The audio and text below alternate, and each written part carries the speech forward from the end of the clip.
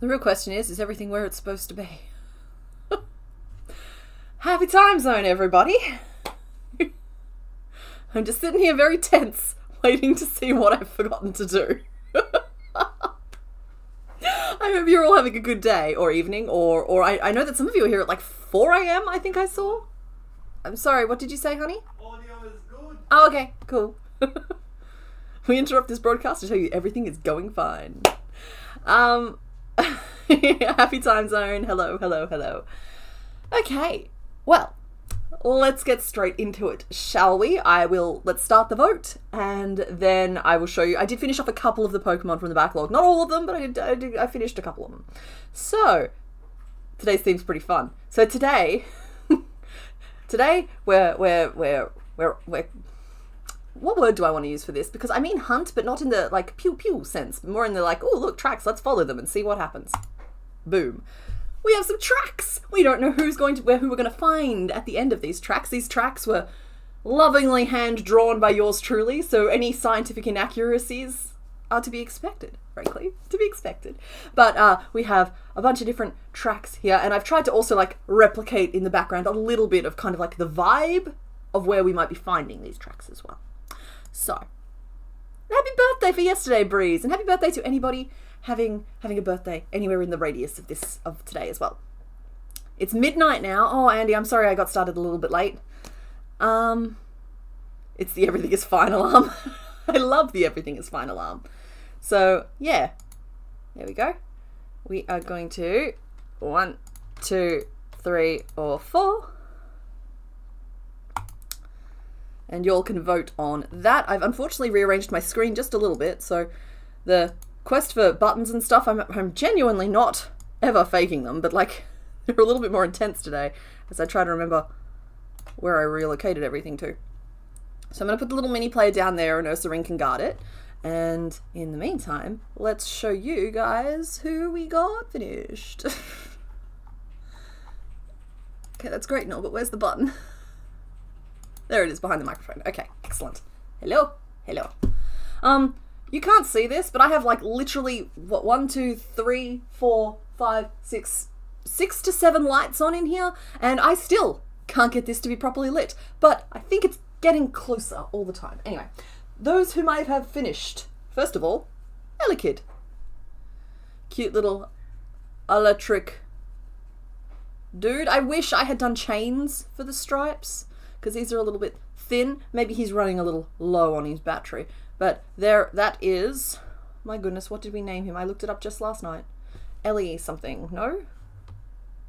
Which was funny. You guys are always funny. I'm gonna look it up. You guys probably remember before I do.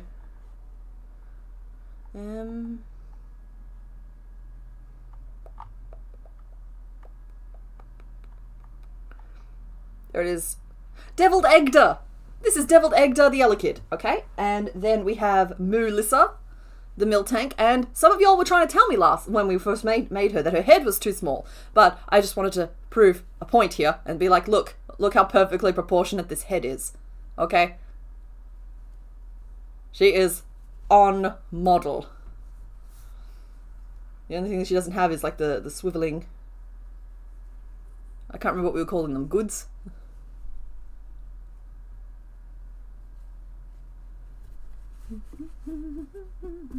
The theme today is we're tracking animals. Tracking, yes.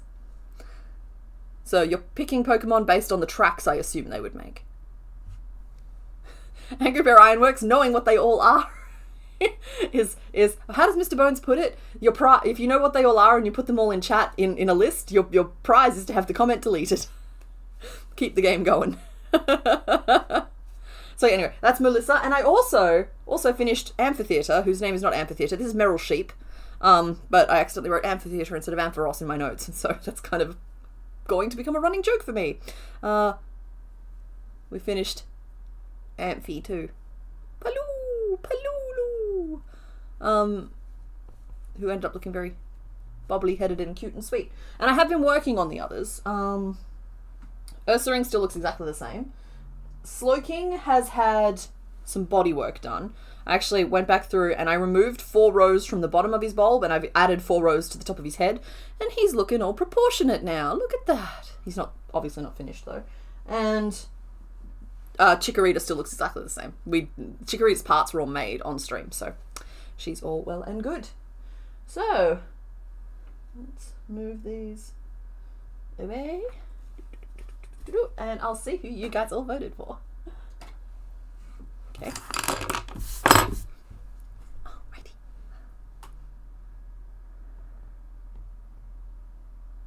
They're all Pokemon. Yes. Yes, indeedy they are. That do be what they do. Alright, here's the mini player. There we are. We're back on screen again.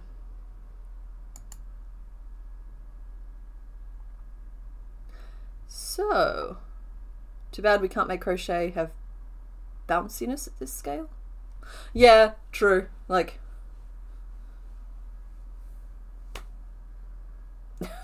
anyway, I'm going to close off this poll. I hope you guys chose wisely, because there is a pretty good chance that we may only get to one of these today, because currently how I'm picking who gets offered to you guys is basically who do I not want to show up in the final, like, 10/final 5, because we have 15 to go. That's it, just 15 in this gen anyway. And okay, you guys have picked number 3 with 37% of the vote. Then came number 2 at 32%, number 4 at 19%, and number 1 at 12%. And guys, I'm all nervous about this one. We'll see how we go. All right, let's reveal who we are making. So you guys have chosen door number 3, and I believe it will be because you knew who was behind door number 3. But we are making the final legendary mythical dog, final something dog, Entei. So we've already made Raikou, we've already made Suicune. We're gonna try and make Entei today. Just look at those layers, and please observe the fact that he clearly has 3 toes, which is why I had to adjust the standard dog paw print. But I did my best. Like I said, I did my best with all of them. Yeah. NVM? Never mind. Yeah, Puppy. We're gonna try and make Puppy. We're feeling brave. Everything's going fine. I'm just gonna sharpen my pencil and take a second.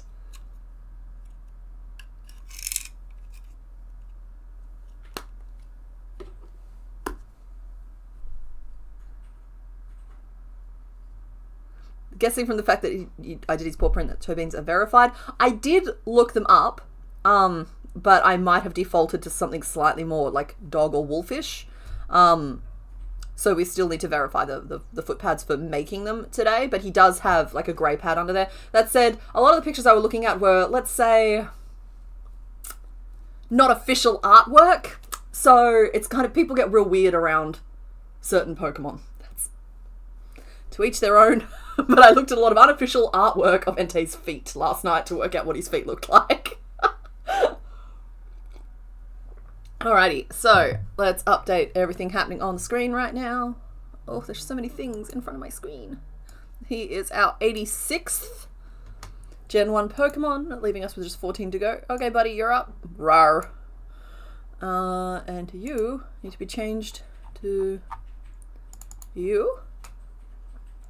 I'll put you over here because otherwise I always end up drawing directly behind where the sprite is.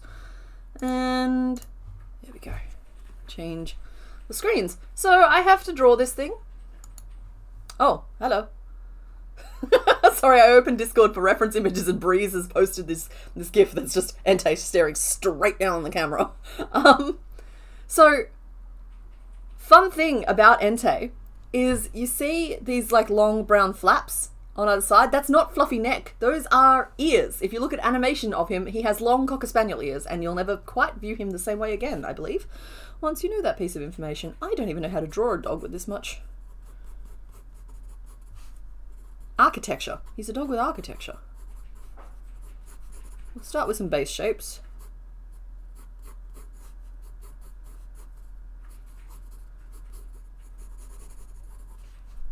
He's just a standard dog underneath all that architecture, I'm sure.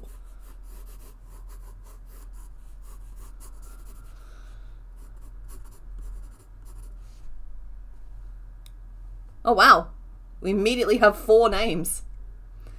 You think Suicune was more complicated with his buttons? Maybe, I don't know. This guy has like spikes, spiky wing things. He has like 3 to 4, 5, let's see, how many layers on that face? That's 1, 2, 3, 4, 5 layers minimum on the face. Technically it's 7 if I include the ears in that. Not to mention layers down the chest, and Suicune wasn't more complicated. This guy has a lot more going on in terms of bits I have to make, in my opinion. Visually, I agree that Suicune is a little bit more involved, because this guy here is a chorus of chocolate notes. Problem is that I think I did the other 2 pretty well. So it's kind of left me in this position of like, how am I supposed to do bobbly clouds and pointy spiky wings? And he's got a lot of spiky points. Like, that's actually what's kind of adding a lot of complications to this guy for me. I'm going to just change the angle of his head a little bit. You wish to call him Mustachio. That's a lot of lion names. I think Mr. Bones is joking. That's fair as well. Beethoven. I loved those movies. Let's see. He has a Hulk Hogan type of mustache leading into some like tiny spikes to block his eyes.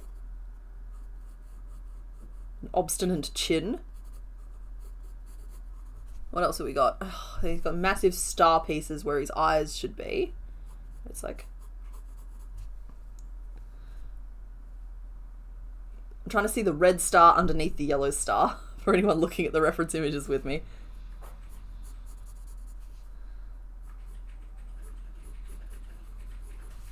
So we have a red star layer.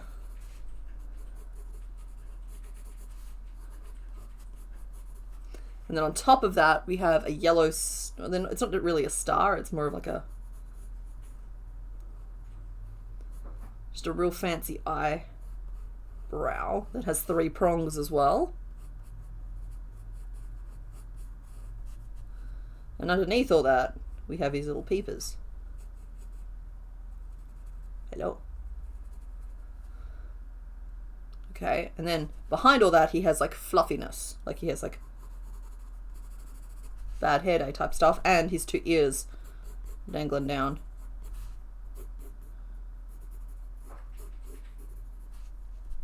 Okay, they drape towards the front a little bit, and then down the front we have 1 layer of fluffy chest and a layer of solid armor chest.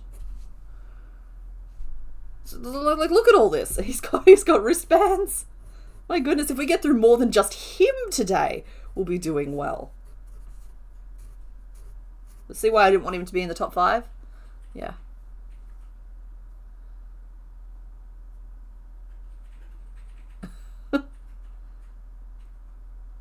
Raikou is called Haiku, and he can't be called Hente. I'm sorry, no. Oh.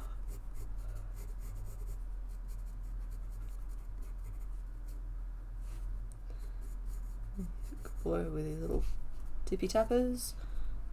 This is technically meant to be down further, and this is meant to be down further. And then his ears. It's hard proportionally to work this out drawing wise, or at least I'm struggling a little bit. Okay, now we have his spiky wings. The piece breakdown on this guy is going to take me like 11 hours. So he has a little wing, and then on top he has like a bigger wing that spikes out at alternate angles. It's 4. Like that. And then he has like this big cloudy kloof.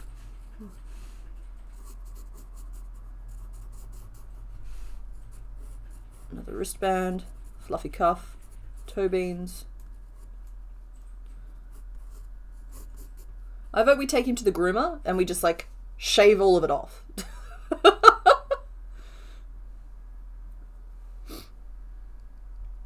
You wish you could make him a wig so he could look more lion-y? No, I think honestly that there's probably enough going on without doing stuff like that. Alright, I'm going to try and ink this and we'll see if I missed... Well, no, we'll see what I missed.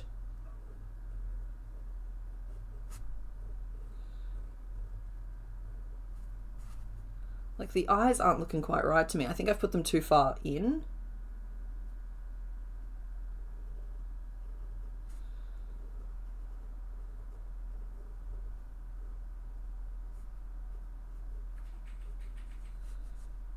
Then we have red star.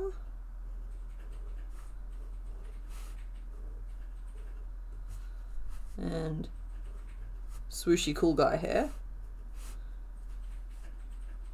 We have an ear. And another ear. We have yellow. We have what, white?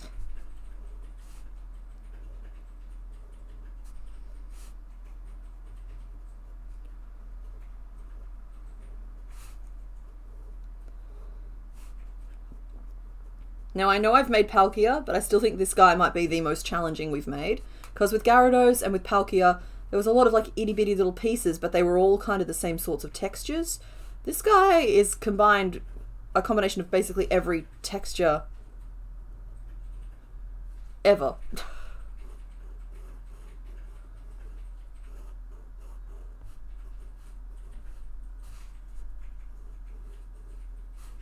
Okay.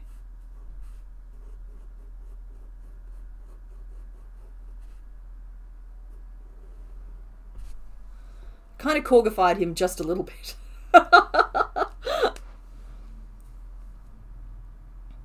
Oh, I'm sorry you're not feeling well, Samantha. I hope you feel better soon. Everybody else should hydrate or dihydrate. It'll help everybody feel better in general.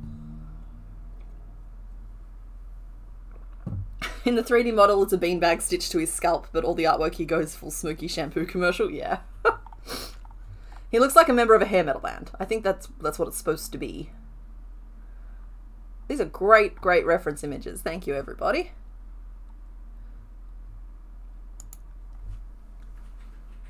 Alrighty. Sorry, everybody. I'm just going to duck out for a sec and I'm just going to blow my nose, but I'll be back.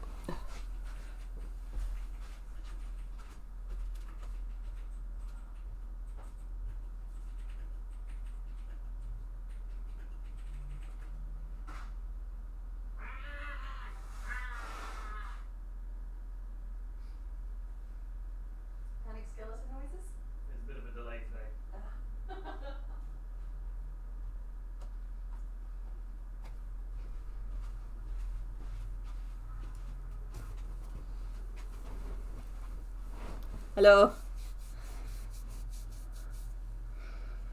Okay, we got this. This is going to be fine. Alright, we need to do a massive piece breakdown, but I think it might help me mentally if I have some of the colors out in front of us to just like help a little bit. So I'm thinking it's a little bit more pink, but I think his star is a little bit more pink, frankly. And, oh, that's not the right yellow. That's the right yellow. That one. That's the right yellow. We need some of this. Because I think, based on all of the other images I'm seeing, I think he's like a goldeny brown, not a Ursaring brown. I think Ursaring brown is not right. Yeah, he's definitely a warmer brown. It's just like white. Alright. Okay, alright, okay. Okay, alright. Alright, okay. Alright. Wow, I'm caught in a loop. The cats? I thought they were mythical dogs. I thought that's literally what they called them in game. But like, I can accept cat. I can accept cat.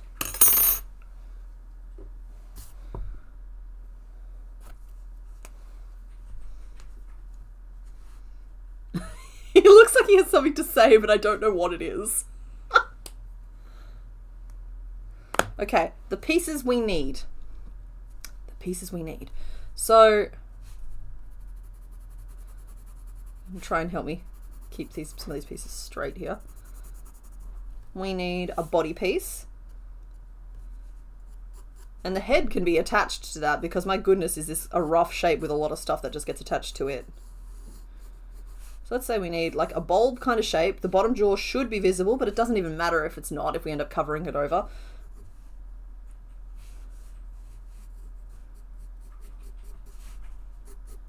Okay. And I do think he's the chunkiest of the dogs. Cats. Sorry. So we just need a basic piece that's like maybe yellow like up to like a neckish sort of point. It's going to be more on an angle than that, but like yellow up to a certain point and then just brown. I feel good about that. Then we need legs.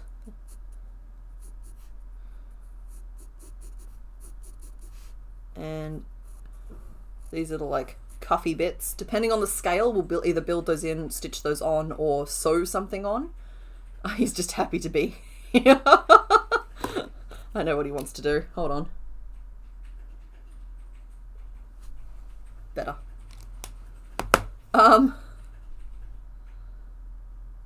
He looks like he has a thick southern accent. Ah, yes, but which south?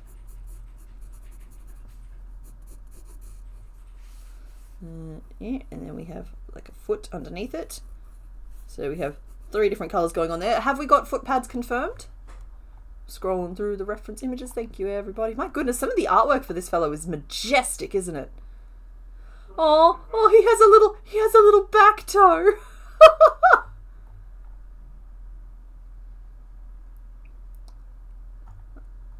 Mr. Bones shouted something, but I missed it.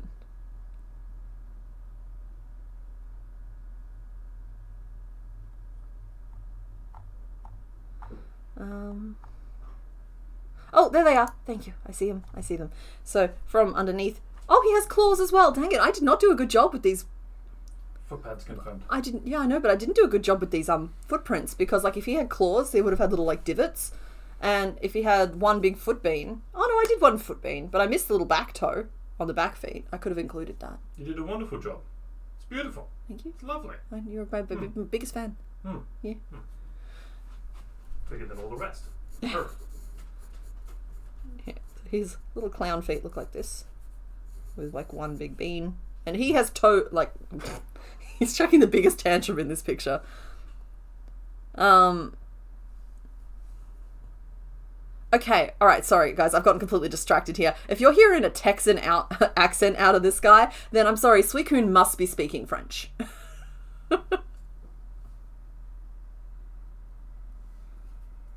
Okay, so front leg and then back leg is going to be essentially the same thing, just with a little bit more huh and a huh. So they're like the same up to a certain point, and then I tend to just like pinch in, flare out a little bit, give them a little bit of chunk. These ankle bands are actually closer to knee pads. They're quite high on the legs. Same foot though.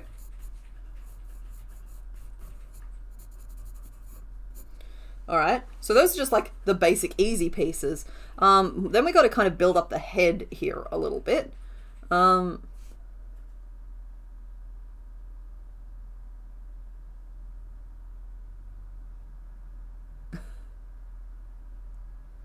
Fun fact, in the 3rd movie, while Entei has Ash's Charizard pinned, you can see a semblance of retractable claws. Yeah, on the 3DS model that I'm looking at, lovingly provided by Loot, thank you very much, Loot, you can see the claws do, like, he has claws on his toesies, but he doesn't have them, which actually confirms he's a cat. Dogs don't do retractable claws, to my knowledge. That's a cat thing. So if he has claws in some images and not in others, that means cat confirmed. Okay, looking at his wings, they aren't as bad as I thought they were from the original sprite here. There's an illusion at play. He's actually just got, it's got a set on either side, but each one is comprised of just 2 3-pointies. Which means I'm probably going to have to make, so that's 4 wing pieces, which means I'm going to have to make 8 pieces to give them any kind of stability here. Because the floppy wing is just no good to anybody. And they're basically the same. We might make one set slightly bigger so that they fit properly, but they are just kind of jagged on the back. So I think we might be able to get away with just doing them the same. For the head, my goodness, friend. I might end up going with the 3DS model style of that like smoke cloud thing. Like in this sprite here, it's kind of like specifically like bobbly cloud. However, on all the 3DS models, they've kind of done it as just like a smooth swoosh of like a woof. Cat went woof. Of smoke. So we'll probably do Something a little like that, because it's way easier. Head. I'm going to try and focus on this head. So, oh! That star's a different shape to the one that I'm looking at. Why is your star different? I've drawn this star wrong. This star, it looks like it's meant to be like two spikies underneath and no spiky on top. He's not a Christmas tree, apparently. That was all my imagination. So, what does that piece actually look like? Alright, we'll probably have to make it as 2 pieces. This is the piece that the eye goes in. It has one long spoke, one smaller but horizontal spoke, and then like a little one. And I can be as messy as I like with the top of that because it's tucked under. And the eye kind of goes in here like this. Did we use safety eyes on the other 2? We did.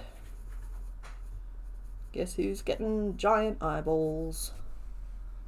Not to proportion, because if I made this to proportion, this guy's going to end up like this big. So the eye is going to be closer to like this. Y'all are welcome. Smokehawk the same way as Ghastly? Nah, because with Ghastly I did a total cop-out that I'm embarrassed about to this day, and I will avoid it at all costs. I got some purple felting yarn and just photographed it that way, and then the felting yarn went back into its box, and Ghastly is forever just a little ball without fluff, and I'm not okay with that. So it's one of those things of just like, no, we're not doing things the way I did Ghastly. We might need to brush some of this fluff. I'm so sorry this is taking so long, everybody, but also you guys picked it, so... I think for this, instead of doing separate ears and a top, I might try and do it as like a wig. So like a pharaoh hat. So that's like a side view of it. And then just like brush it or attach fluff to it.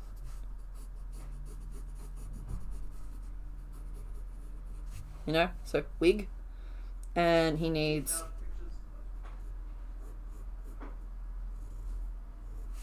Sorry? I'm going to stop shouting at you from another end because it's rude. Thank you. And I'm sometimes doing it while you're in the middle of talking. Yeah.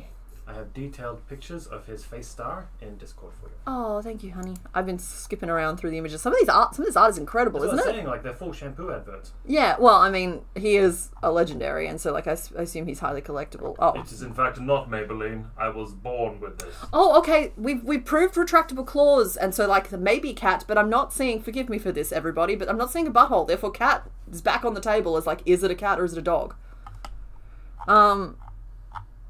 Please don't send me pictures. I don't want to see pictures. Oh, okay, cool. Yeah, see, I thought he was like full-on Christmas tree star, and it's way more like this, which makes more sense visually, but the mlem suits him even more as a Christmas tree dog. It's like fancy glasses. Yeah.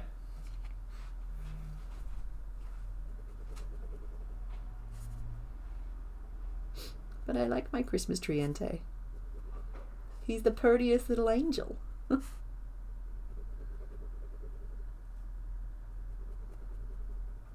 Which, for the record, everybody, is why we draw first. It helps correct any misunderstandings of what's happening. Do I have all the pieces? No, I'm missing his mustachioed bit. Okay, so this is fun. Rather than trying to form this as 2 points, I'm looking at how things are actually layered in 3D, and forming 2 points here would be tricky and annoying. But if I overlay the point of the yellow bit over the top, which I can do according to how everything else is layered, I can actually just make the top of that like a starting magic ring, which gives me a more secure starting point, and then build his what are they, handlebars off of that. So like that will be a magic ring, and will be covered over by the top of the yellow piece, giving it 2 points. It's the illusion. I had to learn all sorts of tricks to do Staravia and Starly. Something moved. Weird. We're going to use safety eyes for him. We are, because we used safety eyes for Suicune and Raikou, and they gotta look right. So, I like to sit here and go, I don't make the rules. I make the rules, and that's one of them. Okay, here we go. We're getting started. We're doing the thing. I believe this is all of the pieces. I may have missed the chest layers, but they'll just be rectangles. And, okay, a little hard bibby piece. This is so many pieces. We're going to start with the body piece, and we're just going to, you know, how do you eat an elephant? One mouthful at a time. We've got to grab a mouthful. I almost said grab a melephant.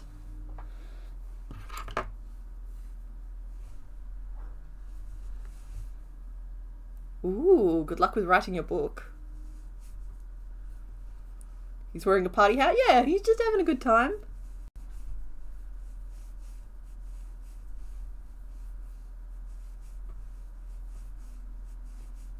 Yeah. 2, 3, 4. Haiku and But Tiffany are in their bag. I will fish them out at some point, or next time Mr. Bones walks past, I'll get him to pass me the bag. 1, 2, 3, 4, 5, 6. The bag is one of those carrying cases that they sell pillows in, the ones that hold 2 pillows, and we're about halfway full. Gen 2 did not fill it up all the way. That's okay though, it'll get moved into a plastic tub, probably cohabitating with Gen 3 when it's done. Gen 1 fills a tub all on its own.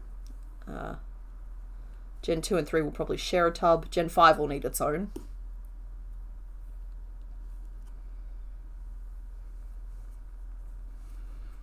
My earrings, they are little moons. They're little moons with some little like designy bits. They're a little hard to get in and out, so I don't want to like take them off, but they're little crescent moons. They are some of my favorites. They are. I like them a lot, but I can't wear them if I've got my hair out because they got tangled and I never see them again.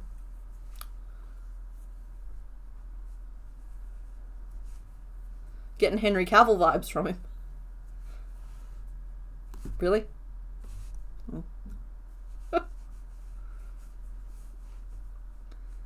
You reckon he needs a cowboy hat?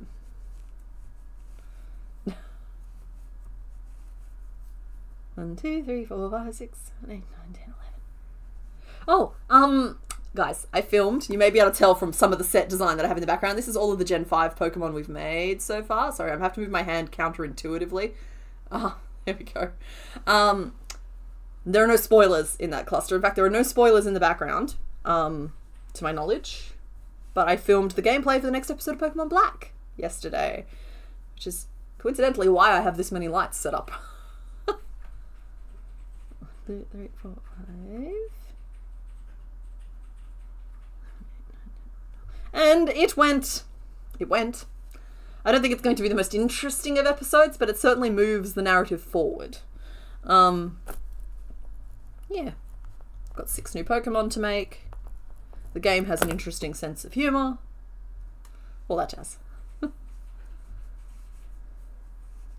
So that will be out not Thursday, but the Thursday after. I think it's the 28th.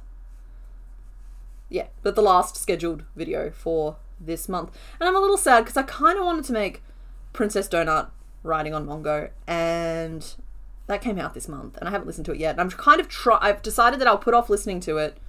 Or sorry, I thought I'd decided. I thought I decided to put off listening to it until I was working on that project, so that I could like listen to the new book while making them.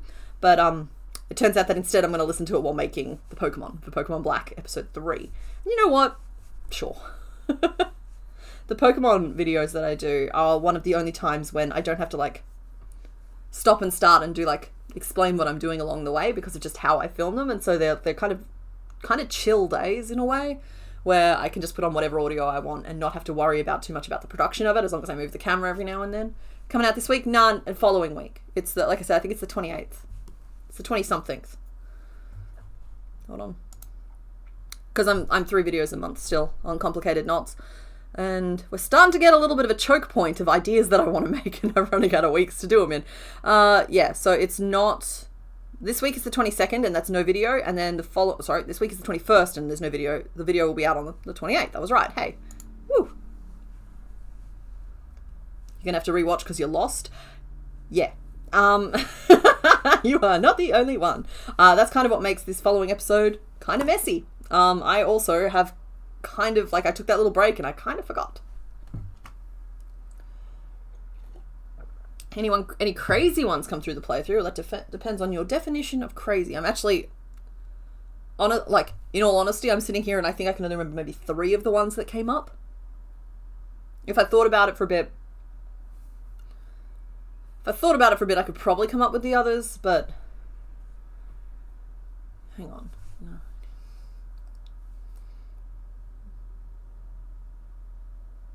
No, I've got 3. Who are the others? Well, you're no help. I don't know. I've got 3. I can only remember 3 of them. I mean, yeah. There's at least one complicated one. It's not as complicated as the complicated. I don't know. No spoilers. We're not going to talk about it anymore. But yeah, the 6 Gen 5 Pokemon came up, and I will be starting work on them tomorrow. 8, 9, 10, 12, 13, 14, 15, 16. And if I come back next week and I'm just like, don't look in the background, there's spoilers because I haven't finished making them yet, you'll know I'm in trouble. Because those videos take like 4 days to edit and they need to be finished before the Sunday stream for me to be in a good place. 1, 2, 3, 4, and it was 16. Wait, no.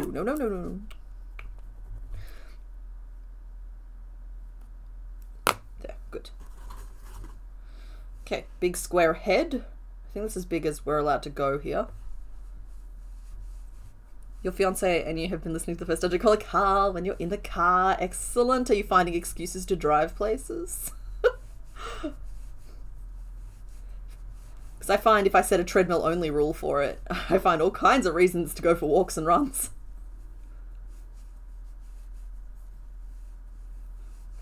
Third movie has to be your favourite of the movies and one of the main reasons you really like these 3. That and Entei was your first legendary Pokemon that you caught. You were playing Colosseum. I actually don't know. I haven't seen most of the Pokemon movies. The one that I've seen is... It might have even been like the first one they did, but I don't want to like state that with my whole chest or anything. It was the one with Mewtwo turning people to stone. I think that was like the first one, right? And I'd only played the games. I hadn't watched any of the TV show because it was on at 7 a.m. on a Saturday and I had netball. And those 2 things just didn't line up when you lived as far out of town as I did. But, so yeah, that movie hit me at a very weird angle and I don't know if I got it. I don't think I really knew what Pokemon was at that point because I'd only played the game. Oh yeah, I've watched a little bit of Terminal Montage. His videos are really fun.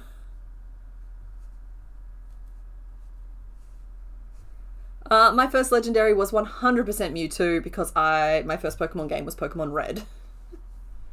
Like the grey-green version, because I'm old. Okay, we have a top of a head. We should be swapping to safe crafting, so let me use a marker here. Mr. Bones, next time you stand up, I'll get you to come in here and help me with something.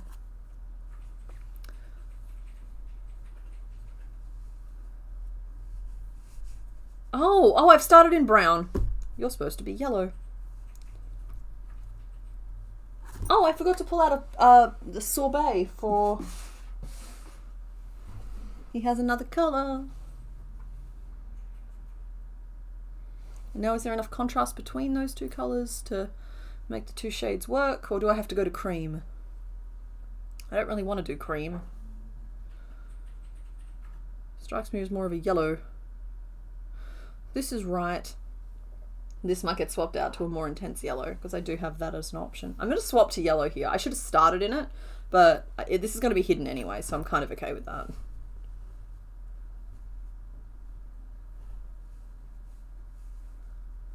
Wait. No, it's right. Oh, the yellow is good. Right, okay, we're good. You'll scare me when you get really loud.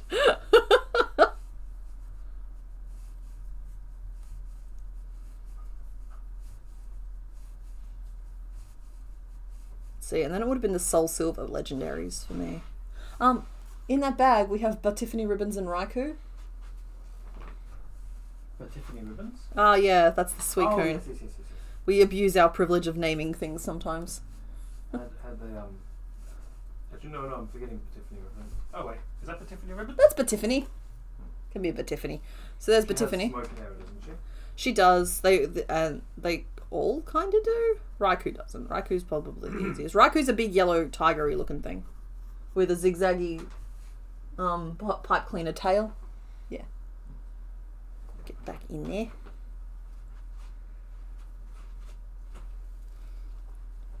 Okay. So that's going to help me keep things the right size. Hopefully.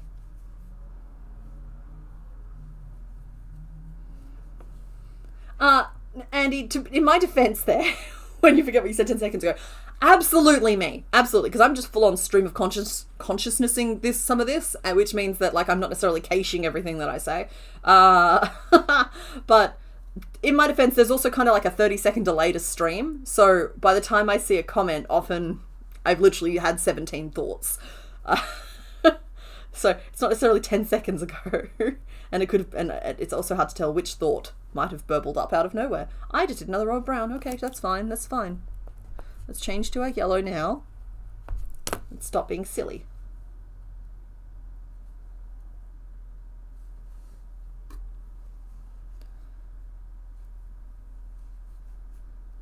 Hey, congrats on your graduation.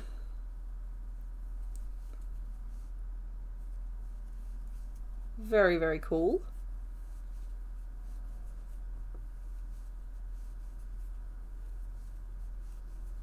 Okay, yeah. Now we're hopefully approaching like where did I draw it? So I've done the top of the head as kind of a square because he's striking me as kind of a square fellow. So we're approximately like, this is 16 across in my estimation. And I can go down to 12 for this. And then like this will be weird angles because of that's just the way it is. So I think we're approximately like halfway down the head, and we'll finish off the underside in our yellow so that jaw sticks out. A bachelor in zoology and chemistry, man, that sounds intense.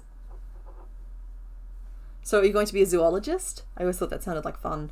But like I know that it's work, but I also just, for like 4 years of my adult life, I lived in a tiny little studio type apartment directly across from the zoo in my city. And I don't know, when you wake up to the calls of monkeys every day, like the I think they were gibbons or something hooting, yeah, you kind of like, you have a lot of dreams, like literal dreams about working at a zoo.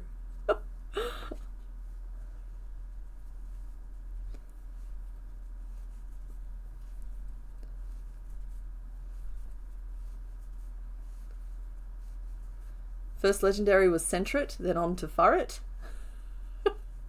Okay, Mr. Bones, please explain how those are legendaries. We both know that you're waiting for a chance. You're going to grad school to study viper venom. Whoa, that's some stuff right there. He was legendary to you, carried me through the early zones. No.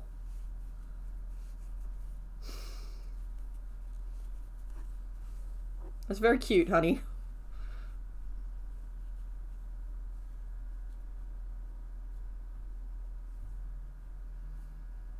Am I making your head too small? Sorry, everybody. What we are laughing at deserves to be seen by all. Hold a second. Let's see.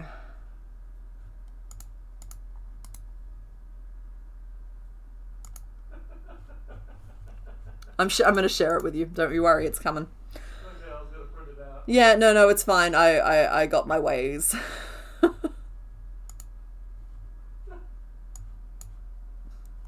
This popped up on the Discord. It looks like a party hat. Yeah, it does.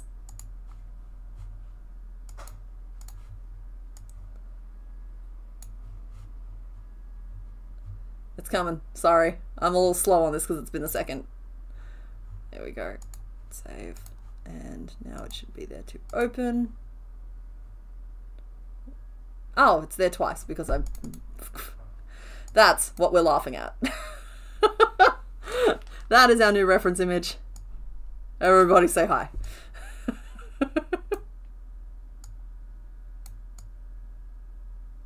There we go.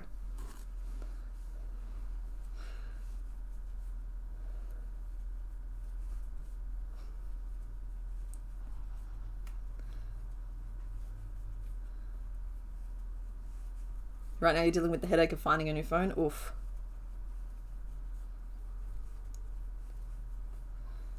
I've always been a fan, and yeah, look, I've always been a fan of like getting a couple of models down from the most recent one, with the exception being my current phone.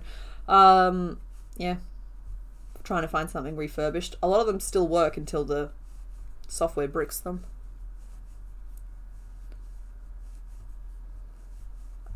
It's perfect, right? I mean, look at him.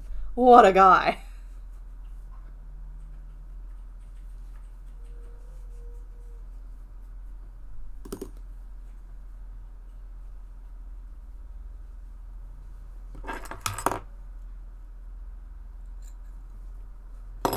Oh, I can reattach it. It's fine. It's fine. It's fine. It's fine. We're fine. Everything's fine.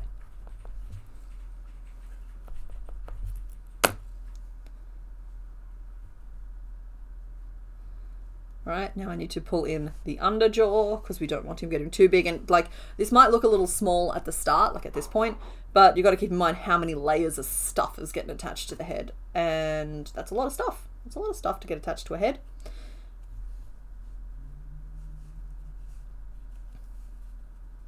Okay, just trying to find my rotation again because we have drifted.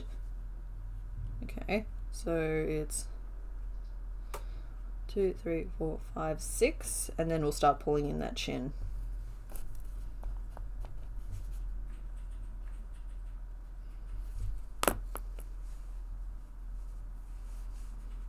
What do you mean? Entei's always looks like this.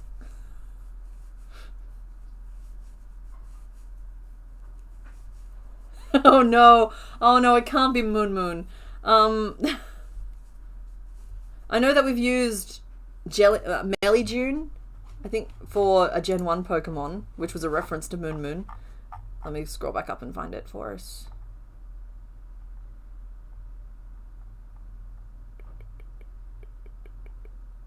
Where are you? Dang it, I saw you for a second and then I scrolled. Jiggles and Wiggles, no. That's the Jigglypuff line. I'm looking for the Clefairy line. There they are. Then, oh, yep, we've used Moon Moon. We are named Clefairy Moon Moon.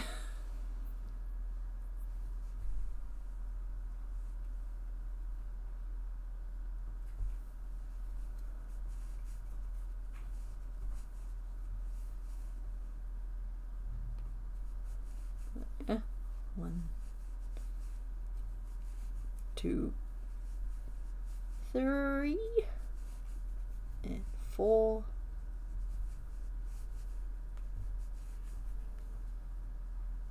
It's a very good Clefairy name as well. I am going to swap back to our actual reference image, but that was very funny. If I laugh out loud that much, I feel like it needs to be, you guys need to know what it is that I'm losing my self-control over. I need to know what I'm losing my composure over. That's what I'm looking for. Boof. You can just chill up there with your buddies.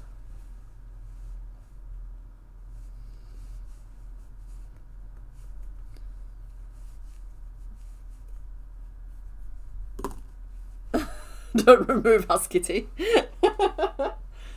Oh, Mr. Bones, this is embarrassing. Is my stuffing out there? I was super prepared for this morning's stream. You might be able to tell.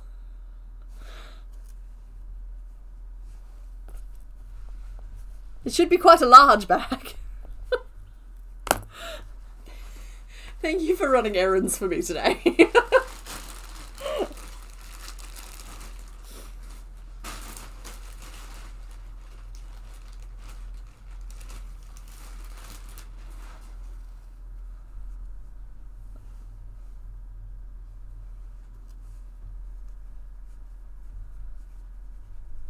There we go. Sorry, for some reason I could not progress until I had stuffed the head. So now we do have a designated like front of the head, and the safety eyes are not getting snapped in to this part of the base. So I know that's going to cause some stress for some people because you're very, very good at reminding me to snap backs on and such. But this is going to help remind me what side the front is, which can be important. So for now, that's what his eyes are going to look like, all right? Nobody panic.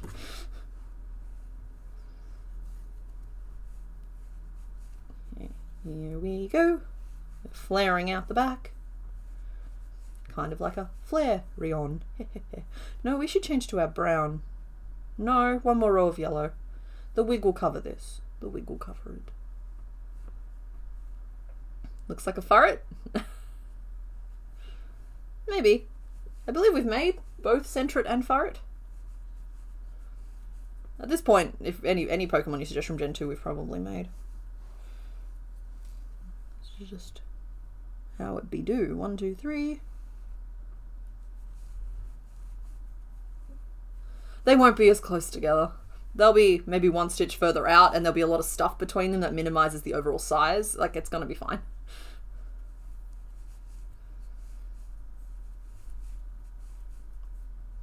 Two. Okay. So how about we track what we're doing, buddy? 2 creases and then 2 single crochet. Be like Entei. Take up space. Feel pretty. Are we really rebranding Entei as the self-care Pokemon? He looks like a baked Voltorb. How many Gen 2 haven't we named yet? That is an excellent question. Let me have a look. No, so only including the ones we've actually made.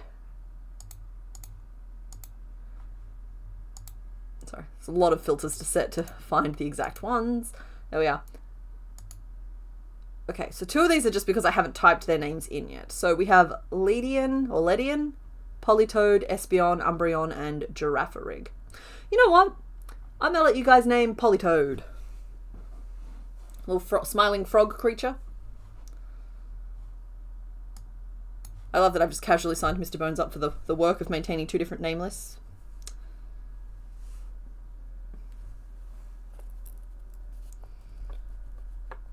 Back to Brune.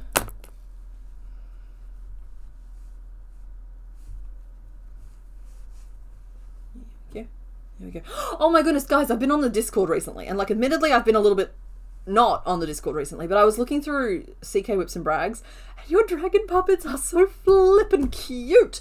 And the little tardigrade potatoes you guys have been making, they haven't been appearing in the credits recently, and I feel bad about that, but they will be, and I'm going to prioritize specifically some of those dragon puppets you guys have made because they're so cute.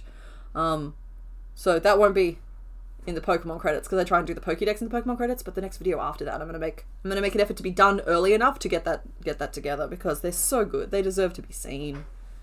Entei is number 86. We are down to 14 after Entei.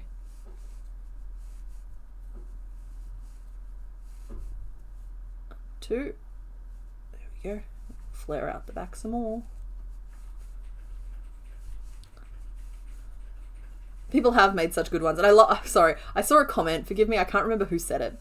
They were like, wouldn't this just be easier if we made it as a glove? Like, yes, but the whole point was that I don't know how to make gloves.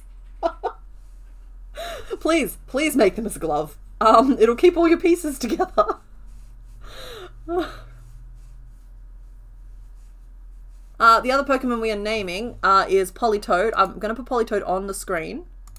Hold on 1 second. Do I have like a duplicate button? Can I have 2? Copy.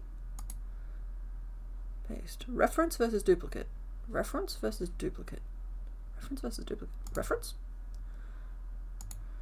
And then I can maybe put the froggy there. Oh my goodness. Just give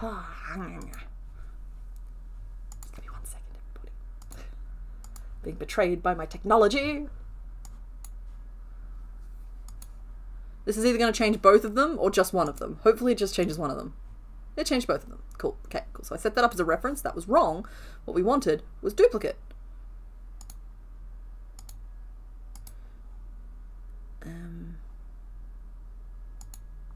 press right 2. Perfect. Okay, cool. So now we have a polytoad, and I'm going to change the other one back to Entei.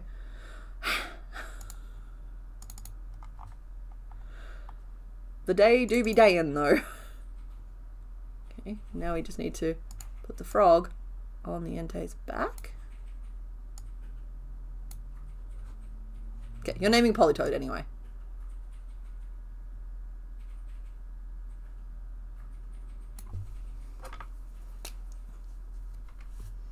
So dramatic, Tiffany.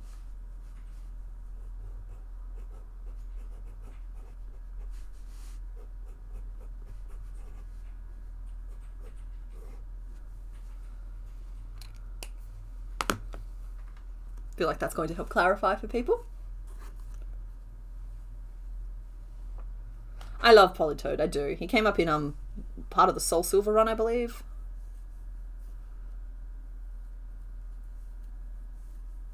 Ooh, yours is going to be a marionette. That's very cool. I like articulated, moving things. They're interesting to me because like there's so many more technical challenges to something that can move than there is to something that you set in a particular pose. So the rest of the polywag line are like polyester, polystyrene, and polyfill. So if you wanted another poly name, you absolutely could for Polytoad. It's up to you guys.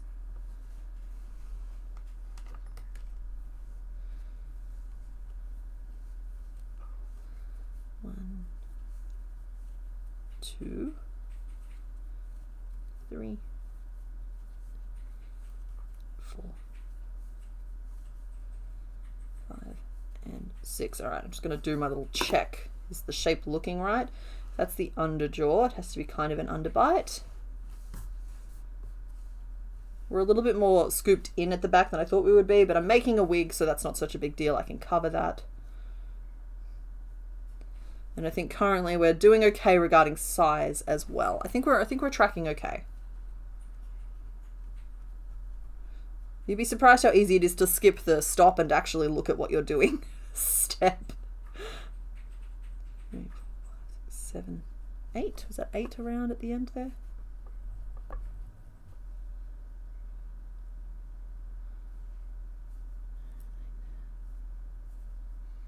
Yes, cool. Alrighty, so we are at 16, 17, 18 stitches around. Beautiful.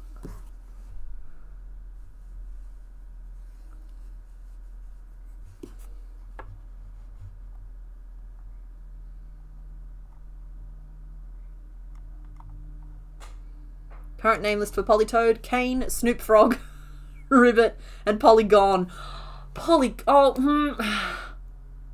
No, it was a pun that I made. It was not what we named it. I was going to be like, oh no, the perfect pun has been used, but it hasn't. Polytoad does have a really, really good shiny. Yeah, it's blue and pink. It's such a vivid change. Poliwrath is fine. I actually made my Poliwrath green. Oh, Night Breeze, thanks for hanging out. Rebrittany. It's Rebrittany fish. Name suggestion for the frog: ring ding ding ding ding ding. Ba ba rumba ba ba ba rumba. Are we doing Blue Frog? Sorry, Crazy Frog. Huh? I was just tricking you for a stroke. No. Just interacting with my toads again.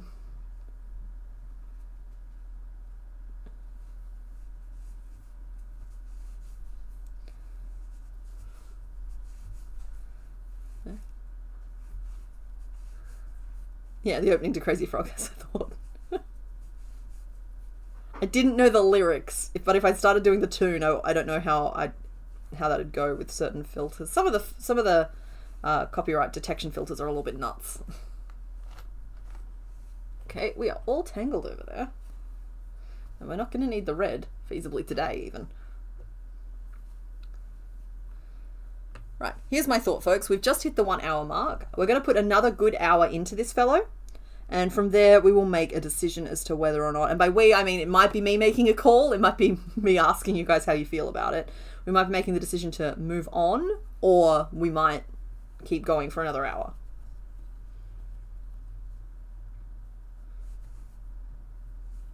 But I will warn you now, with the fact that I'm working on a Pokemon Black episode as well, and there's still, what, 3 whips in the pile, don't expect to see a finished Entei by next Sunday. I feel like you guys are already accustomed to the fact that I just can't seem to get them done in the same week right now, and that's just it. It's fine. We're not beating ourselves up over it. What have I missed in the Discord? Let me have a look. I'm sorry. The husky was too perfect. The kitty is funny though.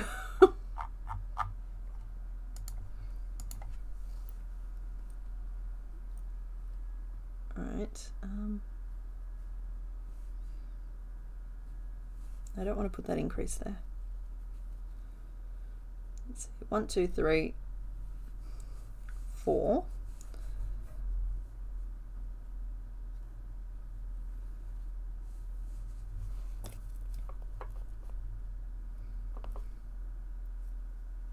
And then increase 2 single crochet, increase,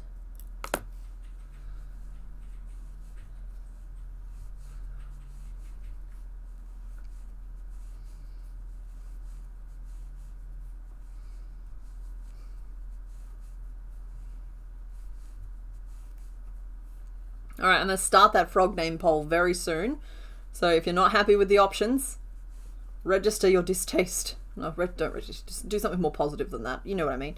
Get some other names in there, or be like, no, we're not ready yet. This name list isn't what we want. Yeah, no, the cat face absolutely blends pretty seamlessly.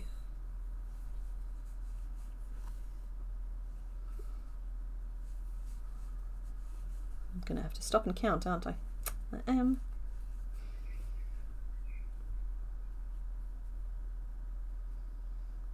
2, 3, 4, 5, 6, 7, 8, 9, 10.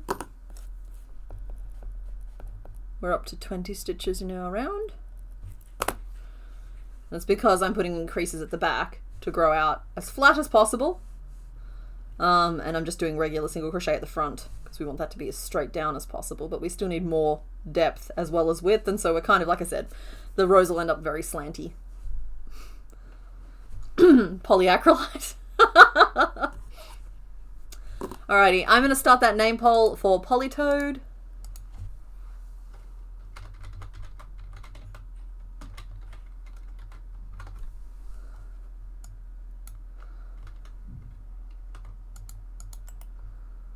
Current name list is Cane, Snoop Frog, Ribbit, and Polygon. Okay. Polygon. Oh, hey! Okay, the Discord. Thank you, Andy. Discord, there's a photo of the Polytoad that I made up on the screen because you guys are awesome.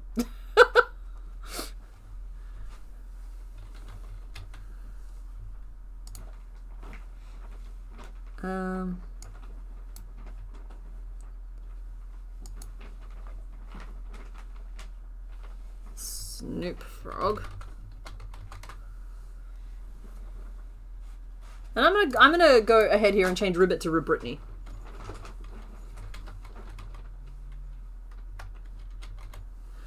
But I will say that Polygon is the name that fits with the rest of the polyline. Honey, he may have ended up misfiled into the generic bucket as well, so don't freak if you can't find him in there. I think I saw him though.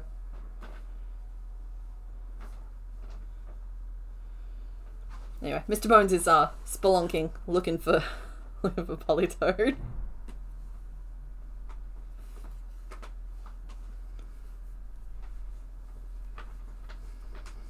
Alrighty, I'm just going to keep on going. 1, 2, 3, 4, 5.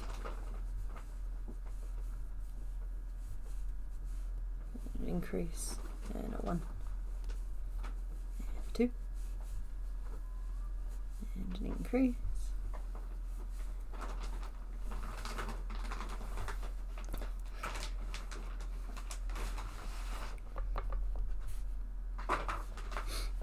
Rummage, rummage, rummage, rummage. Oh, yeah, I'm not seeing him in there in any obvious way. If he's in these tubs, he'll be in the one in the middle. He was made so long ago, I've possibly filed him into the wrong gen.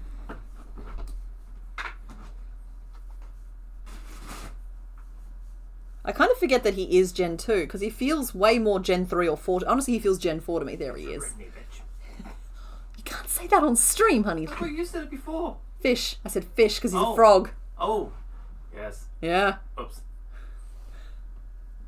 Hello. I just had the headphones on. I didn't hear me say it.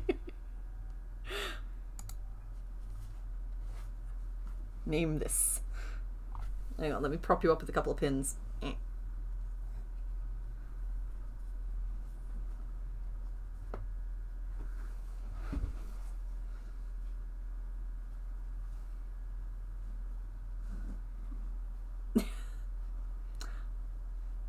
I'm actually trying to limit how much I touch those at this point because they have to be around for so long that I'm worried that the oils from our hands will turn into stuff.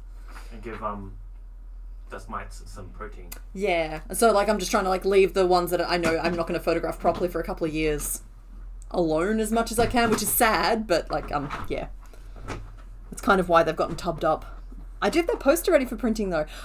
Sorry, I have the Gen 1 poster ready for printing because I want to get that framed for my wall. It's always been the plan. It's been ready for a couple of weeks now, but it's waiting for me to head on down to office work, so I'm going to try and do that this week. I'm pretty excited about it.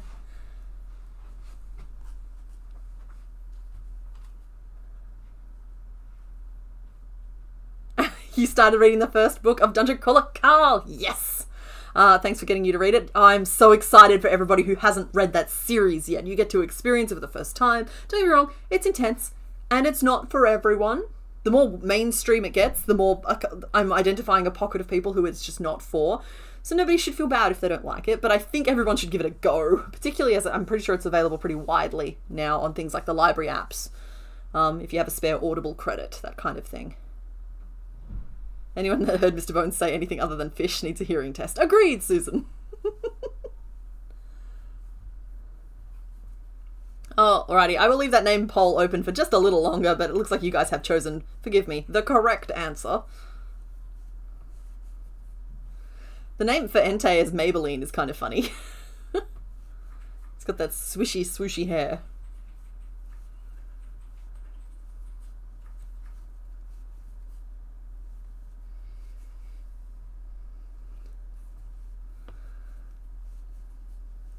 What's real funny is that we'll probably name one of the other ones as well because we have such a long way to go on Entei, which means that I'm going to get Mr. Bones back in a rummage for it as well.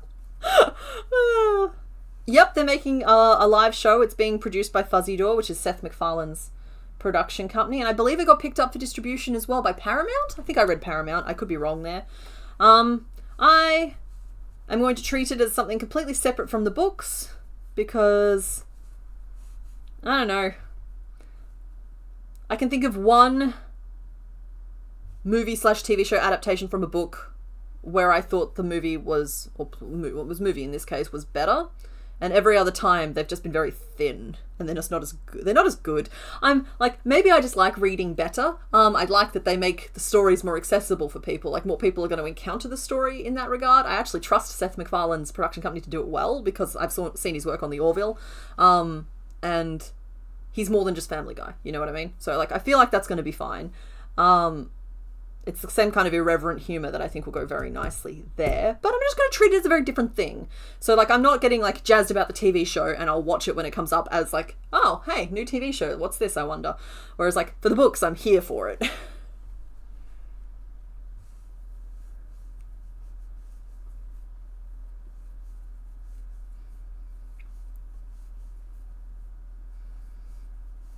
It's just a shame that Patrick Warburton's possibly aged out of being able to play Carl, because he would have been perfect for it. In fact, I'm pretty sure Jeff Hayes, he narrates the audiobooks, has stated point blank that he based Carl's voice on Warburton's intonation. Very cool. Yeah, I can close the poll. It has not shifted. Thank you very much. Oh, hey, I think I've heard of that one. A series from the POV of the Dungeon Core. I feel like I've heard that one there. Heard of that one there. Alright, y'all have named Polytoad officially Polygon with 51% of the vote.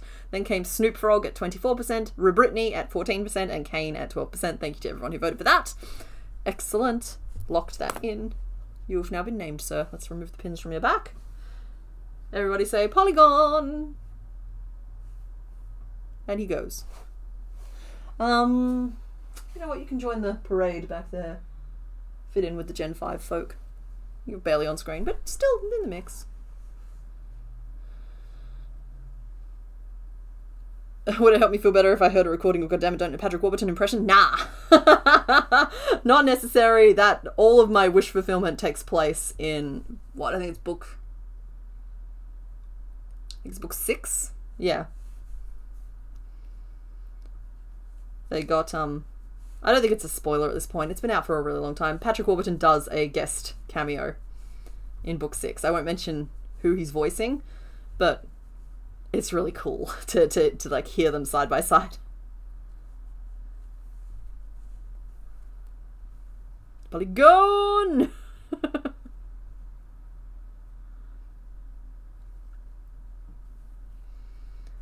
Okay, are we forming up correctly? We must be nearly down the front. My goodness, this is taking its time.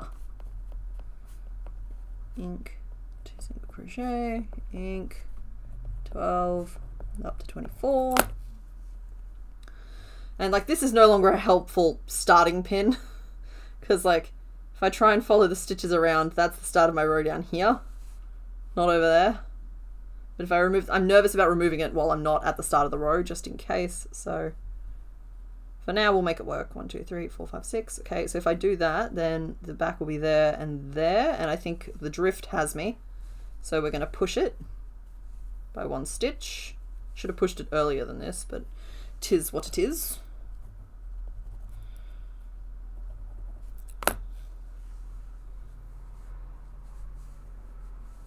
You think the name was on the cover as well? Yeah, but for a while there was a little bit of intensity in the community about just like, don't tell anybody. It should be a surprise. And so, like, I just wanted to like, yeah, no, you know what? No, we're 2 books after that now. I think we're okay.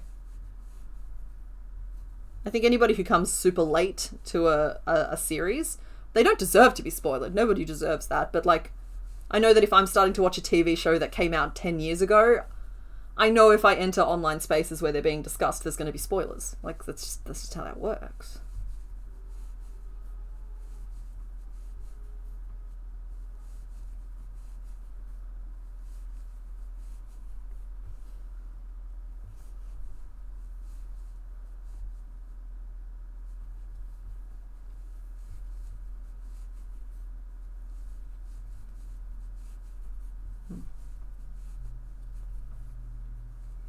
I should do a reread. Maybe I can reread while making the Pokemon. And then make a Princess Donut. And Mongo while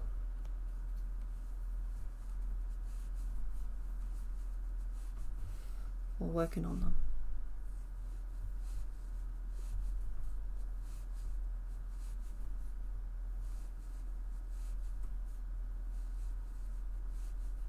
Purple Dolphin Studios, if it wasn't for you, it wasn't for you.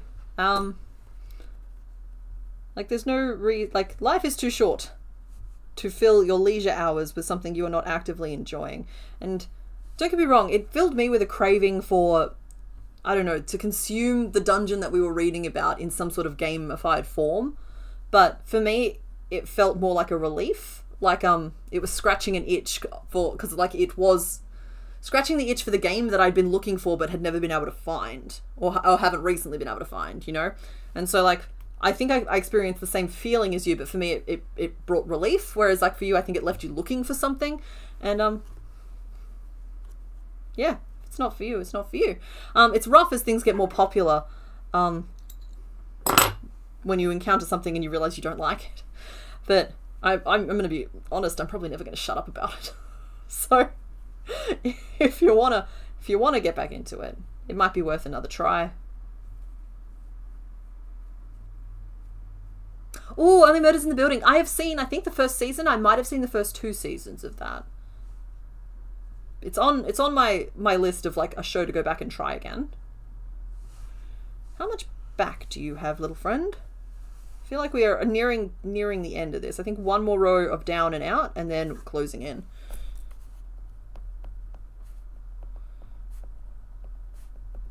Crease.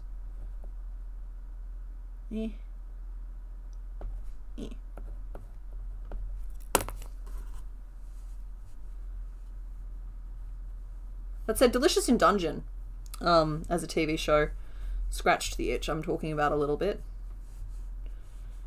I have specifically not watched the final episodes because I knew that they ended semi-cliffhangery, and I'm waiting for season 2 to come out.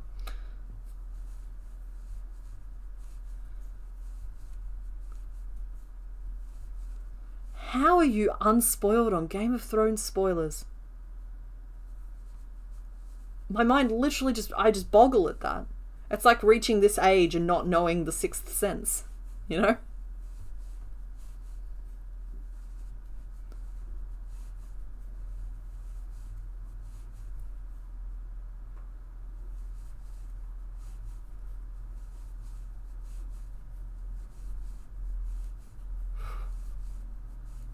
Sort of side-watched Only Murders and Invincible because your mum watches them. I've seen Invincible. I quite liked that. I've only saw the first season though. I don't know. It's occurring to me that a lot of the time I kind of wander away. If a show doesn't bring me back for a second season, maybe it's just that I've been trained to not expect a second season to ever exist. But I tell you what, when you find a show to watch that you've never seen before, and then you realise that it's got like 6 or 7 seasons with like, and it's like an old school show, so it has like 20 episodes per season, you just know you're in for a good time. You know you're in for a good time. Like these days shows will have like 5 episodes that are between 40 minutes and an hour and a half, so you can't even gauge it correctly, and there'll be 4 years between seasons, so why bother? Like, don't get invested yet. See if the show gets made.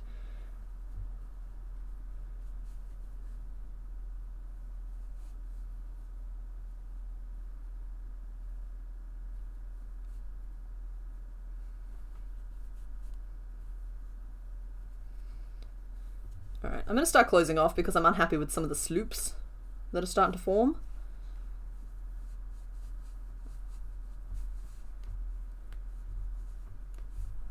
Accidentally loosened one of the stitches with my hook as I worked that decrease, and that's not good. Decrease. 1, 2, 3, 4, 5. Hey, that sounded painful. To the wall. No. Yeah, is the wall okay? Yeah. Okay, Mr. Wall. We need the walls, honey. They're structural. Yes. Especially the fourth one. Fourth one needs to stay up. Yeah, we need that fourth wall. Mm-hmm. Do you need me to fluff anything? Are we floofing? We will be floofing today, but I don't know if we'll be floofing today. Okay. When it comes to floofing, I will get you to do it because I cut my fingers to ribbons. Yeah. I'm not very good at fluffing. It hurts. We need another Pokemon to name. Let's get another Pokemon to name, everybody. So, if you can find Giraffarig, that's another real old one. Oh, perfect. Right on top. Okay, everybody, we are naming Giraffarig. And it's in chocolate? And he's happy to see you. Wait, which one's the face? This one, technically. Ah. That is horrific. It's not nice. Oh, there we are. He's looking up at you. Turn him around. No. There we go.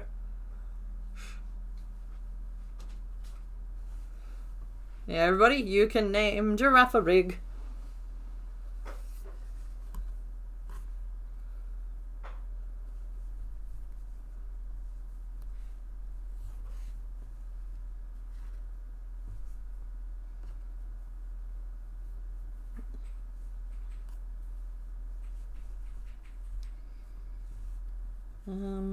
Am I squaring off the butt? It's drifting. I'm having a big problem with drift butt. Drift butt is a problem here. So he might be looking off to one side when we're done. I might just straighten it out on the head, but just know that I know this base form is not straight. I reckon we got like narrow hips happening.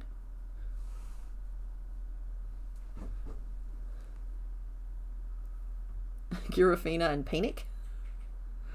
Or was it a typo and it's meant to be panic? Oh, that's clever. No, it's not quite. It's not quite clever. So I'm reading GG and Rig, and I was like, oh, is that a palindrome? It's like, no, it's not. Dang.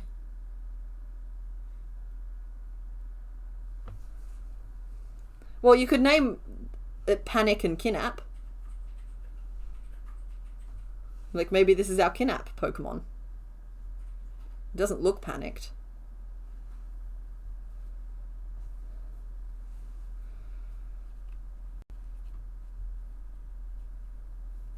They're two entities? Yeep. I'm sorry, I actually adore the fact that they came back in later and they felt like they were kind of making fun of the community a little bit, but like in a fun way, when they came back in with the evolved form of Girafarig, which is Farigiraf. It's just funny to me.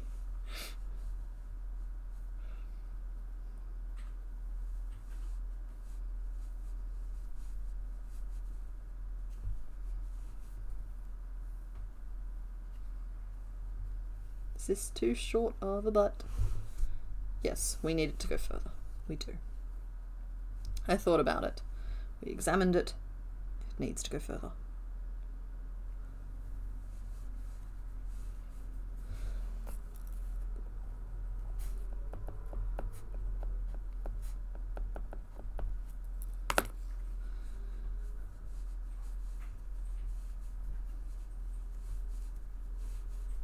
Panickinap.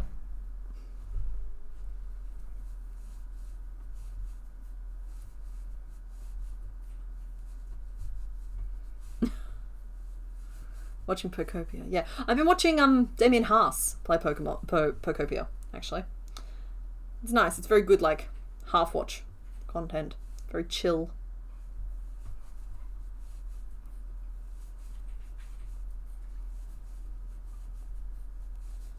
Hannah and Anna.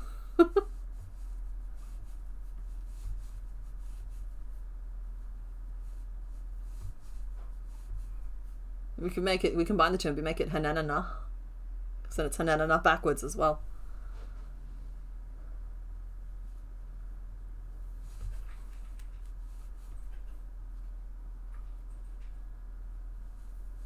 Wow, Procopia just like really steered into the dark, didn't it?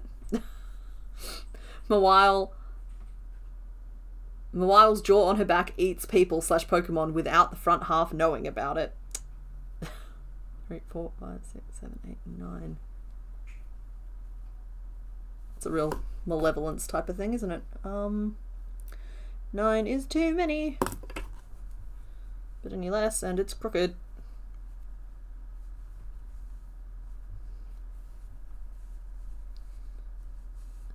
Let's make it 8.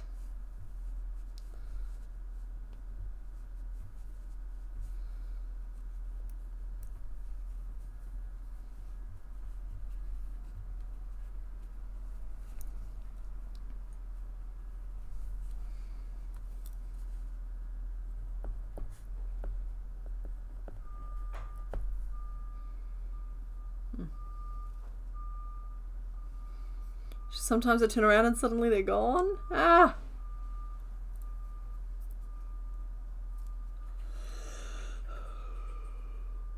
Oh, excuse me. Don't know where that even came from.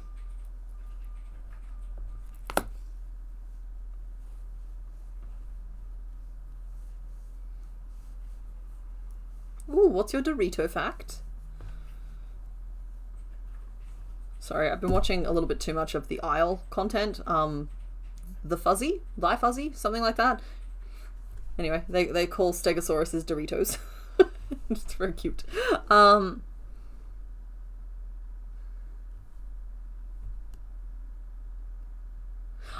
think I like Panic Canap instead of, like, don't get me wrong, I like Cinnabon and Nubanic. But Panic Canap feels very stream specific. Oh, the yawn was from you. Well, okay, everybody, Caitlin has taken responsibility for that yawn. We all know that I wouldn't do that to you. My goodness, I'm struggling with this shape today. Just kind of feels like it keeps going and going and going.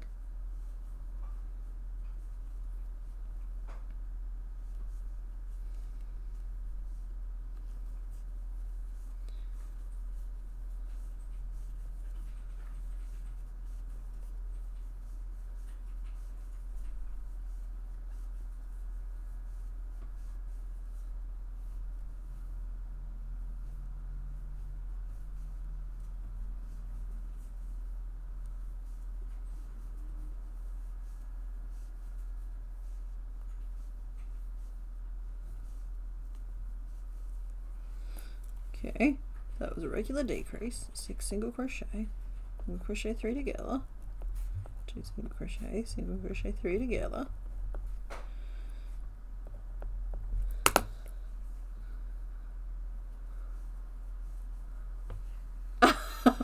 You now read it and now you're yawning. How dare. Oh my gosh. Stop it! Everybody stop it!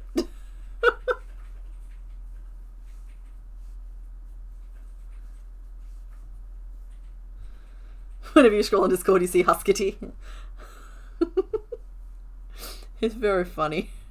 1, 2, 3, 4, 5, 6. This is me attempting to rebalance things.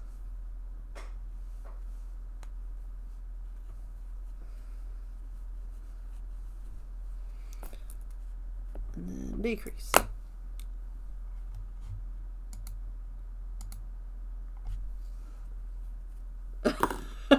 Alright, Mr. Bones has put out a ban on the yawn word. Oh, he said Y word. Why would I say it? I'm going to have to get banned now. Hang on, I'll put myself in a timeout. Ready?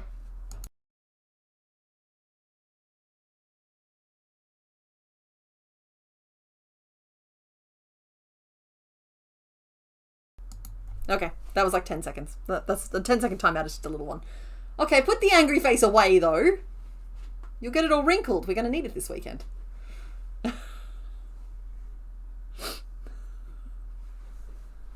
What's happening this weekend? Nothing. I was just making a joke about angry face being kept in a box. I was just terrified that we had plans and I didn't know what the plans were. Like, oh no. Oh, I always have plans. Ah! Okay, yeah. It's planning and strategy. Okay, I'm getting stressed. No, we don't have plans. We don't have plans.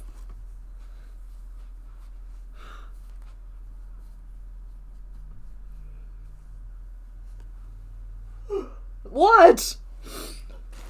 I'm sorry.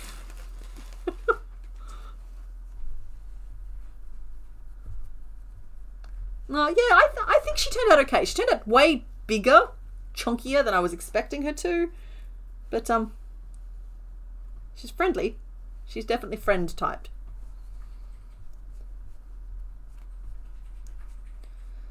We could name her Pickle and Gherkin.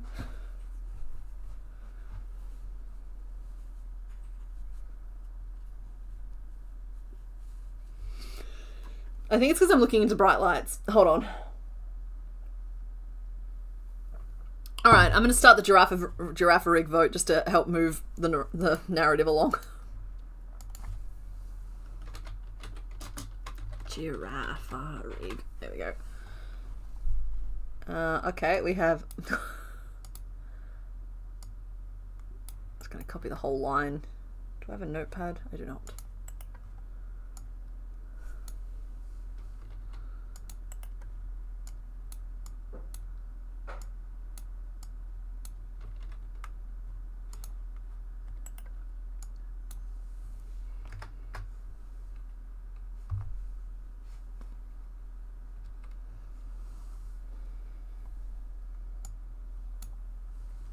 So your options are Dig and Dug, Pain and Panic, Panic Canap, and Dilbert. Dill and Bert.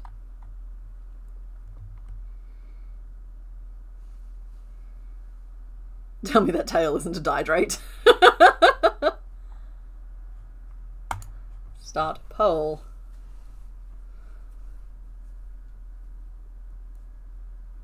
Maybe Purple Dolphin Studios if you worked on something else at the same time. I know that there are a couple of RPGs and like there's a confirmed tabletop game. It's actually still in its Kickstarter right now, coming out based on this dungeon. So that might be more something you'd like. Maybe you could hang out and wait for that. We haven't said our greetings to the Replay Gang. Replay Gang, thank you so much. We love you for being here. Look, the chat loves you guys so much that they have reminded me that I have not yet said hello to you. So hello to everybody in the Replay Gang. Thank you for being here. I understand that our time zones keep us apart, but you are never far from our thoughts. How is that? That's right. Say hello to the Replay Gang.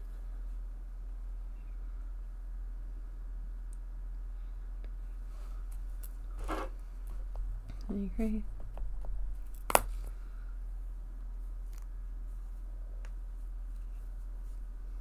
crease. Sorry, just every so often muttering a stitch to myself.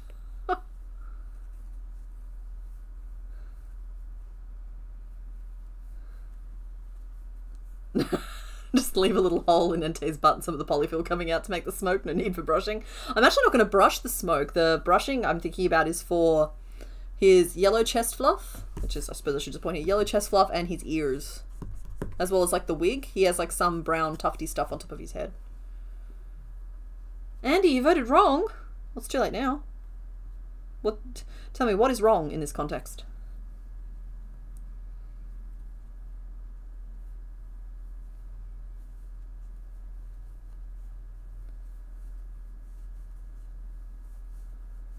Oh, night, Samantha. Thanks for hanging out, and I hope you feel better soon.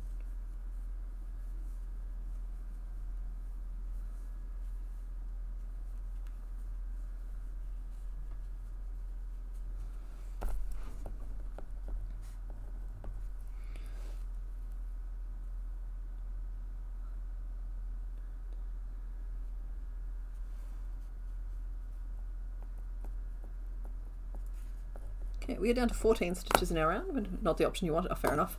Hi, Louie.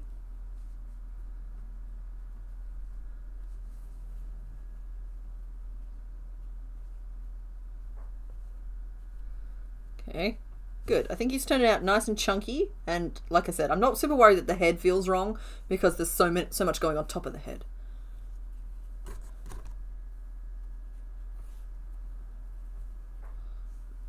We are approaching finishing this bit, then we'll work out what we're doing next.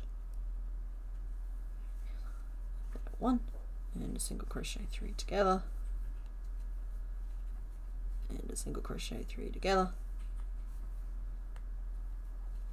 and a 1 and a single crochet 3 together. Mutta mutta mutta mutta mutta.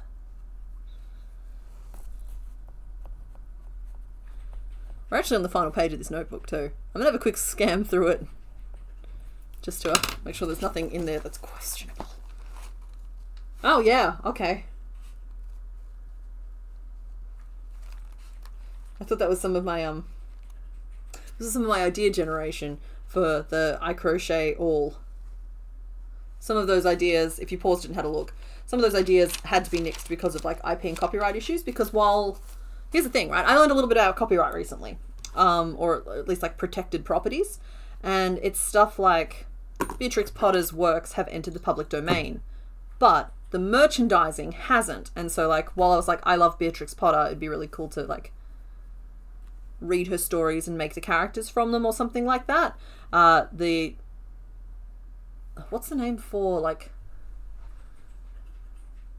the people who still own the estate of like the Potter estate or whatever, or whomever currently owns the copyright owns the rights to any physical merchandising. So if I made it, I would be violating that, and I got to keep an eye on that sort of thing. It's kind of like how Winnie the Pooh has entered the public domain, but only the original A.A. Milne version of it, not anything Disney associated, including some of the characters, which are strictly Disney only. So yeah, it's just like one of those things that I'm keeping half an eye on. And so like I said, if you paused and you looked at that list and you're like, oh, hang on, I'm excited about this, know that those ideas are no longer current. I was just like, hey, have a look. Hopefully there was nothing horrible on that list. Sometimes my sense of humor can be a little dark.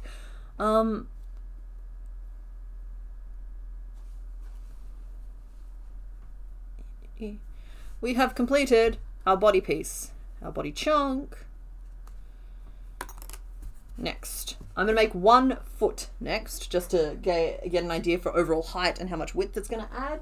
And I'm scanning around for my white, because we're going to need white for the toes. Then we swap to brown. And I'm thinking either picots or zigzag stitches to do that little bit of fluff texture around it. I'm thinking picots would be real nice. He does have 3 distinct toes. No, I'm just having a thought about that. He has a tiny little toe bane too, which we might just be able to stitch in and save ourselves the effort. Do we really want it to be 6 stitches around?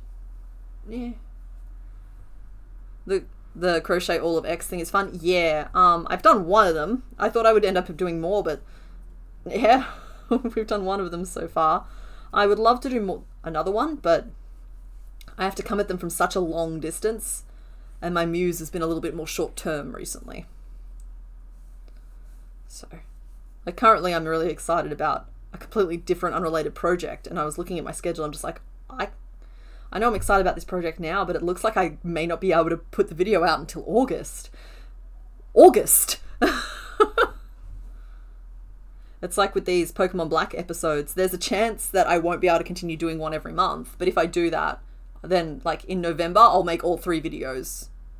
You know, something like that, just to make up for the fact that I can't do them every month, so we'll do, like, a chunk of them.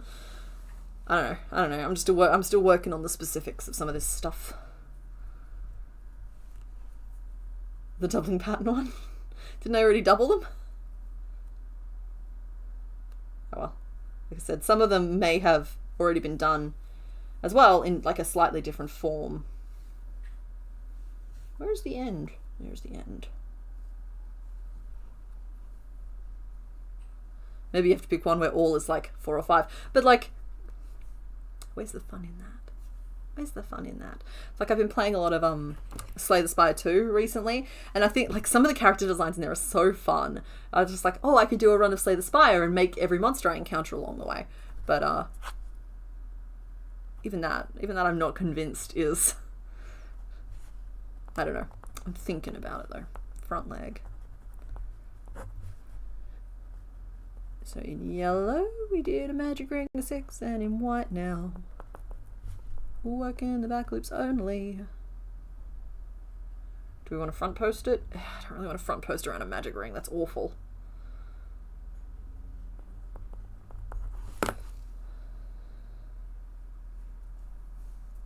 Spying on the list on the replay. Birds you saw on your walk is super cute. I'd have to find somewhere to go for a walk, but yeah, I thought that'd be cute. I love birds. I do. That said, the chances of there being more than one bird that I encounter on my walk probably isn't super high. But if I waited until I visited my folks down south, then there'd be a better chance of me seeing a magpie, a green parrot, possibly a crow, and some, like, fairy wrens or silver eyes, which are this big. So, like, that's a little bit more of a variation, a little bit more fun and cute and sweet.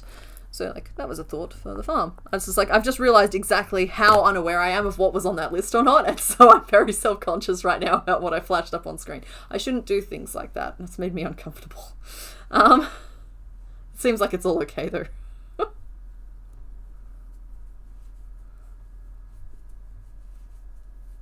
Two.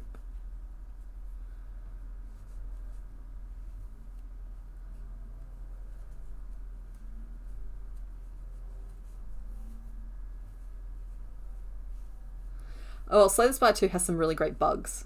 Some really terrific beetle and bug designs that I really, really like. I thought I was going to do individual toes. I don't think I am. I think they're coming across wrong. Oh, no, I did individual toes on Raikou. Okay. Okay, maybe I am doing this.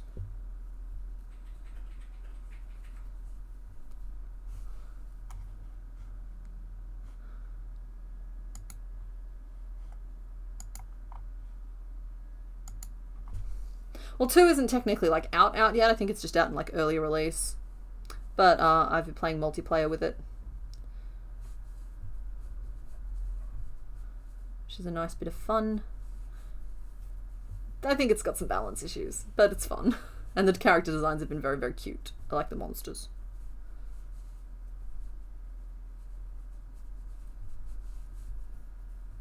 That, or, like, I could revisit Core Keeper, who also have a nice loosey-goosey, like, fan art policy, which is what I look for. Admittedly, even Dungeon Crawler Carl wanted to try and keep things nice and loosey-goosey, but even they're having trouble because they've gone so mainstream now that a lot of the stuff that they are okay with is getting caught up with the stuff that they're not okay with, and it's kind of touchy territory. Like, Matt Dinneman, the author, is trying his best to do the right thing by, like, genuine fans producing genuine fan stuff for sale, and he's fine with that. He's not okay with, like, the bog-produced stolen art nonsense that you get on a lot of, like, t-shirt sites, for example. So, yeah, it's just... And like the rules change constantly as well, which is... I don't know, it's just me burbling on about copyright laws and IP.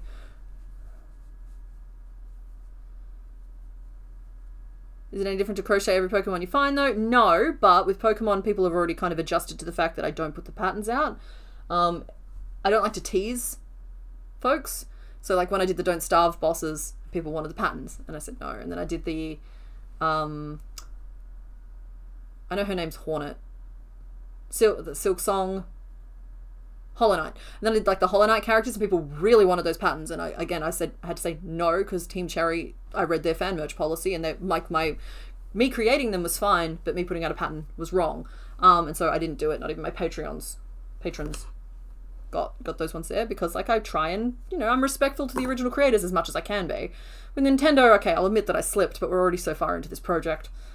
If I was to start things from scratch again, like if, let's say Complicated Knots didn't exist and I was starting from scratch again, but I knew everything that I knew up to this point, Pokemon probably wouldn't feature heavily. It just wouldn't. It's just like, I'm really invested in this challenge for my own personal stuff. But my advice to anybody who's wanting to start doing content is stay the heck away from Nintendo IP. Ooh, Subnautica 2. I know that that's out. I've not played Subnautica 1, but I love watching other people play the Subnautica games. So I'm really hoping Evan and Caitlin do a playthrough of Subnautica 2. They might have already. I just missed it, but I'm hoping that they do one.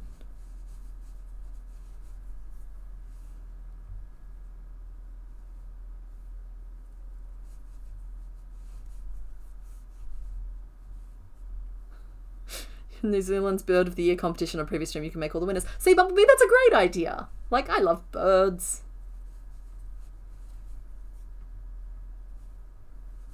Something like that. Something like, there are plenty of like things out there that aren't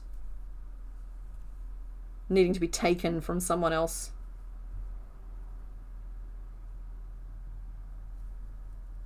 Hypothetically. I do my best, but I mean, like, as I said, I try my best, but even just like my dragon hand puppet, right? Turns out was very, very similar to somebody else's dragon hand puppet. And it was just not a big deal. I think there's room enough for everyone, but it's one of those things where I never want to give anybody else the feeling that I get when I see somebody actively stealing my stuff, and so it's kind of like you're going to navigate real careful.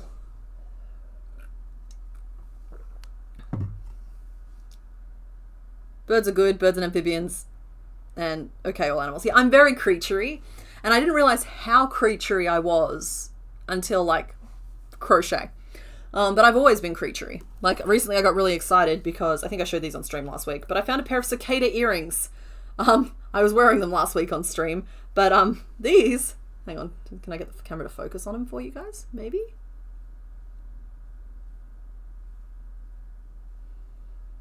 No? Oh, hey, oh, there we go. They are really cool, and I really love them. Like, I got all excited because I found a pair of cicada earrings. So I'm like, yeah, I am just a creaturey person. Like, making human shapes doesn't excite me. Making any kind of humanoid doesn't excite me at all. Making just regular objects doesn't excite me. Making creatures, though, and I'm just there. We are currently naming Giraffarig. Sorry, I've covered over the name this label. I will close this, though, because I think that that's ended. Giraffarig, we have named you Panic-Knap.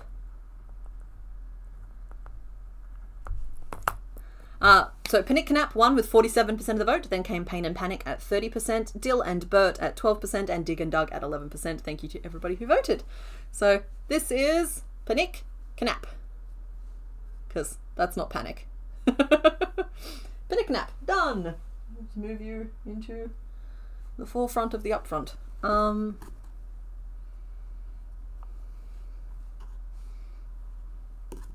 hang on, I know what to do. Nope, not that one. We are naming Entei now. I suppose I could have just moved the actual sprite over there. You know what, the name this thing is actually surprisingly helpful to have on the screen. I'll have to keep that in mind in future.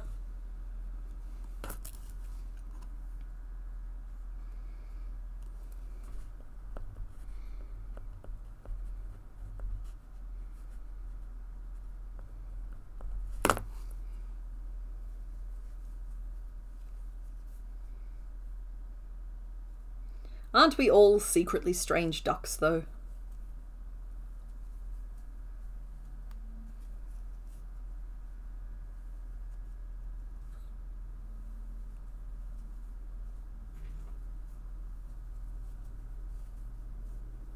What is actually the name list that we've reached currently for Entei, just so that we're all on the same page?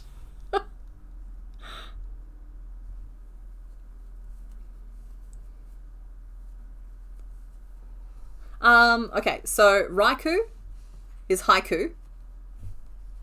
And Suicune, I know them as Batiffany Ribbons, which I believe is the final official name, but correct me if I'm wrong there. So Batiffany Ribbons and haiku. So we don't actually have a naming convention for these three. Okay, current name list is Aslan, Iro, Cavalrine, and Mustachio. Or Moustachio.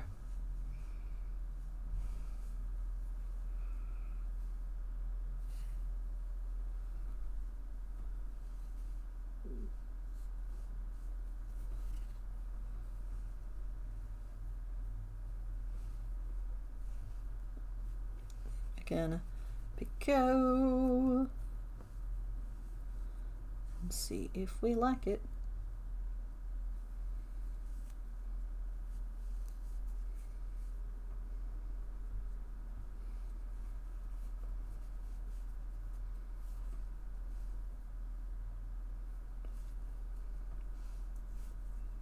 Don't fall to the Y word. We're not mentioning the Y word, but sleep is good.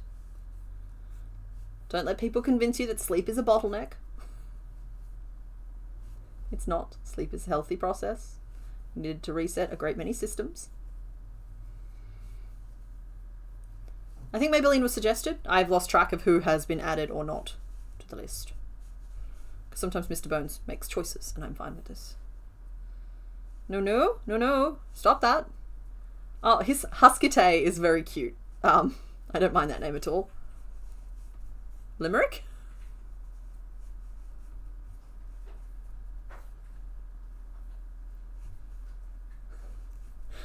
Okay, why is Gollum in the Discord doing the YMCA? He's in a high-vis vest. Ah.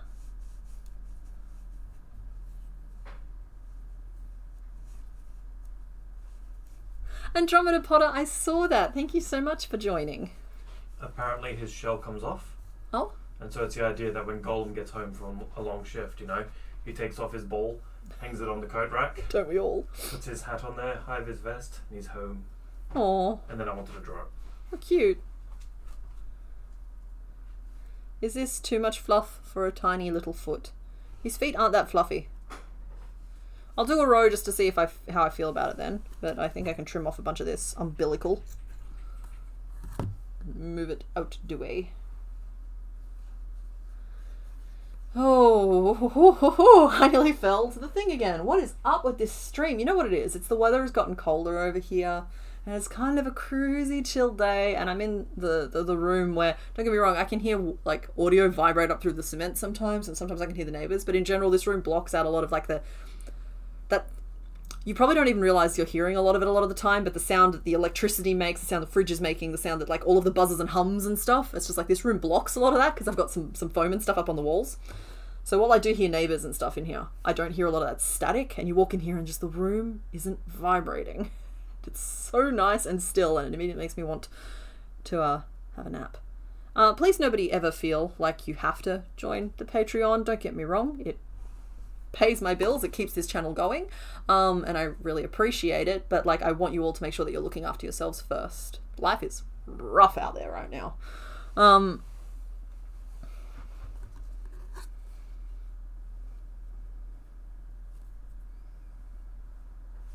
Didn't write it down.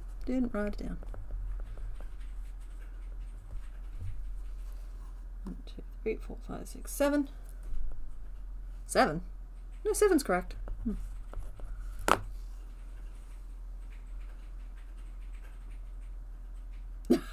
You want to evolve your Eevee into Patreon, but it's pretty expensive for you to get the Patreon stone.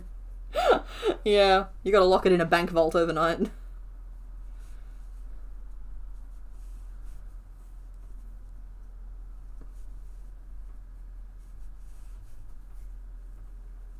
that said, Patreon is about to get an absolute wagon load of new patterns. We have 6 new Pokemon Black coming, and we have Miltank, Elekid, and Ampharos done and just needing their photos, as well as Slowking, Ursaring, and Chikorita, who are all kind of in various stages. Entei will be joining that soon, so that's what, 13?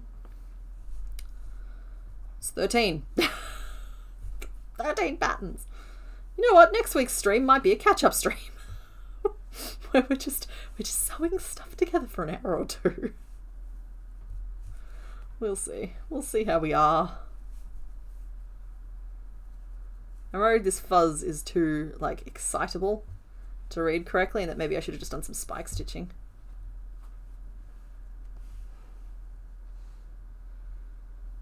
Yeah, it's never going to sit down right. And, like, particularly in keeping with the rest of him, it's too spiky. It's too spiky. We're going back. I'm sorry. I feel like I wasted everybody's time. Ugh.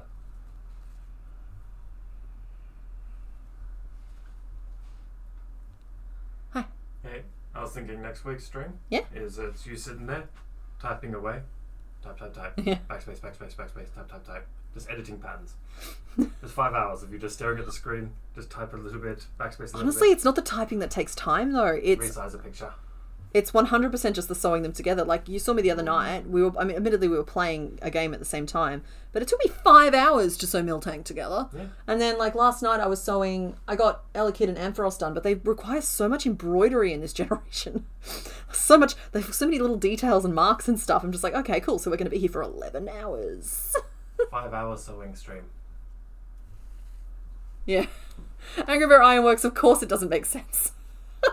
But, yeah, no, absolutely not. It's one of those things of just like, I don't want a single dollar that you do not feel like is providing you value. You should see YouTube though. YouTube's just like, hey, have you thought about doing memberships on your channel? And I'm just like, I already have memberships. It's Patreon. I don't feel like milking them, thanks. But they've been pushing hard for me to do that, and I'm not going to do it at this point.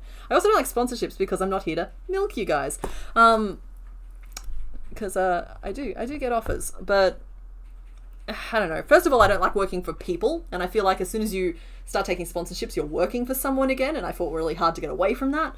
But also, it's just like, when I click on a video, I don't really feel like getting advertised to, and so I kind of assume everybody's in that boat. It's not to say, like I say this all the time, I've been saying it for years, that's not to say it won't happen in future, but I'm doing my best to avoid it where possible. So for now, it's just YouTube ads you have to put up with. Sorry.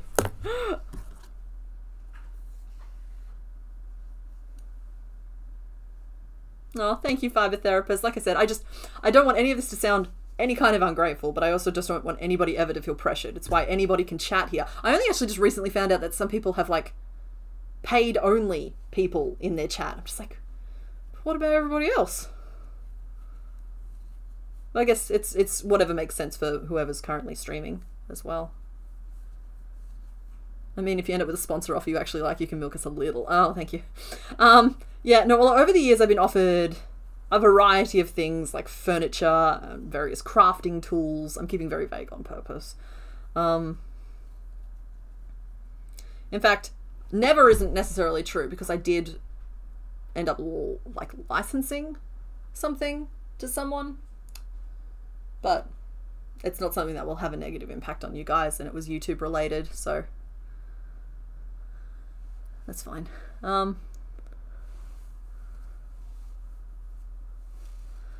Yeah, for anybody wondering where certain names go on the list, Mr. Bones sometimes shuffles them through just to see, because like with like so many names coming in, if he like shows a different 4 every time, he can get a gauge for people being like, hang on, where's this name? Like Iro just then I saw coming up. It's like, if there's no like outcry of like, hey, where'd this name go? Then he knows that name was kind of just like a flash in the pan of inspiration and then not super beloved, and there isn't really a following for it. So it kind of falls out of the options for the name list. So yeah, any name that's falling off the list, just be like, no, we want this one. And other times he's removed them for other reasons, because he does like Google searches and stuff, and we never want to like actively upset anybody. That's not what the vibe's about.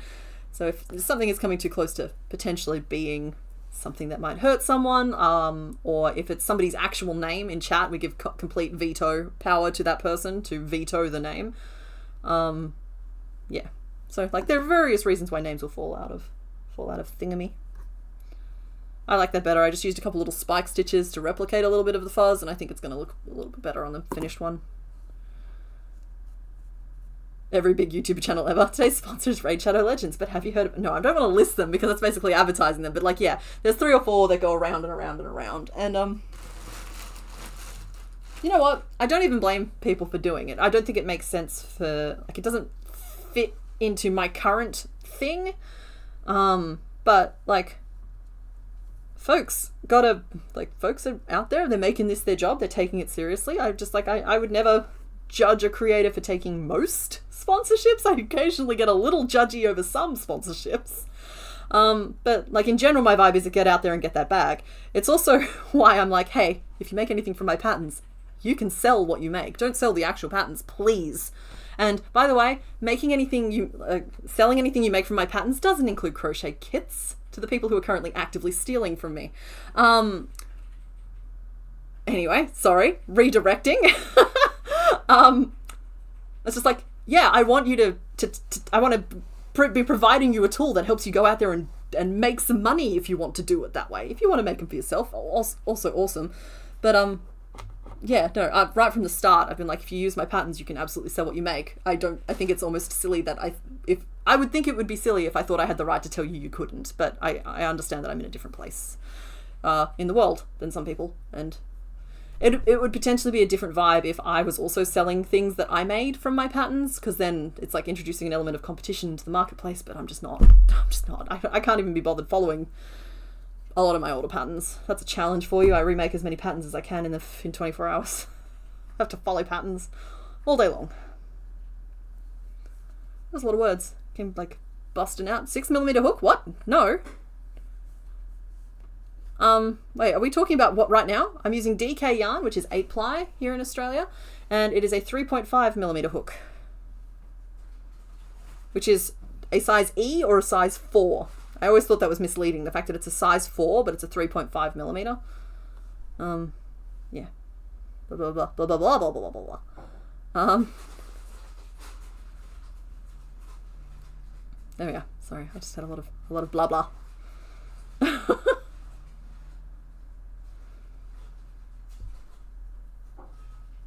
I've lost track of how many rows I'm doing and what I'm stitching, and I think I have 7 stitches. 1, 2, 3, 4, 5, 6, 7. But for some reason I wrote 6.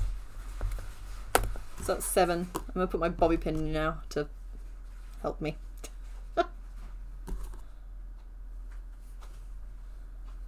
Hi. Hey, if you want chips later, I can chuck on the air fryer. Ah, thank you. I'm good. I've had a nice big brunch.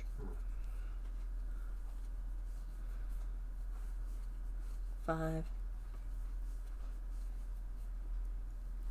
6, 7. Ooh, forged evolutionary stones. You'd have to call them something else to avoid getting like call them like decorative stones, but the in-joke being that we all know what they are. Could be fun. Okay, apparently I've decided not to stitch in the grey cuff, which is fine. I think a chain that's sewn on will give it the dimensionality that we're looking for. Would I take a boy sponsorship? Oof. I've thought about this in the past. If Spotlight, that's who sells the yarn I use, if they became a yarn sponsor, I'd probably take it because I'm hawking their stuff anyway. Like constantly, and so like may as well get paid for it.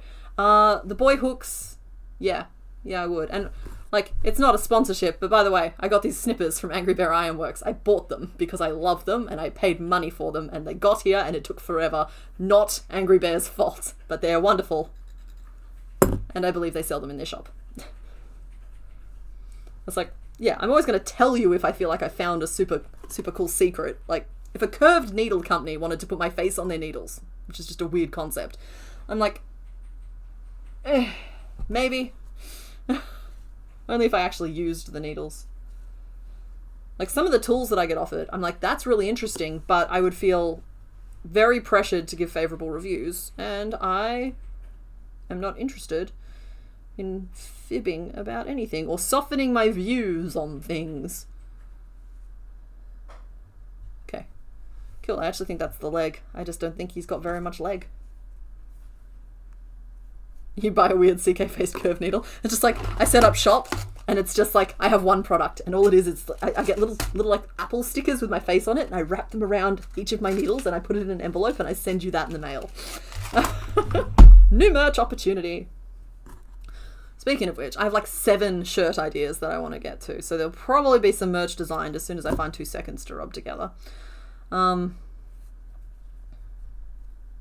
I'm pretty pleased with some of the concepts I've come up with. I just need to see if I can execute them. What's holding me up at the moment is my drawing tablet is connected to my other PC, but my other PC is an old Windows 10 PC that has a graphics driver that's just slightly too old to handle using the graphics program I want to use. It's a vector art creation program rather than just like, I use Critter for all these, but it's not the same thing, and it can do vector art, but it's not super intuitive, and I want to use a vector program for it so it scales a little nicer, makes a nicer product.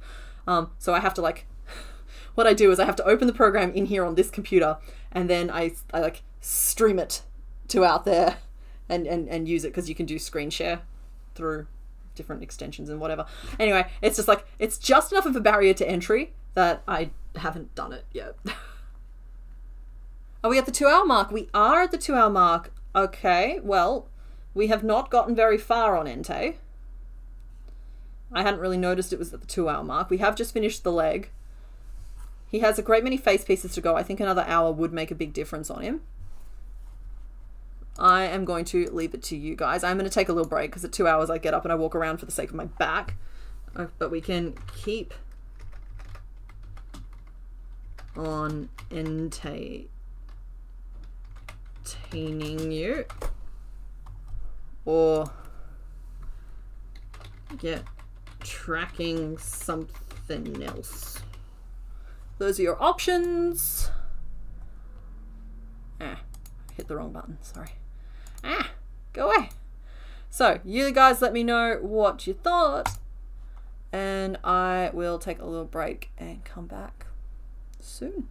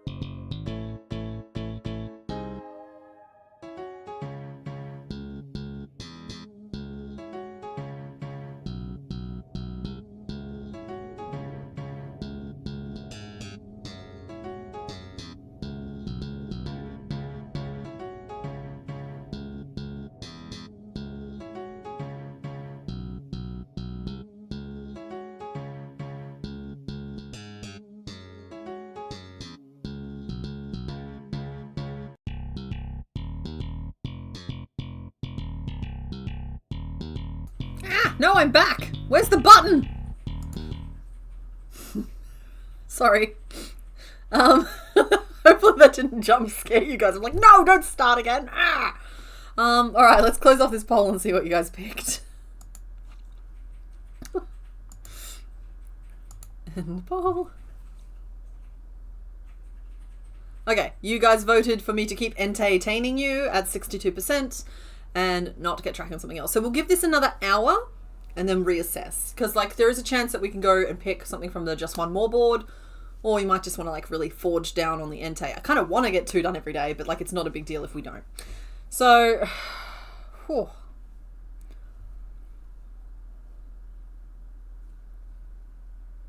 Okay. Okay. All right.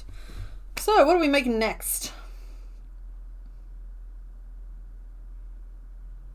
We should start working on the face pieces, but I'm feeling strangely drawn towards working on some of these wings. So, I'm going to grab the white, and they have to be much smaller than this picture is. So I'm going to draw them to scale, because it always makes it a lot easier once you have a picture drawn to scale. So, like, that's the kind of the maximum width of the base of them. And then we need...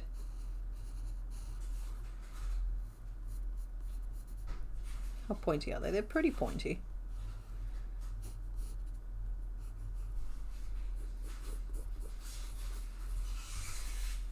What was that?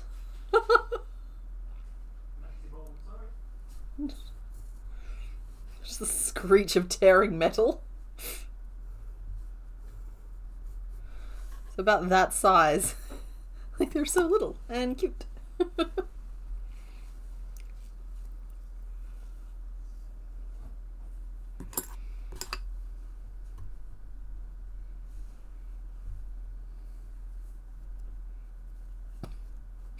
I love that you have a kitchen knife that's femme.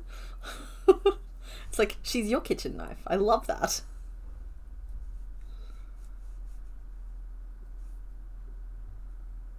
Oh, yeah, go get coffee. Okay, this is everybody's reminder. Anyone who meant to go make coffee just then, go make coffee now. We're just working on a little wing. You won't miss much. How off the rails can we possibly go in the 4 minutes it takes to make coffee? I don't really know how to make coffee. So, I don't know if 4 minutes was a good estimation, but 4 minutes felt about right. I didn't finish writing down the instructions for the dang leg. Let's say 4. 1, 2, 3, 4.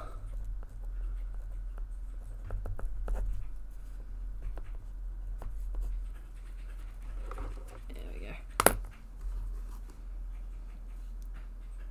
This is just a dragon. It is. It's just a dragon. It's got wings and limbs and all kinds of other stuff going on, but it's just a dragon.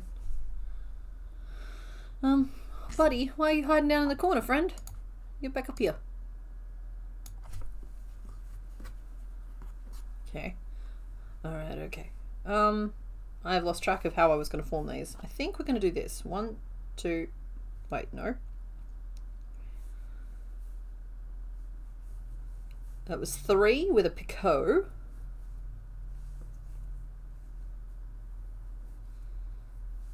Then 1 half double, half double. So the whole point is just to make it like wider at the base than it is at the tips, so that they poke out at angles. So that's like their first little spoke of a wing. I know it's white on white. I'm just trying to get through it as quick as possible so it doesn't end up being a problem. So that was what, chain 3 and then picot?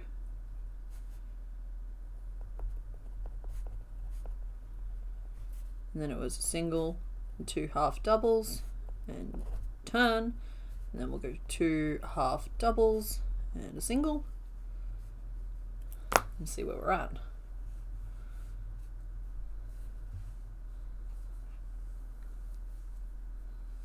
Oh, happy time zone, Coletti Spaghetti. I always like saying your name. Okay, so that's 2 half doubles, and then I think we need to just extend the base. So 1, 2, and then we'll do a picot.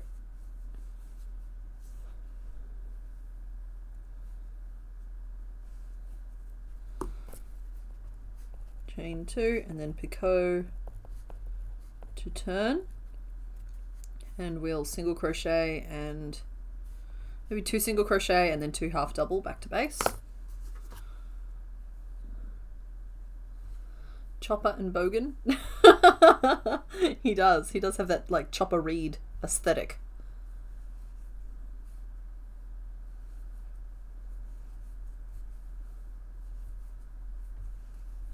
Half double.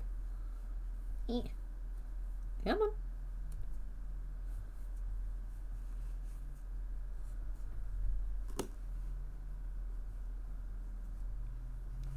Okay, so the base is getting a little wider than I would have liked. I would have liked that a little bit more scooped in, but I can sew that on a little bit more tightly. I'm worried that they've gotten a little tall. Or blah blah blah blah blah.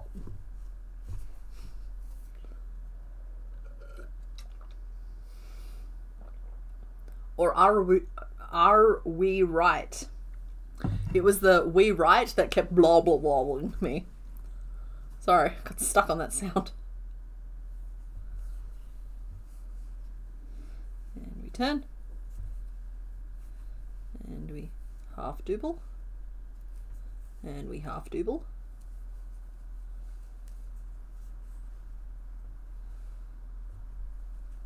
We chain one and then we picot.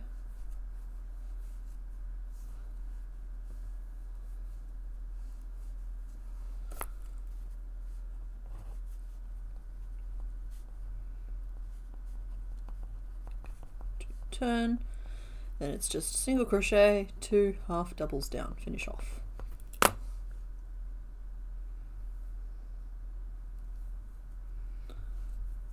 Okay, that is the first of many pointy little pieces on our little spicy kitty cat.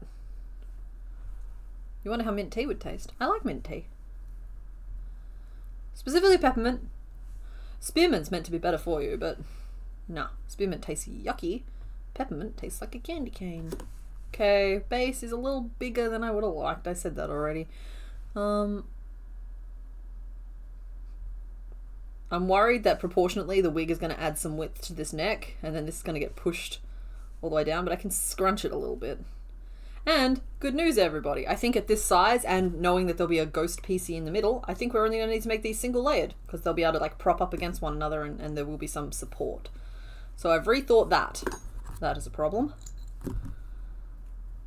So we still need 4 of them, but there is our wing piece.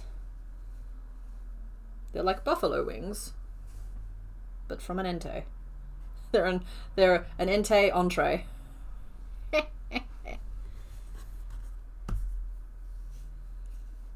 Hard agree on the mint. Yes, that's because I'm correct. I am, however, also camp. Peppermint goes really, really good with chocolate, whereas I know some people who just can't do it. They hate it. They won't go anywhere near it. They think it tastes like toothpaste. They're wrong. Apparently you need to try mint tea. Honestly, Susan, I use just supermarket brand for things like tea, and I know it's not the best quality tea, and so I know I'm leaving some element of the experience on the table, but I get that back in, how to put this, fiduciary satisfaction. I save those cents, and that makes me feel good when drinking the tea.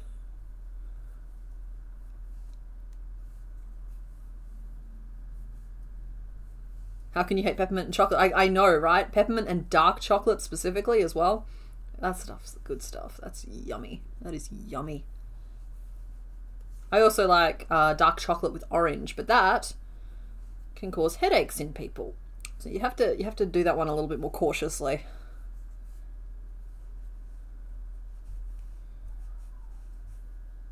And a picot to turn. Sorry. Apparently I've just like settled in on making wings. And I think that's okay. We're just going to churn out a couple of pieces to give a little mental cool down before we move on to the next piece. I think it's going to help add a little longevity to this project. And with an hour is so much time to churn out pieces. Plus I do have to see if I need a different piece for the 3rd and 4th wing. Don't let chocolate taste like dirt to you. Everybody thinks it's weird. Yeah, okay, first of all, yeah, more chocolate for everybody else, but also depends on what chocolate. There's chocolate out there that tastes terrible. And a lot of chocolate companies on and off play with removing cocoa and adding palm oils and other oils in there instead to replicate the flavor of chocolate. So it does actually depend on what, you may not actually be eating chocolate if it tastes bad to you, but also it might just taste bad to you, which is also fine.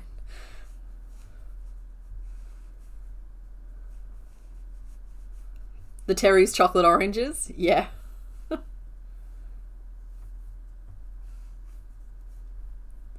They are a delightful, frivolous gimmick, and I love them.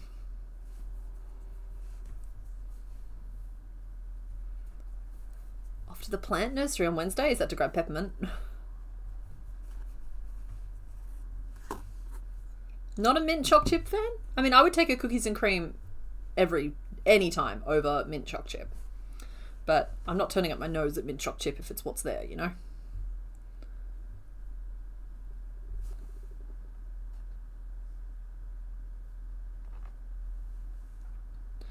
Just be careful planting any kind of mint in your garden. That plant, once it's in, will take over everywhere it can. And you'll never not have mint ever again. Don't know what it is about mint, but it's aggressive.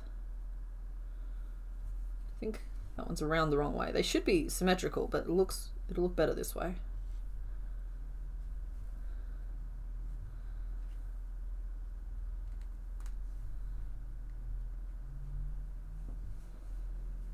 Okay, so that's one side, and we do the same thing on the other.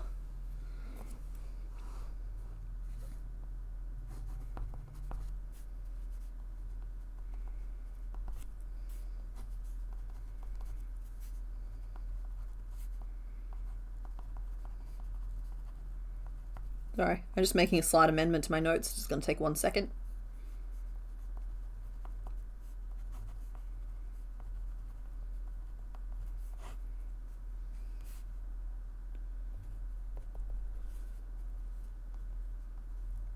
Good.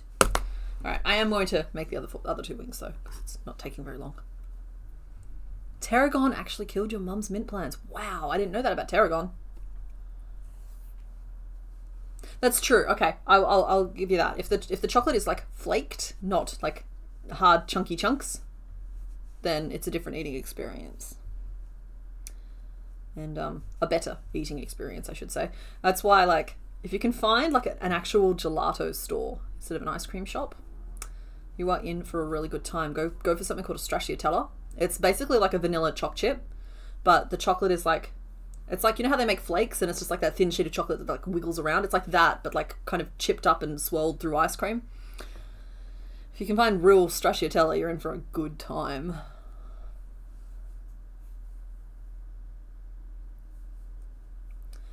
Yeah, I've heard that rosemary can be a little bit like that, but like, rosemary's good in everything. Like, rosemary is great in savory, it's great in sweet, it's great in breads, it's great in cakes. It's just like, it's hard to be mad at a plant that's just like so willing to be eaten. Whereas like mint, I feel like you have to be way more specific with it.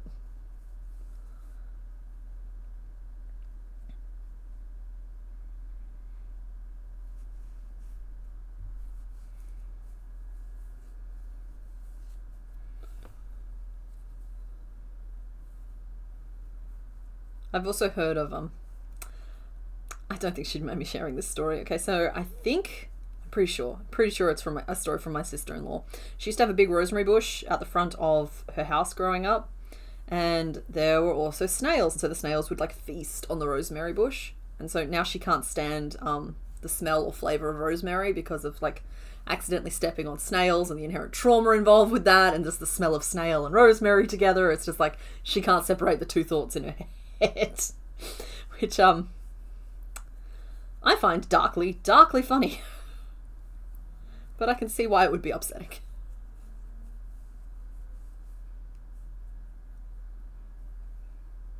But you know what's an underrated herb? Basil.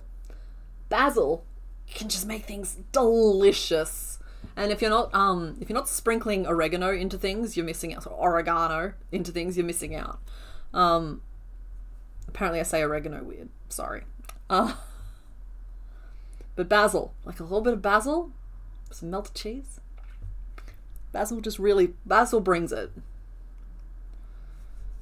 you want it broad, basil's the way to go.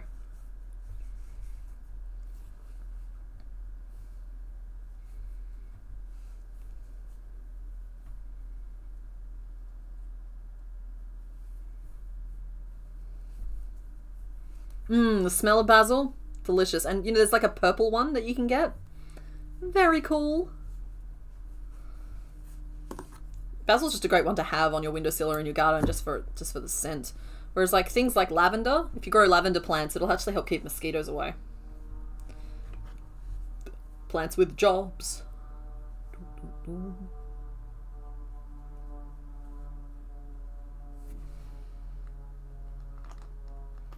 Plant basil next to your tomatoes, you get tomato and basil flavored tomatoes. That's really cool. And that's good because like anything I'm making with tomato, I'm going to be putting basil in anyway.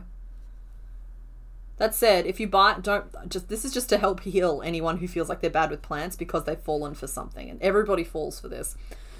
I don't know if your grocery stores do this, but occasionally you'll find pots, like live plants in like your veggie herb section of like whole pots of like basil is a culprit that I see this with, and there's probably a bunch of other herbs and stuff they do it with too.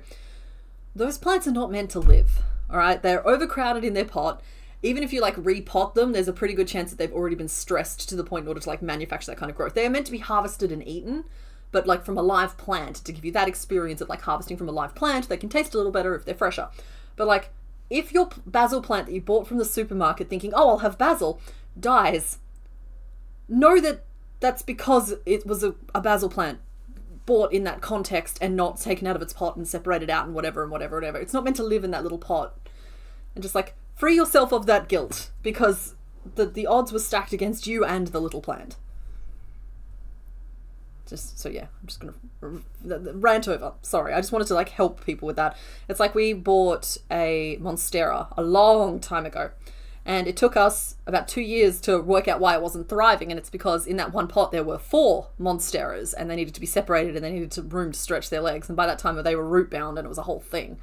I call it root bound. I just mean that the roots are kind of grown around and around and around. It like kind of choked themselves. I don't actually know if that is officially root binding, but yeah, it's like, yeah, it's like don't feel bad if your grocery store plants die.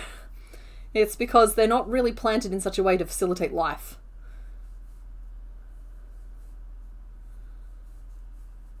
So what you do is you take them out, you separate them out into the individual plants that they are. And then one of them might grow. But even then.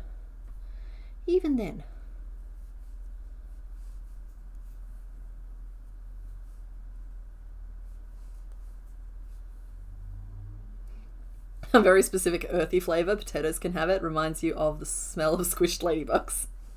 It's amazing how like powerful the nose can be regarding this sort of thing. I'm one wing away from victory, and then I have to focus again. You managed to grow rosemary bush from the little pots? Amazing! Oh, I'm sorry to hear about the blizzard. But like that's really awesome. So like I'm just trying to like help alleviate people's guilt a little bit. But obviously, like yeah, if you treat them rightly, there's a chance that they'll live. And also that one little plant might have just had like the will of the warrior. Never underestimate that. It's cool and wildly unfortunate. Yeah. But you can also like brain hack yourself a little bit with it. Like I accidentally did it to myself with a leisure activity in that I now can't read James S.A. Corey's The Expanse series without craving the dulcet tones of Civil War. And I can't listen to Civil War without craving reading The Expanse. But you know how, well, they always used to let you, I don't know if they still do, you used to be allowed to take music into like big exams, and like if you listened to the same album on repeat while studying for that exam, it could actually be a massively helpful recall device. Yeah. Do it while smelling like lavender oil and apply lavender before the exam as well. Helpful. All kinds of little tricks for stuff like this.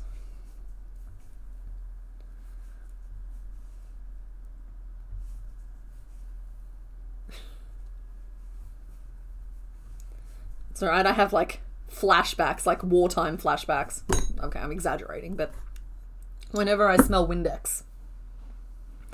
So during high school, I worked in a crystals and incense, and it used to be called like New Age type of store. It was kind of a gift store, kind of crystals and incense and fairy cards and Reiki and all that kind of stuff. I worked in one of those for like 4 years. And I cleaned the glass shelves in there with Windex, and so like I have like quite vivid flashbacks whenever I smell Windex. It's not so bad anymore because Mr. Bones, when he moved in, used Windex to clean things, and I hadn't in a great many years. I used soap and dishwater. He uses Windex, so Windex came with him, and he sent me on some journeys for a little while before I became redesensitized to it. Yeah, Windex, powerful stuff. Whew. You've gotten better with the ladybug smell thing. You bought something kind of expensive that kept triggering the ladybug flavor connection. You brute forced your way through it using it eventually. I have a similar thing with the smell of cooking beef, but I don't know if you guys will like the connection I make because it's two distinct connections that I make. I won't mention one because it's distasteful, but I used to, I grew up on a dairy farm, right? I used to spend a lot of time around cows, and I'm vividly aware that the smell of like a sweaty cow, fully alive sweaty cow, is pretty much the same as the smell of beef when it starts cooking. They smell exactly the same. So once you can never quite go to a human gym the same way after you've made that connection. It kind of ruins the experience a little bit for you.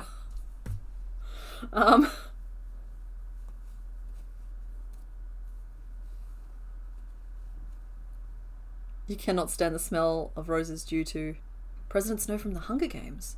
Huh. Rose is kind of one of those controversial scents anyway, whereas like I know people who just can't be anywhere near the scent of rose. They hate it. I tend to avoid floral perfumes in general because of like allergies and asthma. But yeah, like intense floral smells, but like rose in particular, like for people it's either like a yay or a nay. So this is just reminding me of like, I can't remember who it was. It might have been Sephora. It was just like one of those like department store-y type of places was selling a body scent, like a body mist, sometime in the last 2-3 years, and it was vanilla scented on the label, but they the scent that they used had some sort of derivative that mimicked the mating scent of a spider, and so like basically people were putting this body lotion on and spiders were running at them, and that's so unbearably funny to me. I can't even describe it properly. The fact that like this smell was just attracting the spiders. I mean, it sounds like I'm laughing, but it's like a cope laugh. I'm just like, that'd be horrible, but also it's really, really funny that it happened. Yeah. Anyway, okay, we've made the wings. What is this stream? I think I might need to bite the bullet and start making some eyeball pieces. So I think I need to make this eye wing. Maybe I might, oh no, I'll do the chest piece first. A little yellow, tiny little yellow piece. And then a little white solid piece underneath that. Oh. Apparently I've decided to do the white piece first. I was like, oh, I'll do the red face pieces. Nope, in fact, we're doing the white piece down here. Okay, that's one in a picot. Itty bitty little one.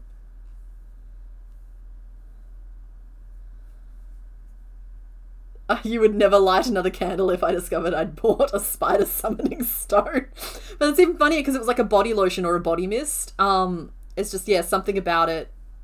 I think I heard someone describe it as this. I don't know if this is true or not. Something about it mimicked the spider hormone. Like some sort of spider hormone. I don't know. Might not even be a real story, but if it's real, it makes me laugh. It's like, I am susceptible to a little bit of bias on the internet of like, if a story is funny enough, I decide that it must be true. Whereas like, in general, question everything, of course. Chain one and picot. Half double crochet and turn. Actually, we might even just single crochet and turn because we need it to be itty bitty.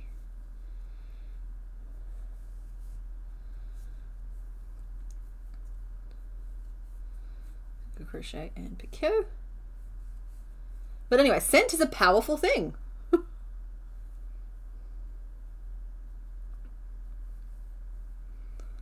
Wait, there's something that summons spiders.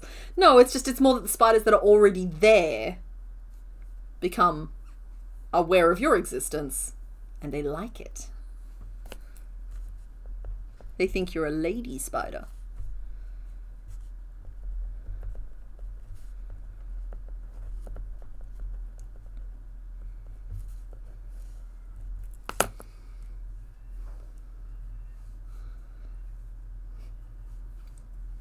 If it's big enough, you can fry its legs and it tastes like crab. Gross. That's invertebrate rules, though. Because, like, I mean, lobsters, yabbies, any of those crustaceans are just sea bugs.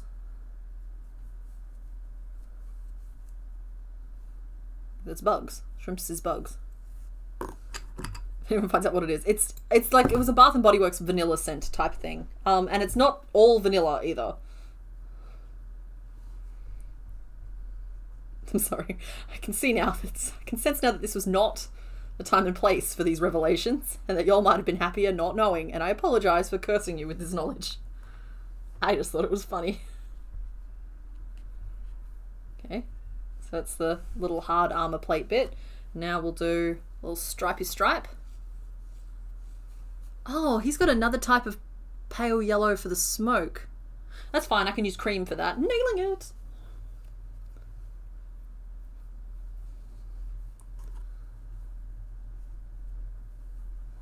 Alright, I know I started it, but I'm just going to go ahead and say, let's start chilling out the spider talk a little bit, just for the poor arachnophobes in the chat. If they're still here, they might be quivering in the corner. So, like, that's okay. We're going to let this beautiful conversation pass like a ship in the night. And we're going to move on to other subjects. Other bugs, fine. Sea bugs, fine. Just, we're going to tone down any kind of arachnophobia stuff. Yeah.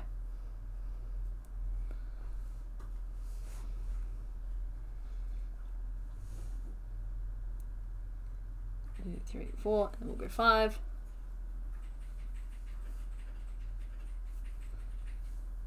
And just work up some rows. There's a good chance that I'll add some tufty bits to this, like a little chest wig.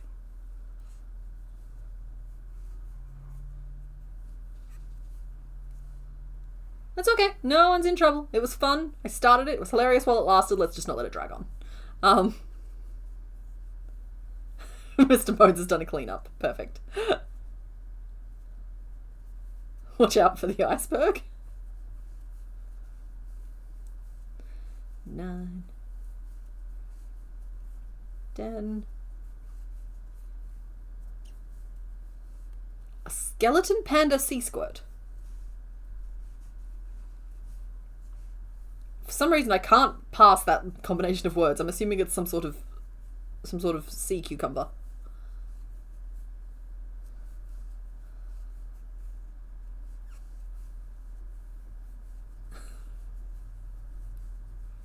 Coletti Spaghetti, I'm also probably not going to talk about beavers, if that's what you're getting at. Though, surprisingly, that did come up during my Pokemon Black run yesterday. I was like, oh, hey, beavers. If you know, you know. Nope, that needs to go back a row. Don't know if I'll fluff this, but just in case I don't, I'll add some picots. This is chest 2. This is chest 1. Yellow. White. Sorry, I'm just trying to make good notes because I know how many pieces this is. It's a lot. It's a lot. Single crochet.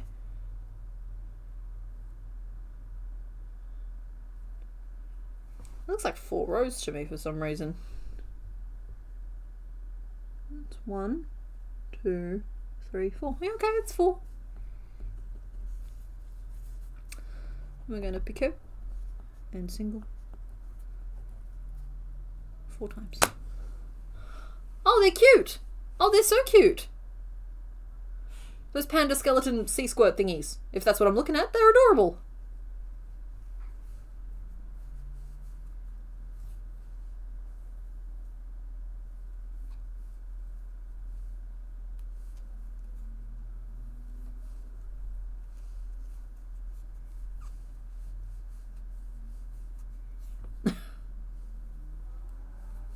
Yeah, yeah, no, yeah, I'm seeing the skeleton panda sea squirts. They are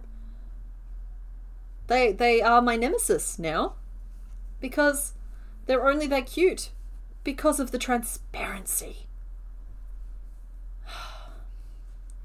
I'm limited by my medium, and it means that my wildest dreams will never be a reality, and I will never be able to crochet the perfect gelatinous cube with all of the interesting bits suspended within. Can't be done, and I'm just going to have to make my peace with it. Hello. What if you made what if you made the sorry, talking in my head. Huh? What if you made the panda skeleton sea squirts as arm warmers? It's like warm arms, like the ribs going. What, just with the mouth open at the top, just like ah. And your mouth, hands coming at the mouth, and you get like the ribs around your arm. Yeah, but no. No. Yeah, but no. Little tail coming off your elbow. Ah, you're referring to Duocean, who is right here. And yeah, couldn't be transparent, did best. There's two more in this evolutionary chain. There's the Solosis and Reuniclus. And he's hoping those don't come up anytime soon, because I'm not prepared. I'm not emotionally equipped. I need to try mixing crochet and resin. Yeah, I know, right? I kind of... Oh, night, Angry Bear and Bunny Badger. Sleep well. It kind of makes me wish it's just like, if I was like more... I'm based in Australia. I'm not interested in moving, and I probably never will be. But like, hypothetically, if I lived closer to someone like Evan and Caitlin, I feel like there's a collab opportunity there. I'm just like, hey guys, help me. But, yeah. I don't know if resin is... It's kind of like I have to nix a lot of the really messy or dangerous things. Like resin, I think, has huge potential to be very dangerous in the hands of someone like me who doesn't read instructions very well. And we're in... Like, we make... It's a big apartment in some ways, but it's a real small apartment in others. And I feel like to use resin properly, you kind of need a little bit more ventilation space than we have. It's like me making that decision is me making that. Some crafting decisions are decisions you're making for the whole building. Ooh, nylon fishing wire. Interesting. Bumblebee, I'm going to make a note of that. Because like I've thought about that before, but I kind of dismissed it as like something that would slice my hands open. But if someone else has managed to do it, that means it's possible, which means I can do it.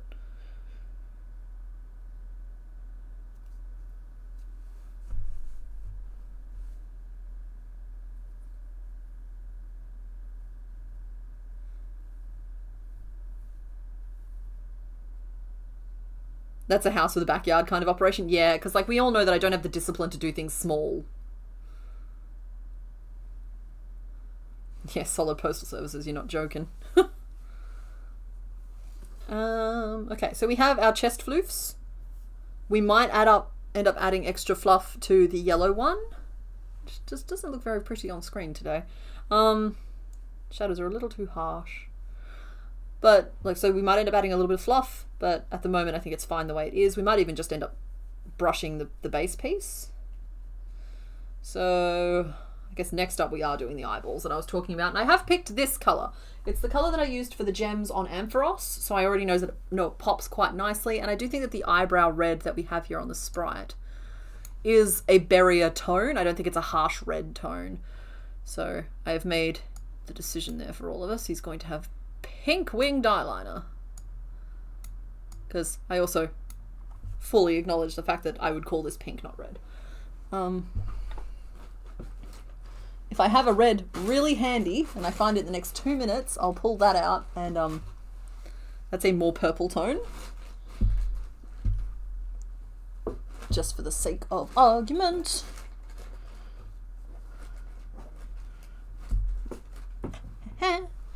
And that's just a straight orange red. They all look exactly the same to you, but oh, hang on, there we go. So I know the middle pink looks very, very pink, and I know you're probably thinking this red is correct. You know what? It's not wrong. It's just a little too bright for my taste. I like the muted-ish, slightly muted tone of that. It's not quite that pink in person. It's almost that pink in person, but it's not quite that pink in person. So I'm using it. I'm using it, and if I end up hating it, I'll just change it out later.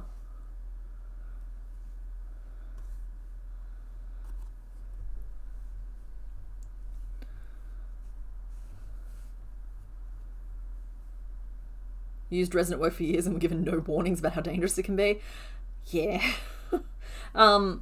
Admittedly, I know that they sell it in like cute little children's craft kits and whatever, so I know that it's not like as big, bad, and evil as I've built it up in my own head. But like, guys, I'm too afraid to add gelatin to make cheesecake. So, like, unfamiliar processes I approach from a very long distance. You willing to trust me on the colour? Thank you very much. So what I'm thinking at the moment is this is approximately the right size. Let's just face plant you into it. It's maybe a little big. Maybe a little big. It's approximately the right size, and I'm thinking at the moment that we work it up. We could do the same way we did with the wings, where it's like but it does need to... Oh no, the ends that I'm worried about are covered up, so I can be a little bit more frivolous with it.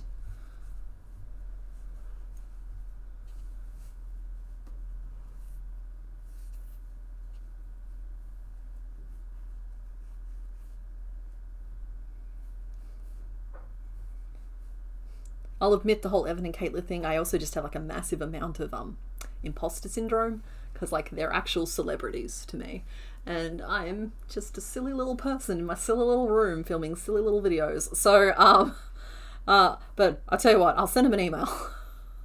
I promise I will send them an email, but don't you guys do anything. Don't you guys do anything. I'll send them an email and see if there's any interest there. But you should know that I'm terrified to do so, and so I'm being very brave. If you're in here for a pep talk, it's ill-timed. Oh, he's giving me a hug, but he's doing it from over there, which...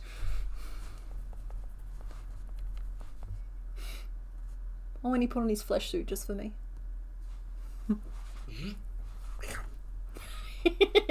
Degloved! Hi, Crafty Kitty.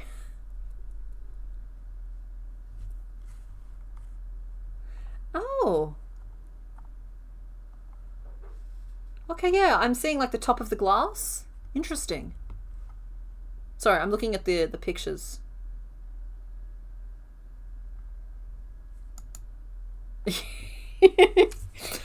Yeah, Jackie, the giant tardigrade has moved. Like here, it's directly behind my light for me, so I can't see on camera where I'm pointing, but I think it's like right there. I had to move so much out of the way for that. Like poor Marigold is just like perched on top of everything else over to the side.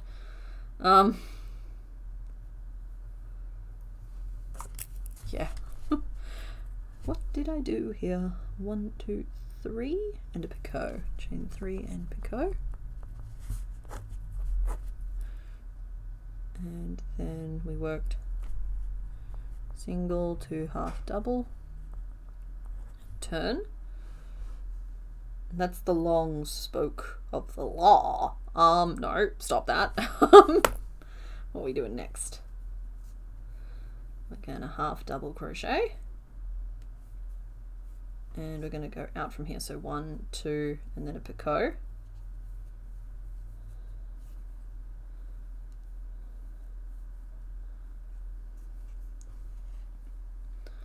The giant baby dragon I made is somehow always bigger. Oh, Chonky Chonk. This guy, he's huge, folks. He is bigger than Peaches, the raptor sitting next to him.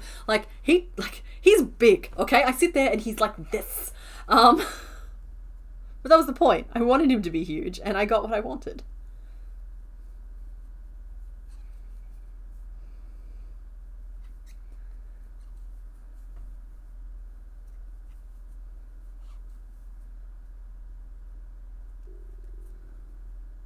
So big. Yeah, he looms. I'm just grateful that I managed to get him off my desk, because he has been full on stealing the show for a very, very long time.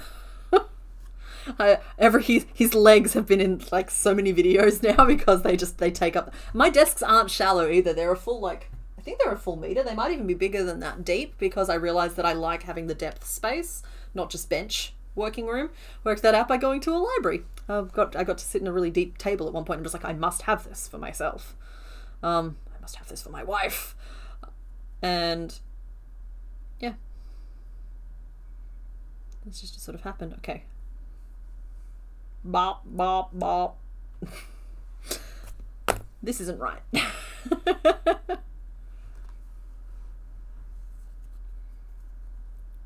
He's like all the way at the back of the room too. Like he is like a good 3 or 4 meters behind me. Jackie, I was talking about Evan and Caitlin. They're pretty known for their resin experiments. And they're first of all an adorable couple and just really interesting, crafty stuff. And I like to watch their video game playthroughs too. I hope they play Subnautica so I can watch them play that.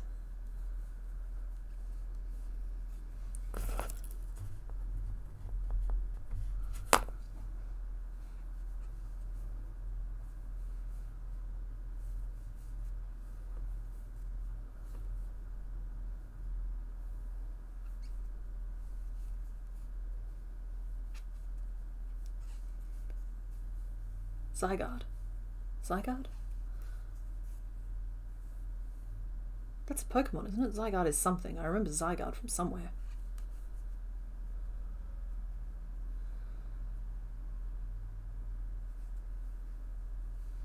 Okay, alright. I'm seeing some posts on Discord. Thank you, Weevilicious.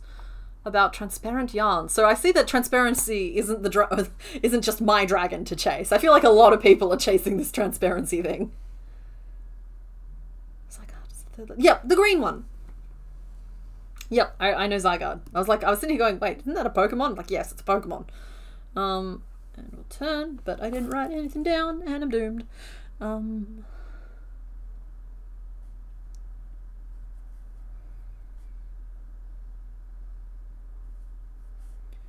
think that was a chain 1 and Picot. And then it was single and 2 half doubles. Turn. And then we'll turn, and it's just like a little blip, a little blip. We'll turn, and we'll go single, chain 1 Picot,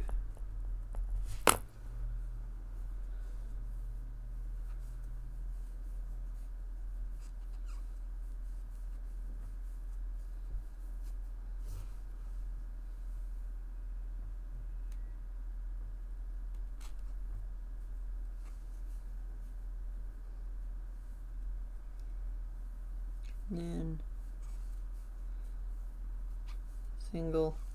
single. That's fine. He was green. It's green. As soon as I had it confirmed it was a Pokemon, I knew who we were talking about. But for some reason, it hit my brain at just such a weird angle. I'm just like, what are we talking about?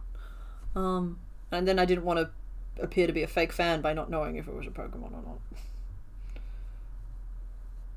Okay. And like, admittedly, with this piece here, it can just look like the letter E. But I'm going to, when I sew it on, like twist it around, because a lot of this base piece is going to be hidden behind like the mustache piece, so I can get away with it. And just manipulate it into more the angle that we're thinking of. Not the Christmas tree star, but the angle. So chuck an eyeball in here, which should be like at the base of this second spoke. Is that like there? Or should I move that out a little? Might be there. It might be here. Oh, that's better.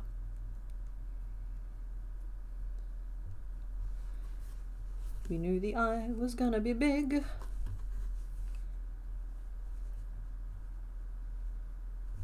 just gonna pin this on.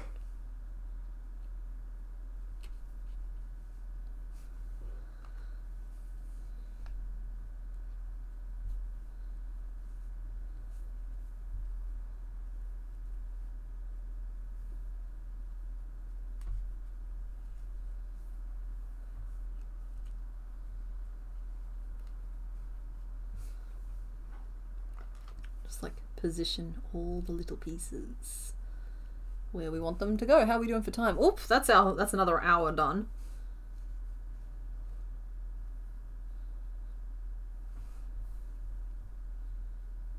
And you know what? He's come a long way in that last hour. We've made some chest pieces. We made a face piece, and we made all of the wings. He's looking a lot more like he's going to look, and I don't know if we're going to make a concrete amount of progress between now and another hour. So let me just have a look at who is left on this board, and I'll decide what we want to do. Actually, I'm gonna just hide it from view so that I don't accidentally spoil it for you guys. Nobody look at the reflections in my glasses or anything like spy-like, okay? Just checking to see if there are reflections in my glasses. Okay, no, I'm actually okay with doing any of those. Let me just open the just one more board as well, just to see if there's anyone actually left on it that we haven't ticked off. Okay. Oh, okay, we only have one more to remove from the just one more board. It's that one there.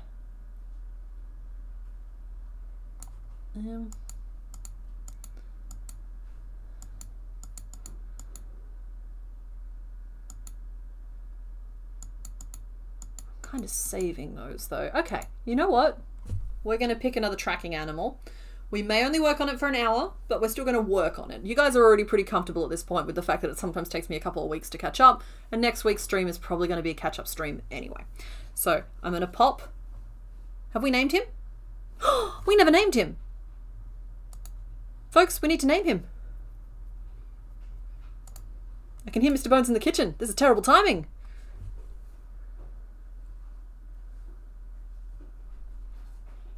We're not doing legendaries tonight. We are tracking animals tonight. I'll pop that back on the screen for you. I've definitely turned off any spoilers there. So we are... I made some animal tracks for the Pokemon we had because I was feeling fancy. And admittedly, we're probably only going to get like the sketch and maybe a body nugget, maybe a limb of another one. But let's just get one started, you know. Okay, name list is Huskarate, Cavalrine, Moustachio, and Iro. Oh dear, I see what you did there. Ah, no, I accidentally turned it into Moustachio Iro. Stop it! There we go. Alright, we are naming Entei, and then we'll be picking another set of tracks to follow to see who's waiting behind it. I'm actually really really proud of this particular theme. I think it's a really good fun one. And I'll potentially be doing this one in future as well. So possibly next theme.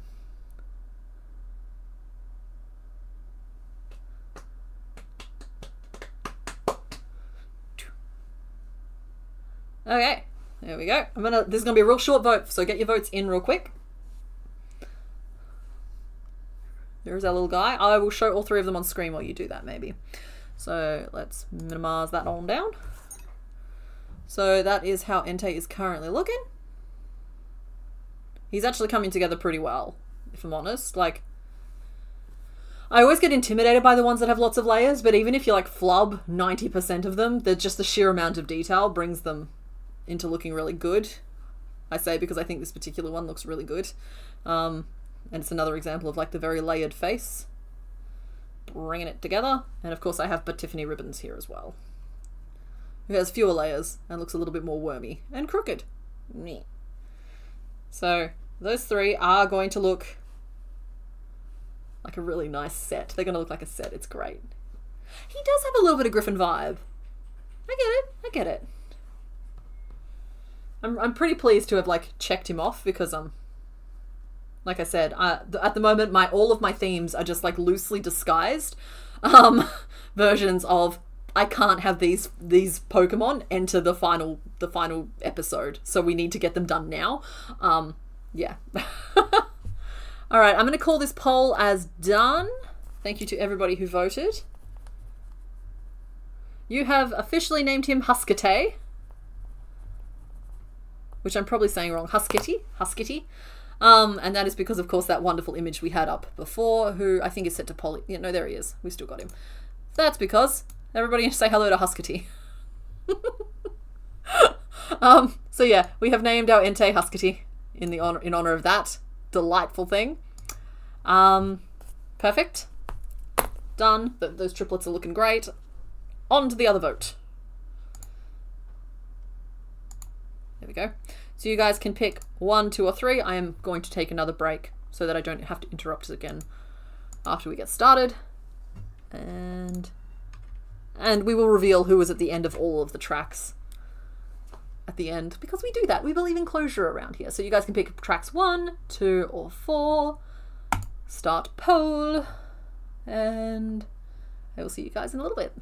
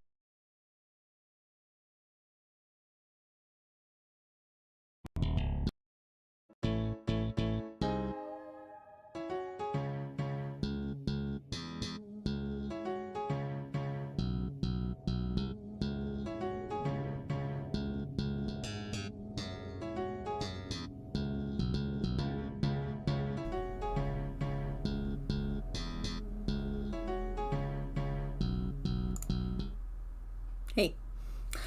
Sorry, I just didn't want to leave LeChonk out. Our boy gets so little screen time, he just needed a little boost. Just a little boost up the screen. And it was just purple. It's just purple because we haven't started 6, 7, or 8 yet. Yeah. Alrighty, so you guys have made a decision. It's not close. You know, everybody's represented in the vote, but it's not close. And guys, I'm sorry, I know I've said it already, but I'm so proud of this theme. I love that you guys are still guessing. I love the little details I've managed to include that I think are tricks. I think it's great. You guys have picked number 2 with 49% of the vote. Then came number 4 at 31% and 1 at just 20%. I will reveal all of the answers at the end of stream, but for now, let us just unlock who is behind door number 2. Let's just simplify this screen down a little. Oh no, quick, go to your mother. Buff. Baby Entei. Babente.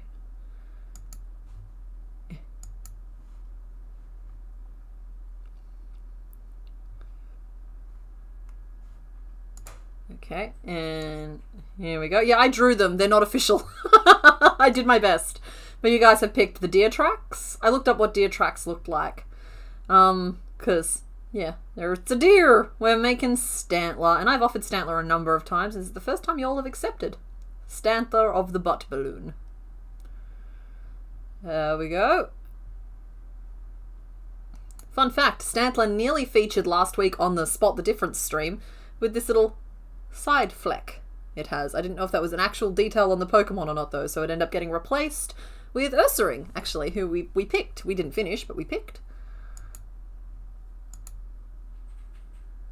You have a lot of deer in the Midwest. How'd I do on the tracks? There's a very good deer tracks. Thank you! Yeah, it's got a massive butt balloon. Alright, like I said before, I don't think we're going to get hugely far with this one here, but we're gonna do the sketch and we're gonna just see if we can pick away a little bit of it. It's honestly a relief just to get it started because, my goodness, you guys have been dodging the deer. Look how unimpressed this deer is. I know it's not super high quality. I don't know why some of my Pokemon pictures are lower quality than others. There's probably a really simple answer. But, yeah. This unimpressed gent of a deer. I started like 5 sentences there. I'm sorry. If you were invested in the way any of those sentences ended, let me know which one it was and I'll try and remember what I was saying. Where'd my chat go? There's my chat. Yes, excellent. The butt ball concerns you? Snout makes you think of something that's not family friendly.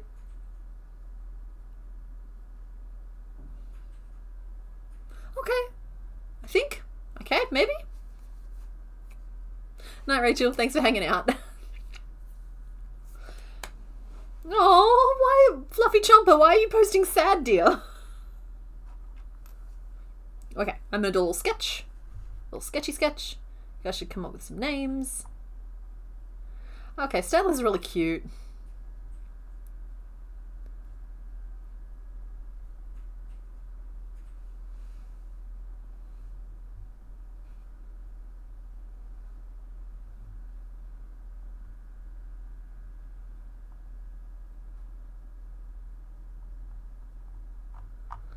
Anyway, sorry, I got lost on the Discord.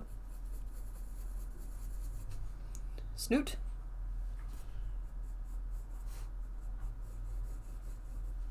Cheeks.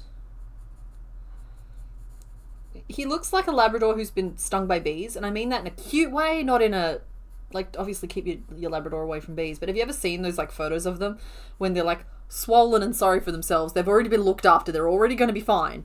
That's an important part of the narrative to me.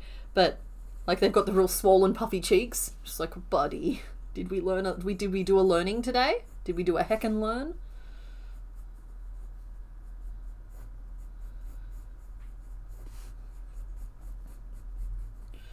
No idea how we're going to do these today. Honestly, I'll probably end up attaching them together at the top.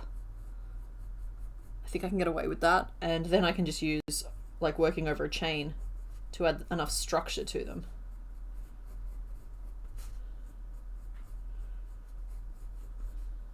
And if they're just touching one another, I think it'll be fine.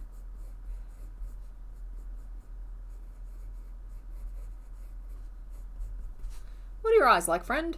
Oh, judgy.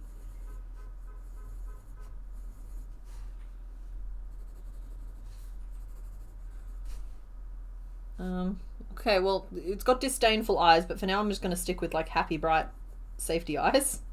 And we can always add eyelids later. So it's going to look like a baby.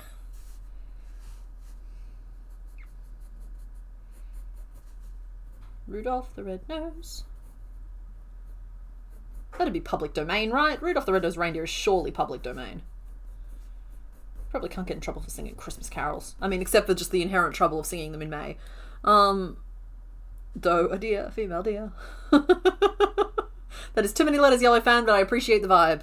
Mr. Bones, did you really just post an actual 3D model of a reindeer for reference? Because that's not as helpful as you think it is.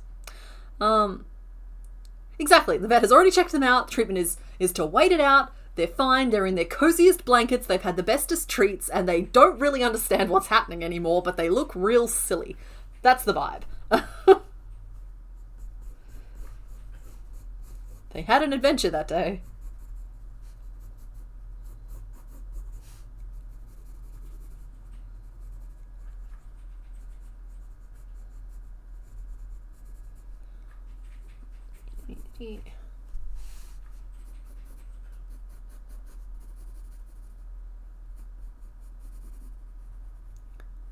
Do you really need all 4 knees, buddy?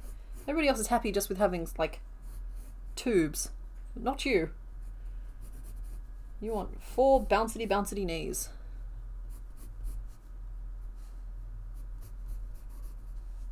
And we have a chest marking.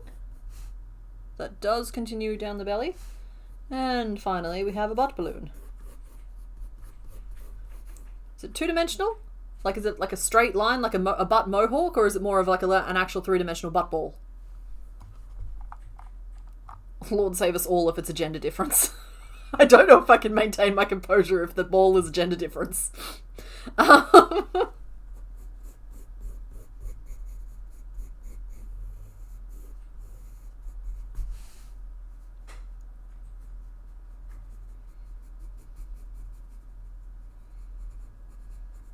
Me just sitting here drawing a deer. Which is being drawn as slightly from behind for some reason, but that's the sprite. That's not my choice.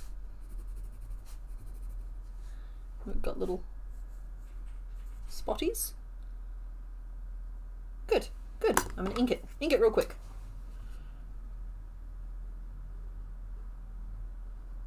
Mucked up my own line work there.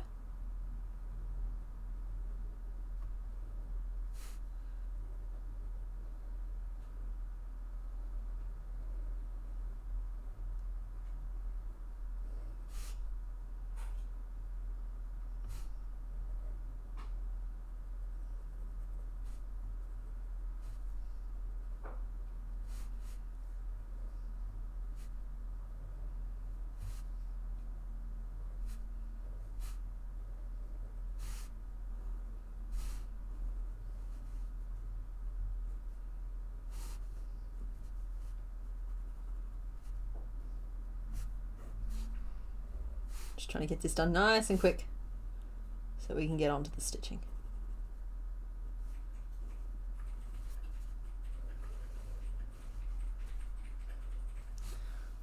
It's a 3D ball? Okay, it is a 3D ball. All right, good.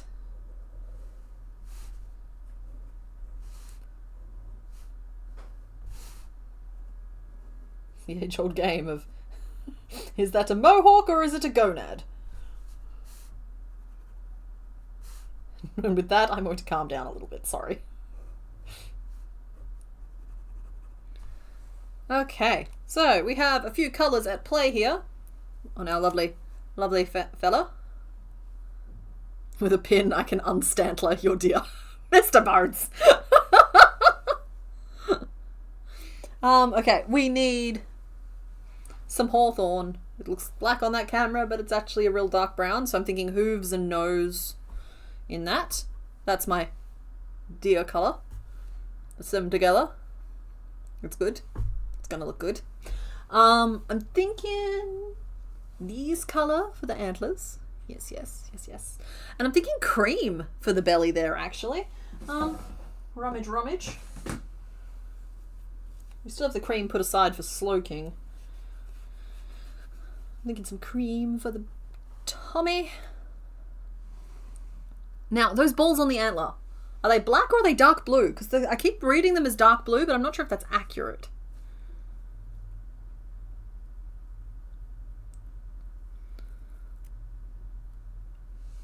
Why are its ears like that? And one angle from partially behind, it reminds you of some cartoon dog.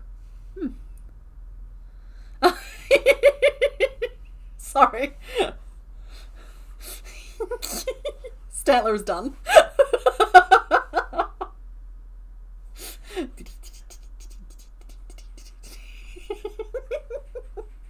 They're dark brown. Same colour as the hooves? Seems slightly off black. Yeah. Okay, yeah, this 3D model has done them as the same colour as the hooves. But I was going to do the hooves as the same colour as the nose. But I can... Okay, no, looking at the sprite, yeah, the hooves and the ear balls both read as very dark blue. I'm wondering if I have a dark enough blue to sell the concept. That's not dark enough. Nope. Might have to use black just because it reads correctly, trying not to bump any of my lights while I violently sort through my bucket. I found more hawthorn. Why do I have 2 open hawthorn, you may ask? I don't know.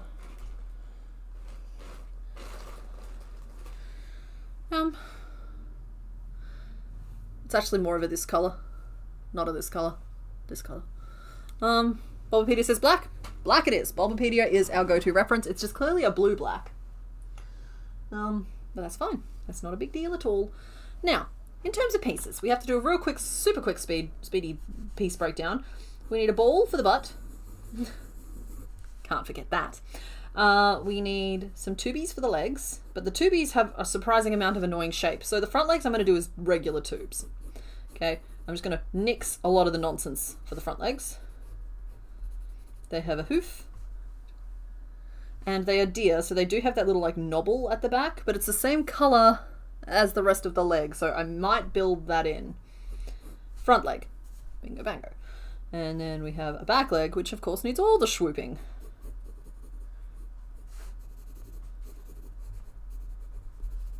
So it's the same up to a certain point, and then I just increase on one side and decrease on the other to make a leg.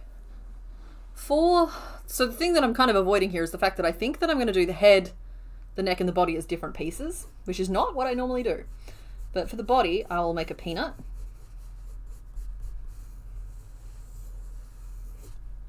We'll make a belly stripe that goes like the whole length of the body.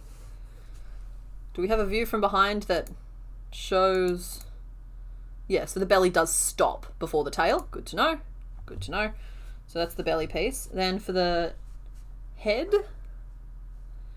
it's kind of another peanut on a different scale. It's just, it needs those big Snoopy cheeks, and I just want to make sure that I do them correctly, coming at them from the exact right angle. Otherwise, it's gonna look weird. So that's the eyes for a reference point. It's almost hippo shaped, which actually makes sense if you understand the evolution of hippos. Less so if you understand the deer thing, but yeah, we'll just make them wider than they are tall, and then like a neck piece to do whatever we need it to. Ears are going to be cute little like bloops, and the antlers I'm going to just not think about. I'm just going to not think about the antlers. I might actually be able to start in our dark brown to make that nose. Might be better off not doing that, but let's give it a go, and then I can always frog it. We're going to start with this head piece, and then make all of the pieces around it to fit. Yeah, their antlers are hypnotizing.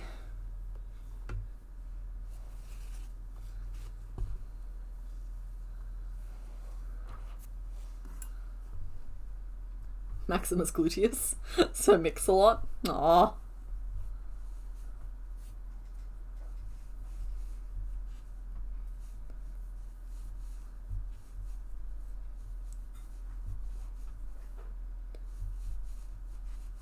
Four, 5, 6.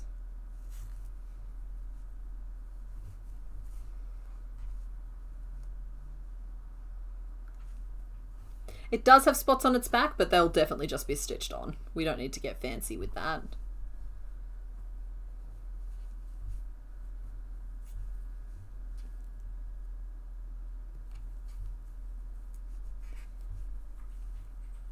Okay. Making some nice fat cheeks.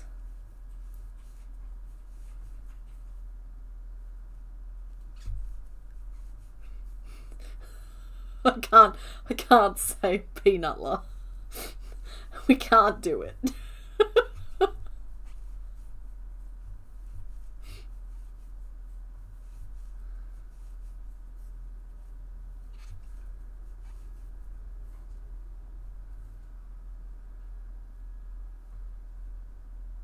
Okay, well I already love him. Head. Brown. D-brown. Magic 6. Change to regular brown. And we did some of this.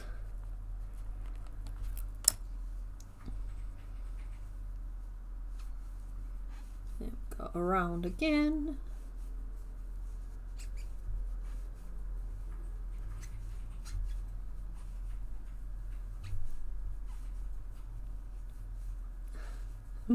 We'll call him Mr. Peanut. I'm fine with that. Mr. Peanut, Thrasher, Dore, and Maximus Gluteus. Is there a singular for Gluteus? Or is Gluteus in its inherently singular? Because I would like to point out he has a single ball. Uniball.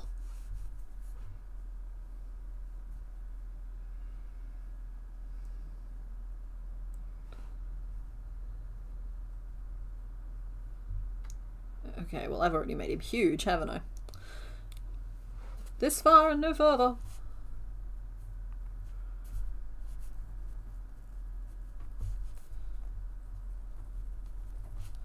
So that would have been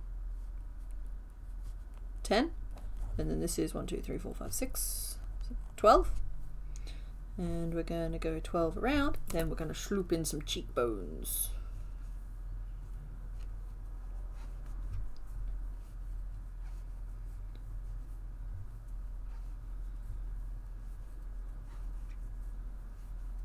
Five, 6, 7, 8, 9, 10. I think I lost count. Let's double check. 7, 8, 9, 10, 11, 12. I did just lose count. We're fine. Megapod the deer. Okay, gold. Just chill, just calm down. By the way, Sith Assassin, sorry. I saw your comment before when I was on break, and I wanted to just come back and address this. Yes, Entei looks a little smaller than the others right now, but the legs are the same length. He's going to end up the exact same size. I promise he will. It's just, he's missing lots of bulk building layers. Sorry to call you out. It's just, I saw your name and I remembered the comment and I was like, I want to talk about this. It's like, trust the process. I'm trying not to Korgify. I know I Korgified the picture, but I'm trying not to Korgify the little one. We're fine. It's fine. He's wearing like 3 wigs. Do you wear wigs? Bud. Oh, here we go. Here goes the chanting. Alright, let's sloop those cheeks in a little bit.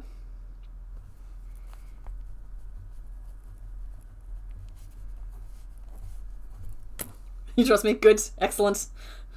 I knew you would, and like I said, I'm not calling you out specifically, it's just I was reminded of the fact that you said something. Yeah.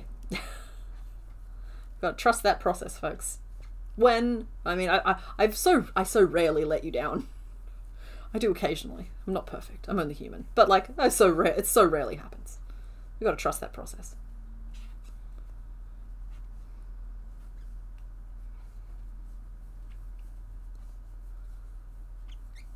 Oh, Stantler's doing it, is it? We're blaming the deer? We're blaming the deer for the hypnosis. No,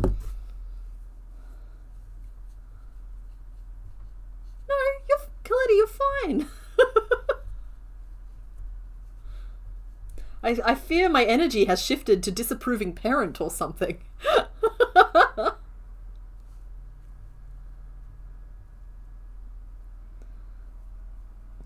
I'm trying to make sure that that nose ends up on top, not like snuck underneath. Oh no, it's supposed to be at the front. Am I nailing this? No. Am I doing my best? Yes.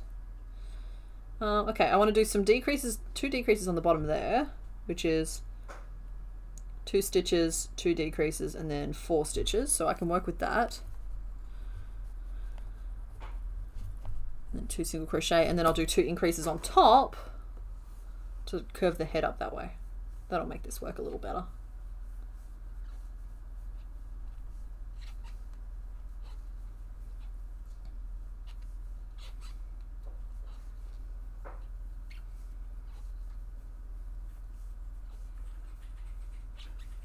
Okay.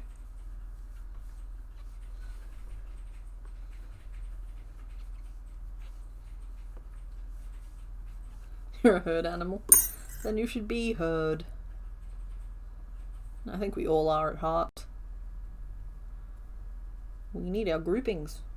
Our social groupings. I need to be staring at a different reference image to this. This one's not doing it for me. I'm afraid that I'm not quite capturing the chubby cheeks that I wanted to capture.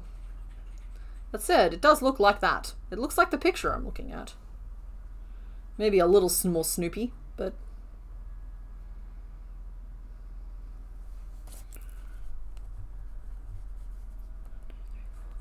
Seven, 8, 9, 10.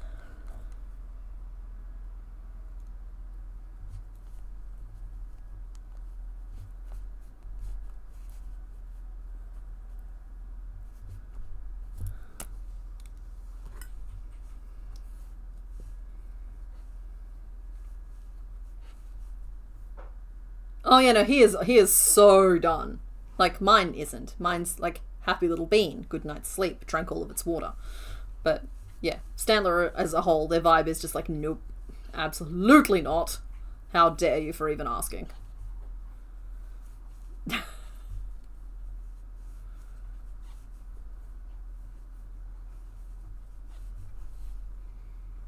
Yeah.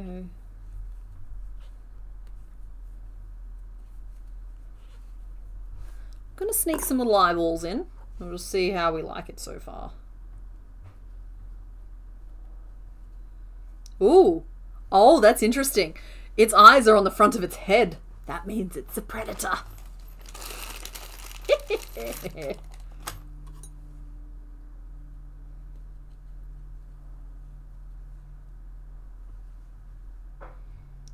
Stop that. Can I use safety eyes? Is that okay?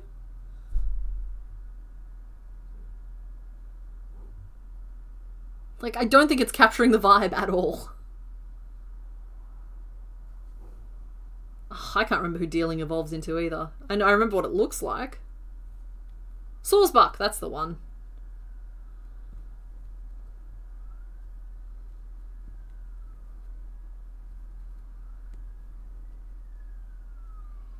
Like, it looks like my picture, but I don't know if it's really capturing the Stantler vibe. It means it ups the pressure for the rest of him, but I think I wanted to use safety eyes. That was the vision.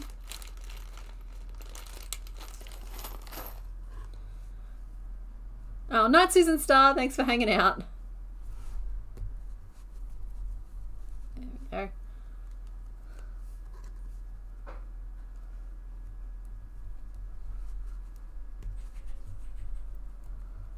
There we go. Dealing is your favorite deer Pokemon. Which season?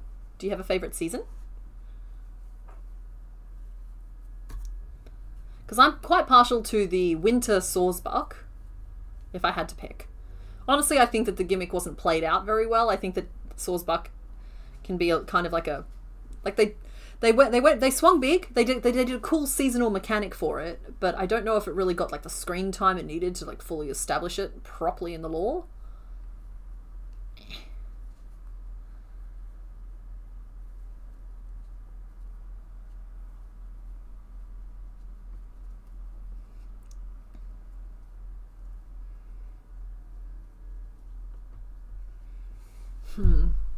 The lack of puff in the cheeks is disturbing. I think you're right.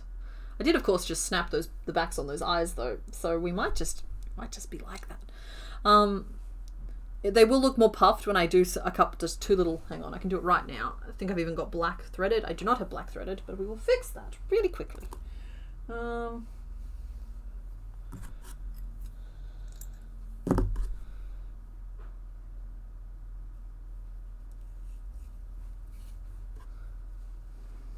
we go. Just calibrating my mental image.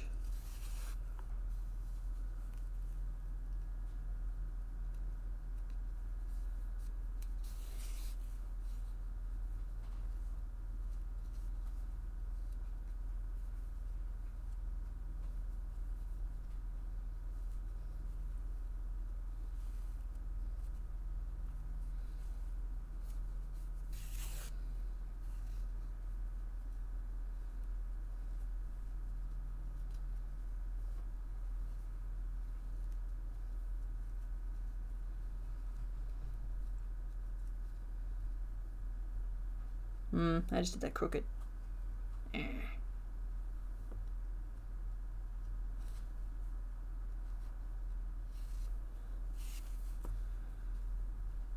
Thought is to draw on the two little mouth lines that he has if you look at him from that angle, but I put one too far off to one side. It's just, it kind of gives the illusion of the cheeks coming down further, which I think will help them a little bit. You like the autumn one with the red leaves? That's a pretty choice. It's like I always felt like I was supposed to like the cherry blossom one the most, but I don't know. It's just kind of like, okay, sure.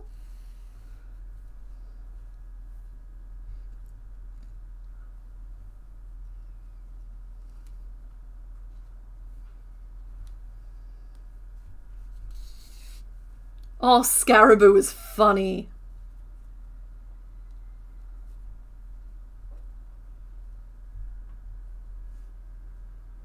Now he looks sad.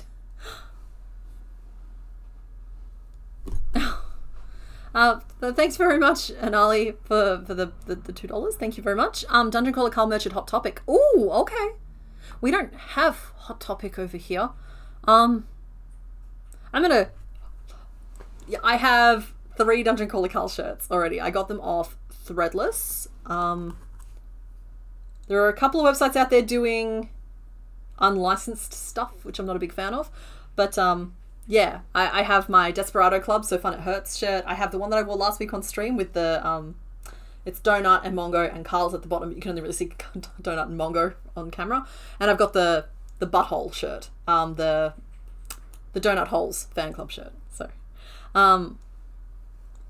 but guys, post pictures in the live stream channel if you happen to go near Hot Topic, or I'll try and look it up if it'll let me look it up. Sometimes they're weird about regions. That's very exciting, because there's some excellent merch opportunities out there.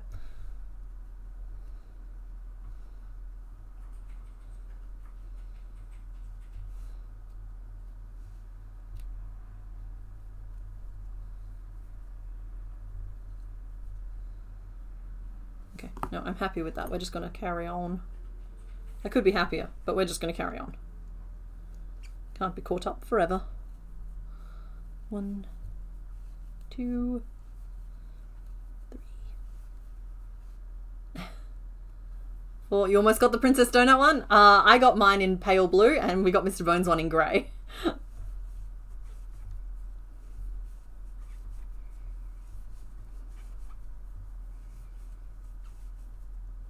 And I like them. I like them a lot.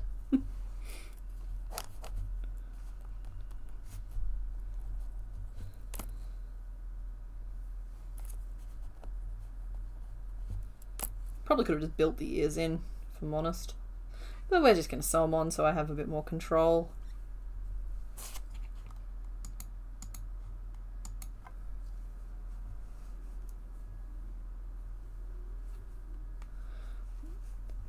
Forward-facing eyes just means it needs binocular vision, so not necessarily a predator, but it has no predators itself.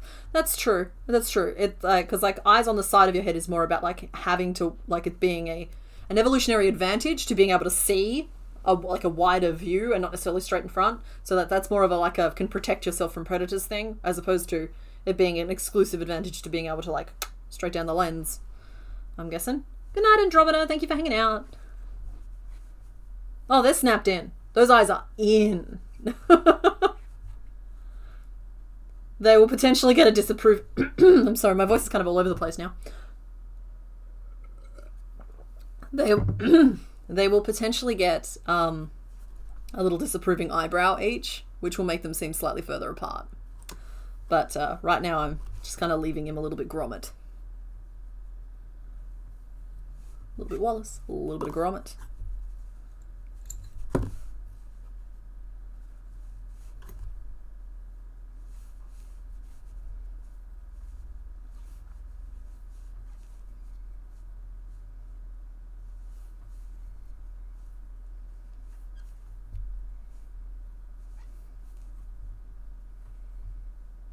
There we go. One tiny little disapproving bean. And I have to say, I added the mouth to kind of help emphasize the cheeks just a little bit, but what it's done for me is made it like just a disapproving vibe, and it's brought it back into Stantler realm for me a little bit.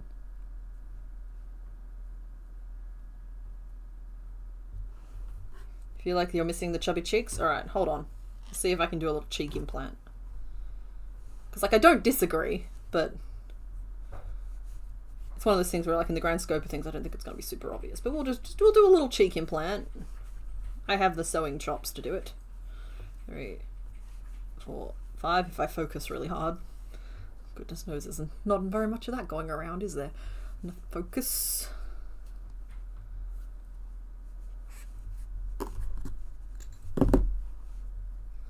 That's just a magic ring of 6.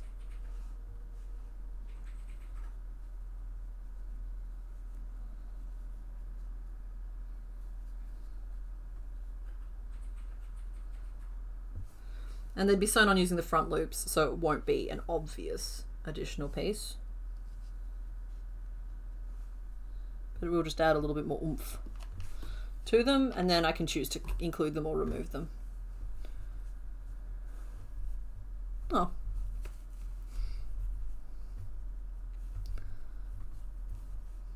It's very sweet, Andromeda, thank you. Stantler full of all the implants. Yeah. He's been lifted, shifted, higher than the ceiling.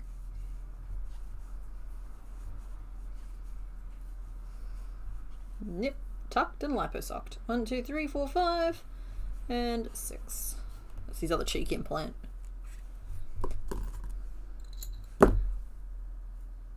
Getting those buccal fat injections. Or buccal fat? I always thought it was buccal, but it might be buccal.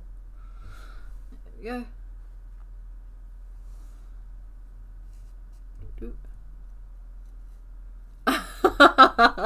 I appreciate that, Inali. I do already have, like I said, the 3 shirts, so I'll have to have a look and see if I like them. There are ways of getting stuff here. It's just going to depend on if I see something I really, really want to put on my body. Because I find that a lot of shirts put the cool stuff on the back. I'm just like, that's no good to me. I want to be able to see it. Yeah, plus I get involved with all of the Kickstarters and stuff, so I like to leave a little bit more of my funds free to throw that way, rather than necessarily going down the route of wearables. You're cute, buddy. You are. You're sweet. Name suggestion, Waldorf. This is Stedler. Is Stedler and Waldorf anyone? Stedler? Waldorf? Hey. He's like that grumpy old neighbor that only grunts or opens its mouth to complain about silly stuff, but sneaks the kids like extra candy on Christmas. Not in a creepy way. In like a cute... He loves them dearly, but he doesn't know how to show it because it's not his era. No! Ho, ho, ho. Exactly. Insert eyes into 1, 2, 3, 4, 5. Row 5. 1 stitch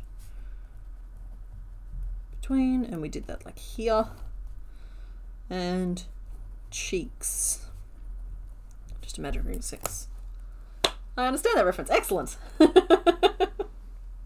Wasn't sure if anyone would. It's the Muppets. Oh, okay. I want to have a look at the Discord.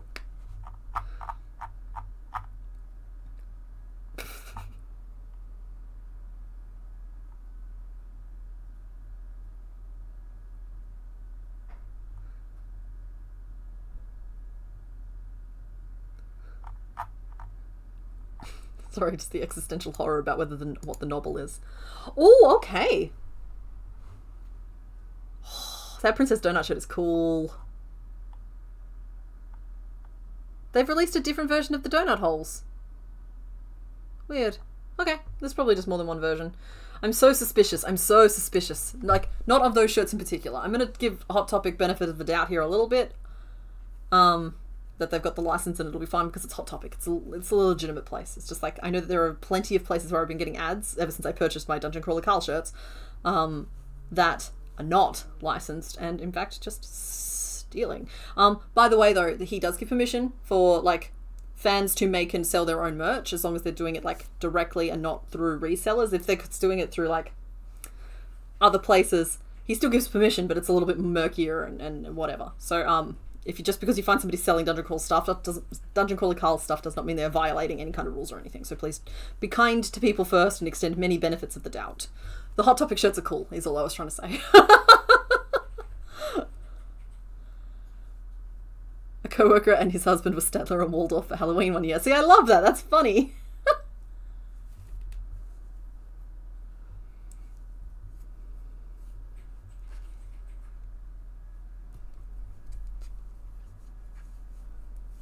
When kids are playing around, Stantler pierces their soccer ball with its antlers just because. No! Stantler is a nice deer. Yeah, it's more about like the you know, the art theft as well. I don't know. I don't want to get stung for libel. If I say, you know, you all know the places I'm talking about when I'm talking about the thieves. So don't shop from thieves, and they will eventually shrivel up and die. Wow, okay. I accidentally dragged us to a deep place. Let's claw our way out of that hole, shall we? Hi! Hi, Sharky's Crochet. Hopefully you didn't arrive right as I was like, shrivel up and die. 1, 2, 3, 4, 5, 6, 7, 8, 9, 10, 11, 12. Cool. So 12. He's only a little bean. We are going to go up to 18 though, I think.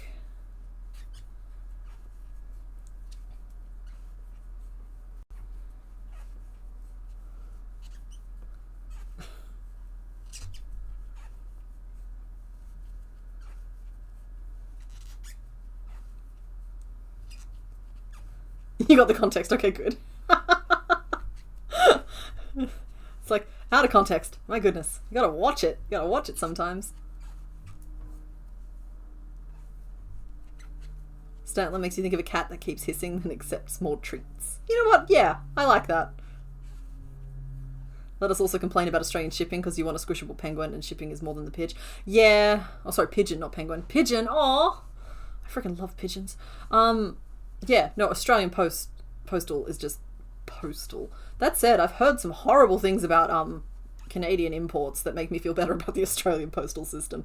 So 1, 2, 3, 4, 5, 6, 7, 8, 9, 10, 11, 12, 13, 14, 15, 16, 17, 18. One thing I will share though, anyone in Australia, is I found that I've had significantly fewer issues, not no issues, but significantly fewer issues with getting stuff delivered properly since I just started using a parcel locker, which is a free service at a post box. It's also a safety thing online.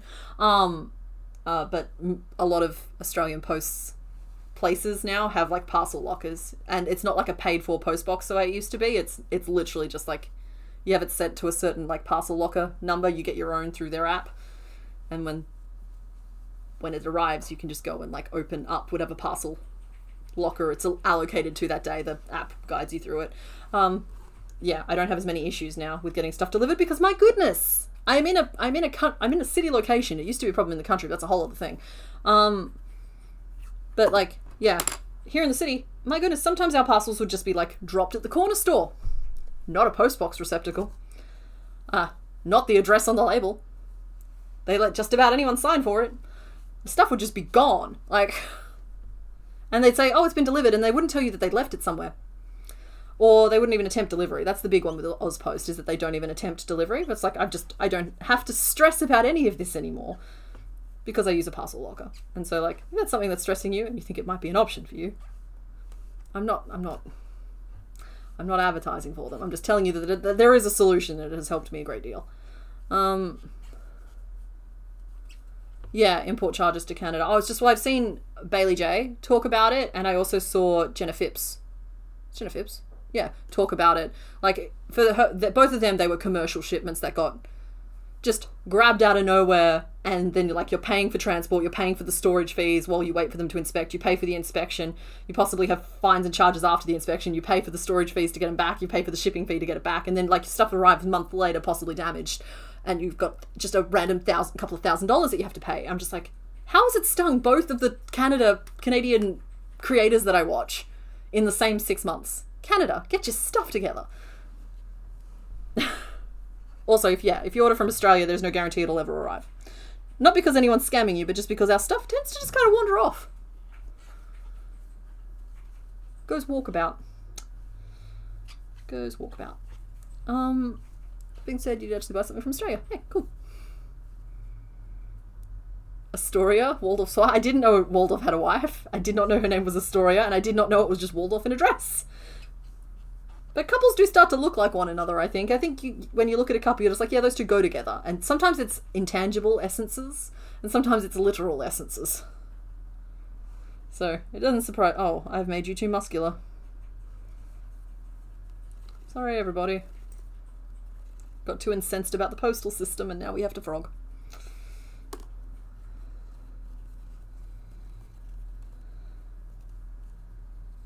But not super far. I'm going to go to 15. 6, 7, 8, 9, 10, 11, 12. Cool.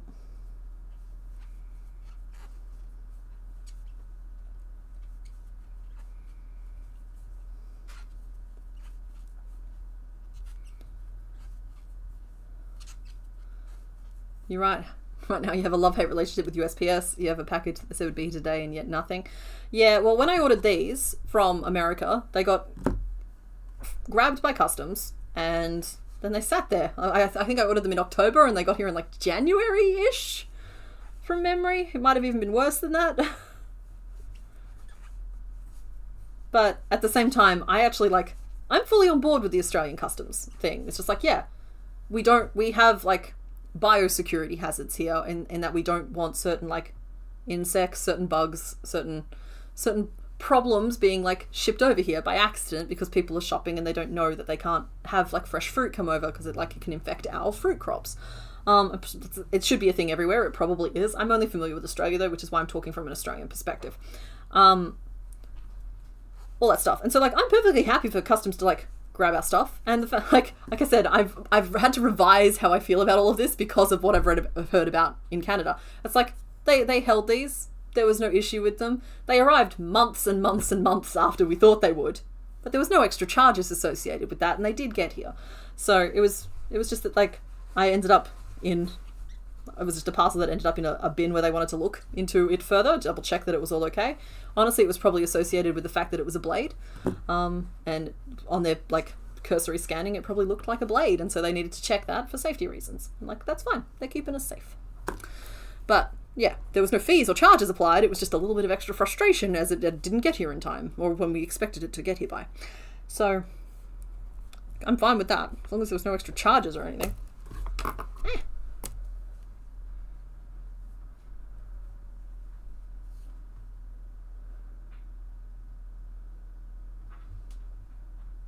You're putting Mitch forward to be the name for Stantler purely because his nickname is literally Moose. Is there no Moose Pokemon?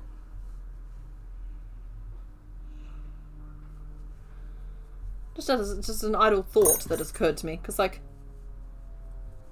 feels like a grand oversight if there isn't an actual moose.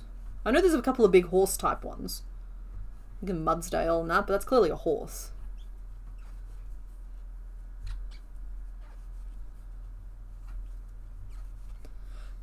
They lost 5 Pokemon games in customs? I'm sorry, at that point it's suspicious.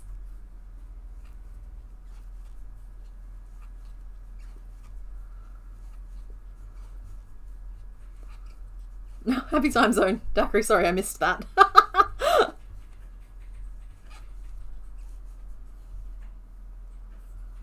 Yeah, my flabbers are gassed at that too. They could bring fresh cherries from New Zealand to Vietnam. I suppose that maybe it's not a risk going that way.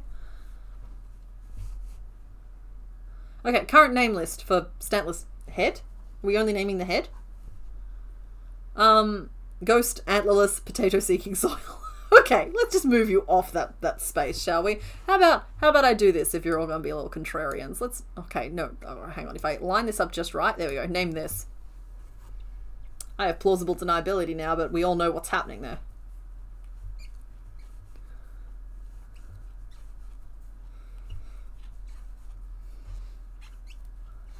He should be the hemorrhoids Pokemon.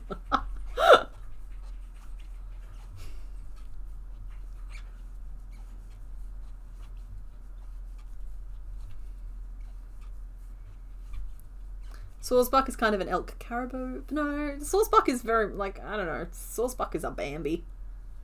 Moose is a different vibe. Moose are big. Part of me wonders if this guy was meant to be a little bit more moosey. But they called him Stantler, and antler immediately ties itself to deer, and they gave him that little extra toe that deer have. Current stainless for Stantler's butt. A Scarlet and Violet Pokemon is a moose. Okay, we have a mythical moose. Sorry, can I just add that none of this is to say we can't still name this one Mitch if that's what people want to vote for, as long as Mitch is okay with it. It's just more that, yeah, it suddenly occurred to me that there's a koala Pokemon. Why is there no moose? And there's like 3 kangaroos. Possibly more. I'm thinking Kangaskhan, Breloom. I had another one that was really obvious.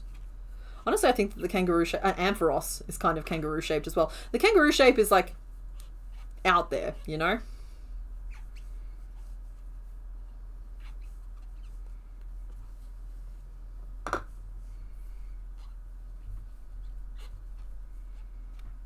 He gives Rudolph with butt implants? Exactly, that's what he's trying to serve.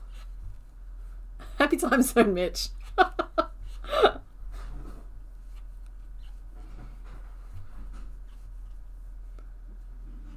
Yeah, I think Stantler might be the closest we have then, because I can only think of like deer-shaped ones, other than Tinglu, who I'm not familiar with, and I will give you the benefit of the doubt there.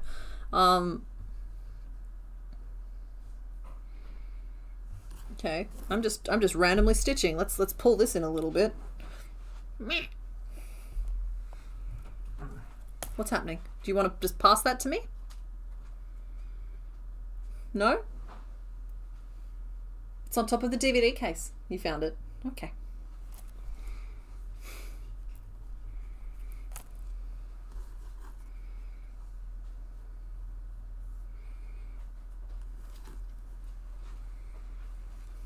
Okay. No. What did you think was going to... Flip it over and rotate it slightly. This? Is that what you're trying to do? Yeah. Okay. Because it looked like we're naming the thing on his butt. That was the fun. That was the joke. Oh, okay. In that case. No, it's fine. It's fine, honey. Because like I can just do this. Like, or I can flip this. I can. You can flip it, yeah.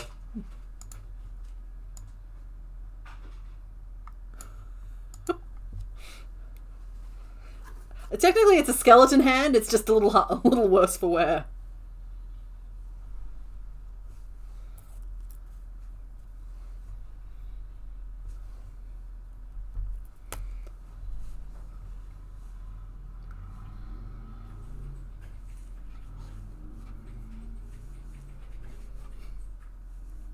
He works so hard for his punchlines. I'm glad you all appreciate him.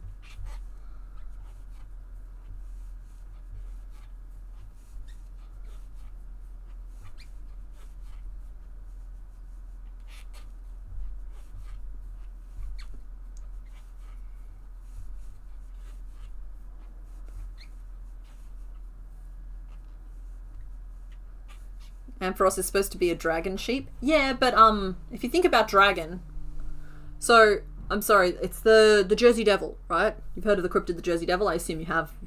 you know, it's but it's described specifically as having the body of a kangaroo. And when we mapped out all of the pieces of the bodies, like all the body pieces, it was clearly just a dragon. Because like when they say body of a kangaroo, they're talking about upright, arm claws, and like bigger feet with a stronger haunch. I'm just like, that is just a bugling dragon, my friend. Like, kangaroo and dragon are like, they're lobsters, you know, they go together. So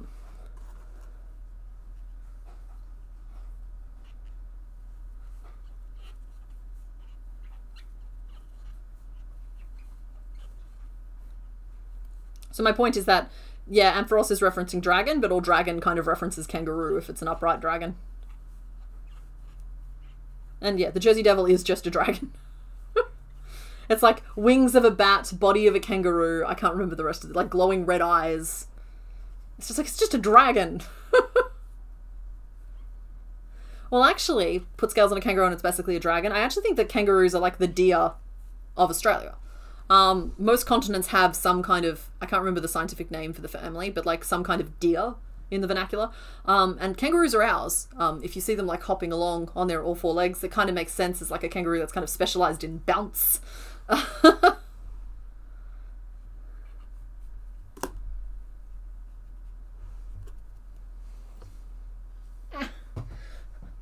Mr. Bones, you moved my stuffing really far away.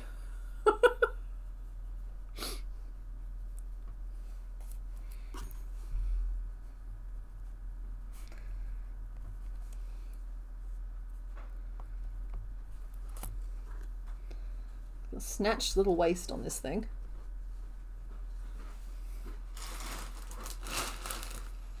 Thank you. Oh, no thank you. No thank you.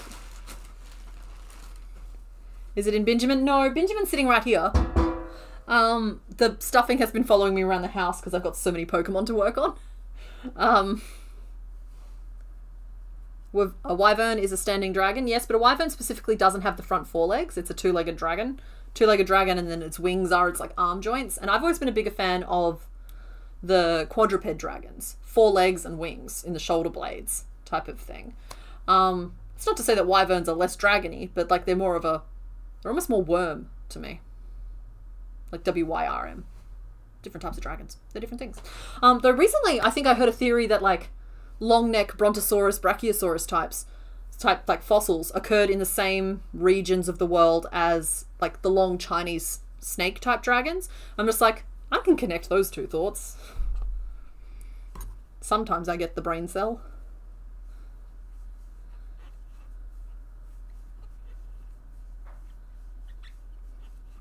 Shown in the reference pics, can I stitch a little white spot behind the front paws? Yes, I will be doing that. I wasn't sure if it was like a full-on toe or if it was just a little white spot, but my plan is to include that as a detail because I think that it's necessary. And we focused on footprints today, and deer footprints include a marking for that final toe. I did my research on deer feet.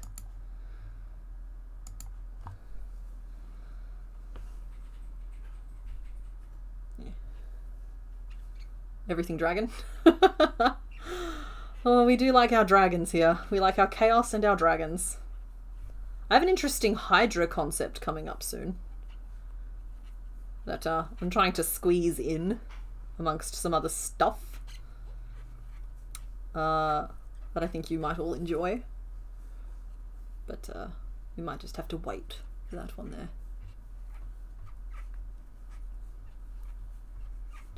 I've never made a dragon that's on all fours but with its arms wings, and I know what you're talking about. You're talking about like the ones that have like the finger claw and the wing like kind of folds upwards while it's still like on.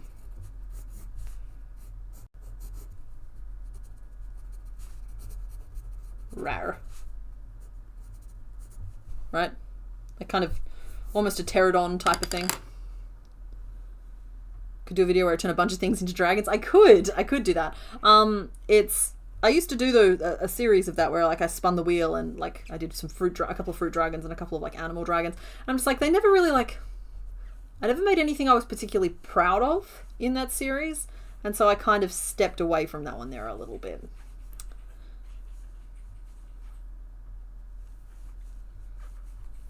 I have no idea what happened to my stitch count there. Hold on. 1, 2, 3, 4, 5, 6, 7, 8, 9, 10, 13, 14, 15, 16. Eh?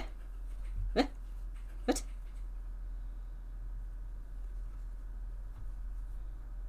Back up to 15. There we go.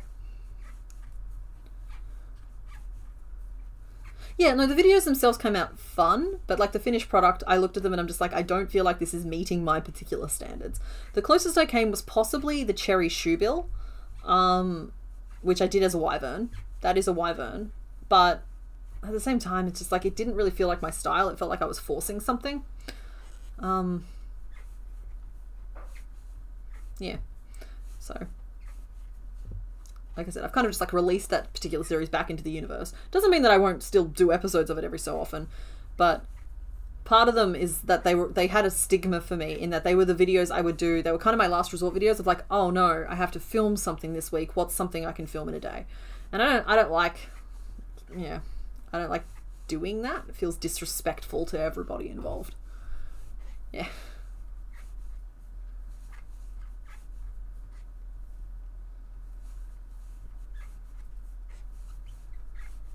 Come on, okay, Mr. Bones, you can't be like that about this. This is like 3 triangles and a rar. Like, there is no dragon here. It's a scribble.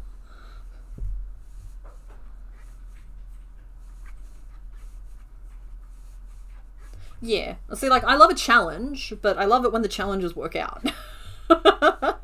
Like, at some point, I'd still love to go back and do melty beads again, because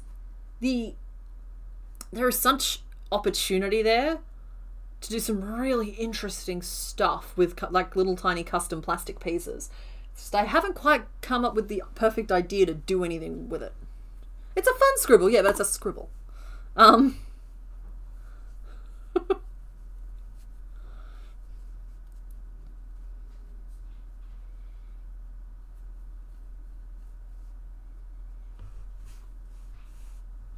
How long is your torso, Distantler, Distantler? I think that's it. I think that we have reached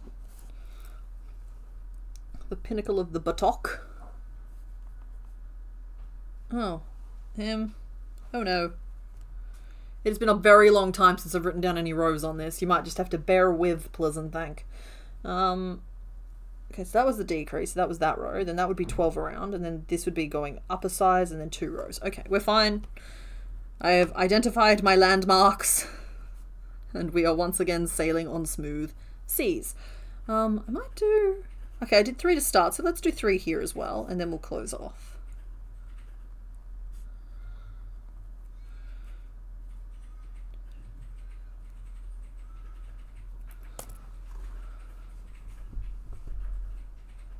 Made a little square fidget out of melty beads. I'm afraid you're going to somehow melt them if you make something more elaborate.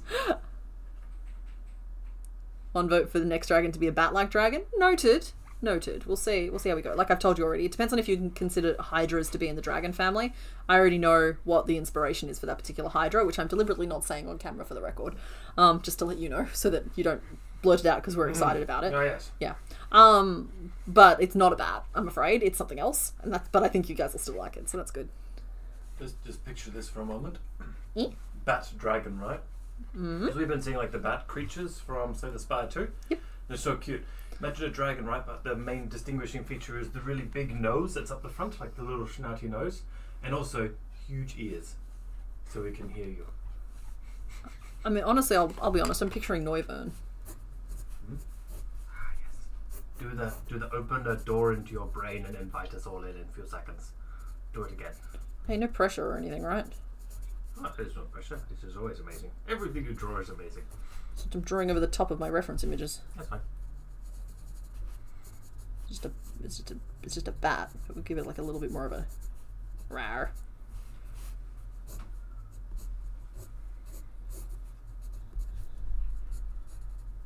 Like ears are bigger than its head. Yeah, but they're more like dragon wingy, bat wingy ears. And I don't know, I see it as like a ball. Because bats are always like cutest when they're little balls. And they've got little like clawsies, little wings, and then like scrunchy feet. Arms are in by their side. I'll be honest, I'm picturing a Himalayan fruit bat. Yes. If you're familiar with the Himalayan fruit bats. No, I will look them up. Okay, go look. Everybody go look up Himalayan fruit bats. I think that's what they're called. They're adorable. I have made Mothman. He came up in one of my cryptid videos. He's not particularly mothy. He's not particularly mannish. And yet, he is done. Yeah, all I can picture is Noivern. Yeah, same.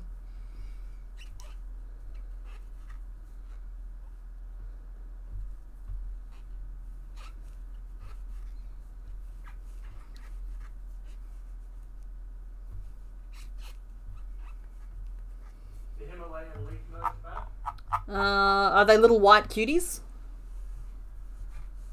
They're cute. I'm gonna look this up, hold on.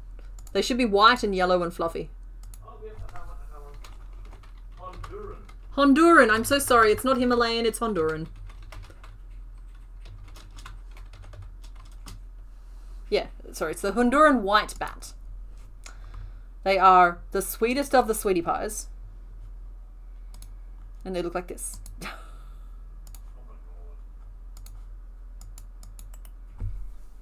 Posted in Discord. Yeah. Like, look at the little faces. I'll post it on this. Hang on, I'll put it on the screen as well for you guys. We're doing that today. It's just a thing we're doing today. Where's my save button? Doop-a-doo. Ready? Brace yourself against the cuteness. Look at him. Look at these little guys. That's not. Those are real creatures. They live between the, they're like leaves. They're so cute.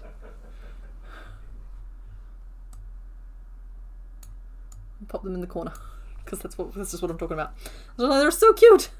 They're so little and so cute.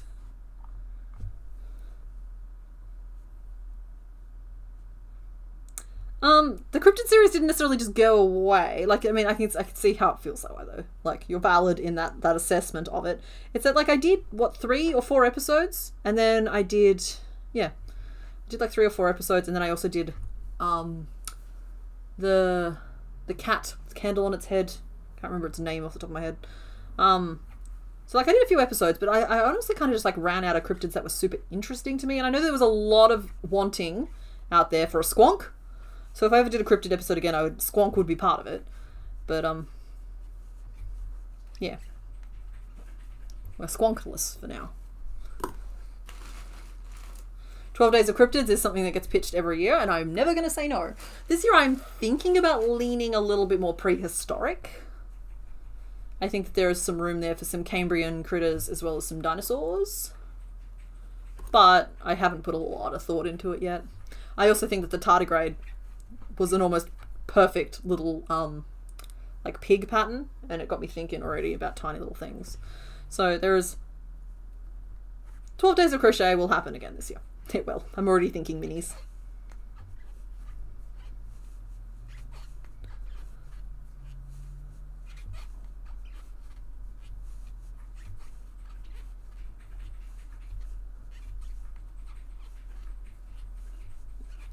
Six. Alrighty.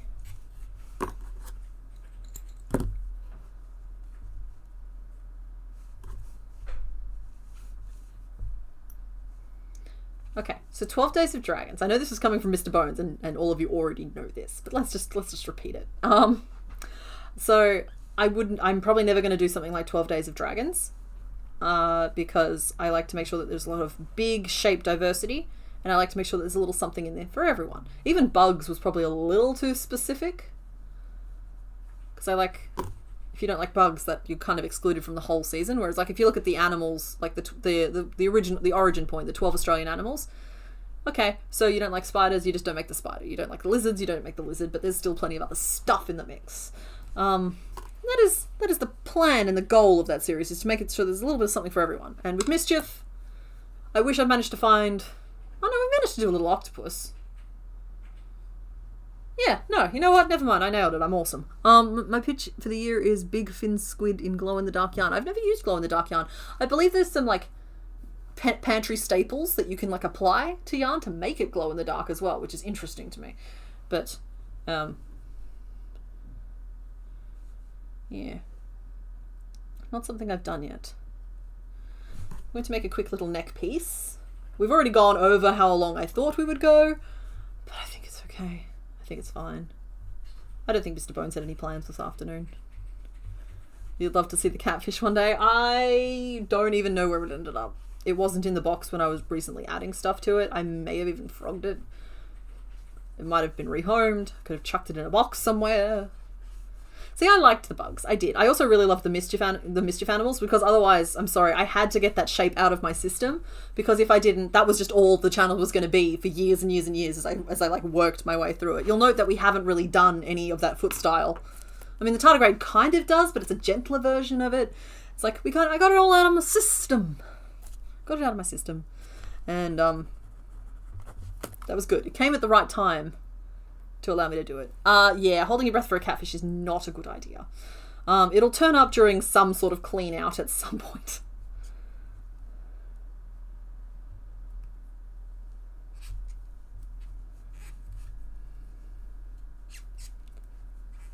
We went so overboard on the Bugsmas season. We had 2 people going above and beyond and making bugs for the rest of the month. Yeah, that's true. It captured the imagination.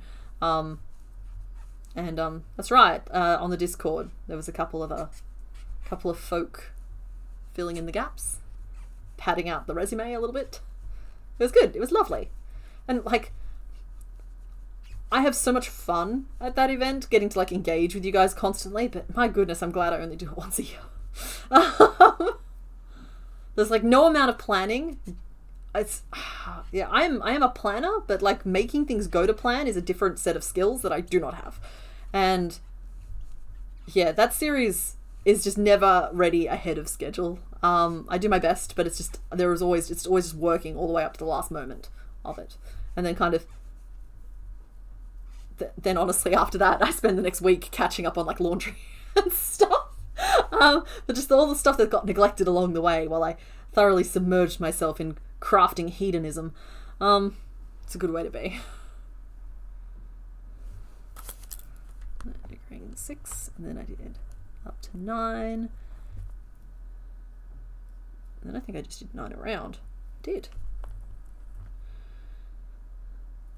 And I might do that again, and then we'll start coning. That said, it was a really fun season, and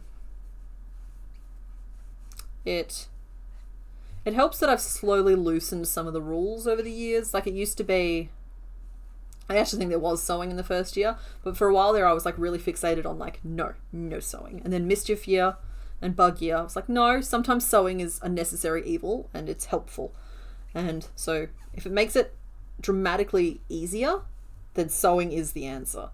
And that's been good for me in my regular designing as well, because like sometimes a little bit of sewing saves you a whole lot of counting. And it's good to have a little bit of a yearly reminder of that as I iterate over and over again with these tiny little patterns.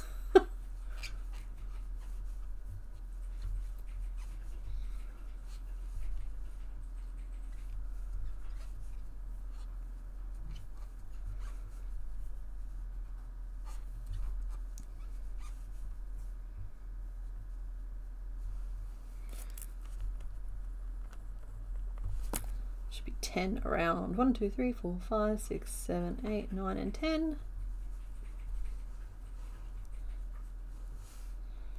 Just going to be attached to the back of the head like that, and I'm just needs to be a little taller, but not much more.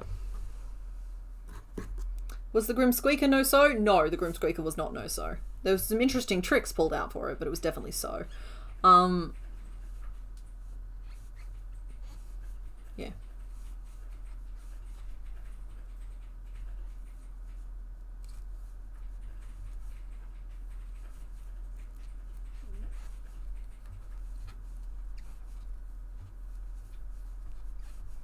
You reap what you sow? You do! You do reap what you sow. Alright folks, we're probably going to call this pretty soon. Should we get the name vote started?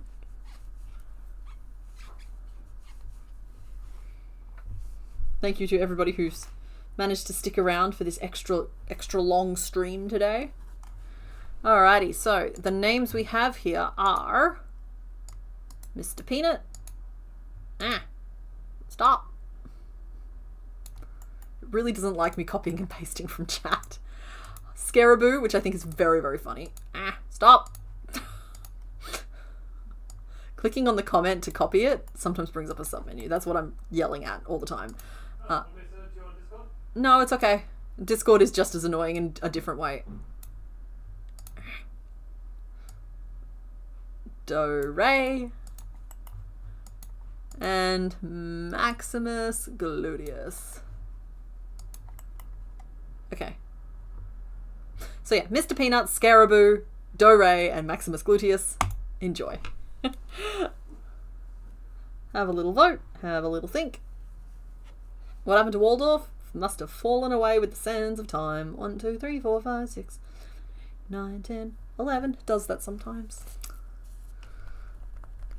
9. Oh, happy birthday, Idle Wild Wind. Should just call you Idle. There you go. So if that goes there. Oh, no, we'll go this way.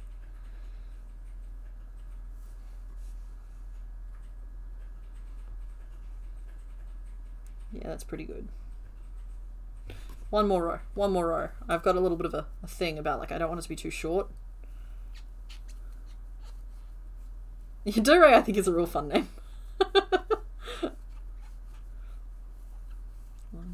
I think Scaraboo is my favourite pun up there at the moment, though, I have to admit. There are no wrong options today.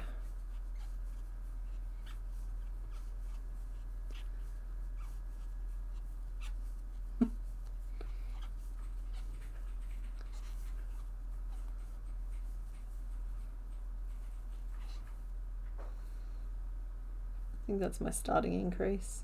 It is. Okay. I'm going to finish this here because I'm just going to keep adding rows until this dang thing turns into a giraffe if I'm not careful. We don't want a giraffe. A little bit of stuffing, a little bit of stuffing. Can we have turtle for Christmas? Ask me again, closer to. Trying not to lock myself in too much. But turtle shape is one that we haven't done yet. I'll give you that. Maybe that's what I should do when we get closer to, because I don't want to get suckered into getting too Christmas brained at this time of the year. There's so many videos to think about between now and then. But go back through and look at the shapes and creatures we've made and just make sure that I'm hitting up some new ones. Because it's kind of like my final exam for the year. How much have I learned? How much have I grown?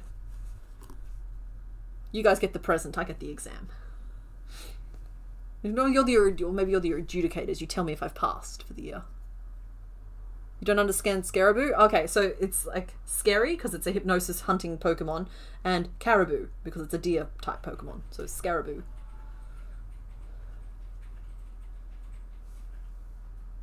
Oh yeah, we have Honduran fruit bats on the screen. I have not started reading the new DCC. If anyone spoils Book 8 of Dungeon Crawler Carl for me, I'm going to be very upset. I'm going to laugh and smile and act like I'm fine, but we both will know that I am not, okay? Don't do it.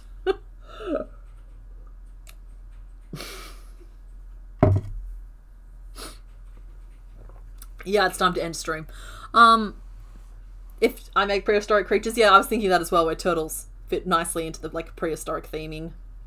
But I'm not locked in on that either. It was just an idle thought because I'd like to do an Anomalocaris. I think there's a lot of love for Anomalocaris out there. Okay, that's where we got to with this little guy. Not bad at all for only a little bit of work. And of course with Entei, we got a good chunk of some of the base pieces done. So we actually had a pretty strong day today. I actually forgot to update our counter at the start of this because we were in such hitting the ground running mindset. But with that, we have done 87 of the 100 Gen 2 Pokemon. So we have just 13 to go. So we are about to enter the top 10. And I'm glad that we got to tick these two off. Now, while you guys finish voting, I will do the reveal. Not for 12 days of crochet, but are you planning to use the ball and socket joint for any upcoming projects? I want to so badly, Jackie. I'm waiting for the right idea to reveal itself because it's a lot of work to do for a wrong idea. Because it has applications, but I want to explore what they mean for certain creatures first.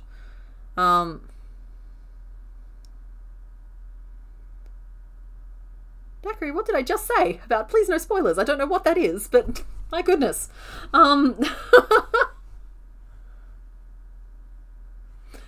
It's probably not even a spoiler. I'm just ultra high alert.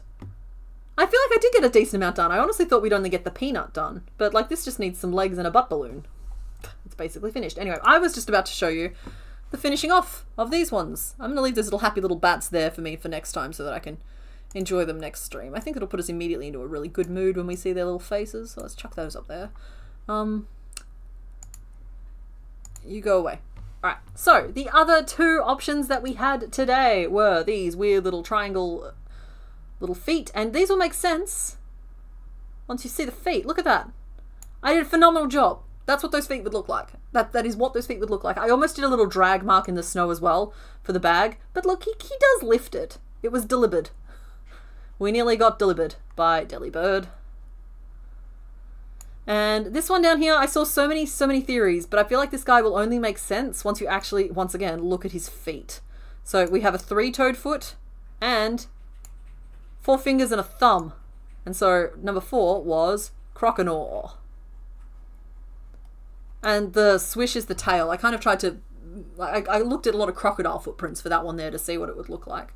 And that was an approximation, but I really wanted to make sure that I represented accurately the weirdness of having 4 fingers and a thumb and only 3 toes. Madness, I'm telling you.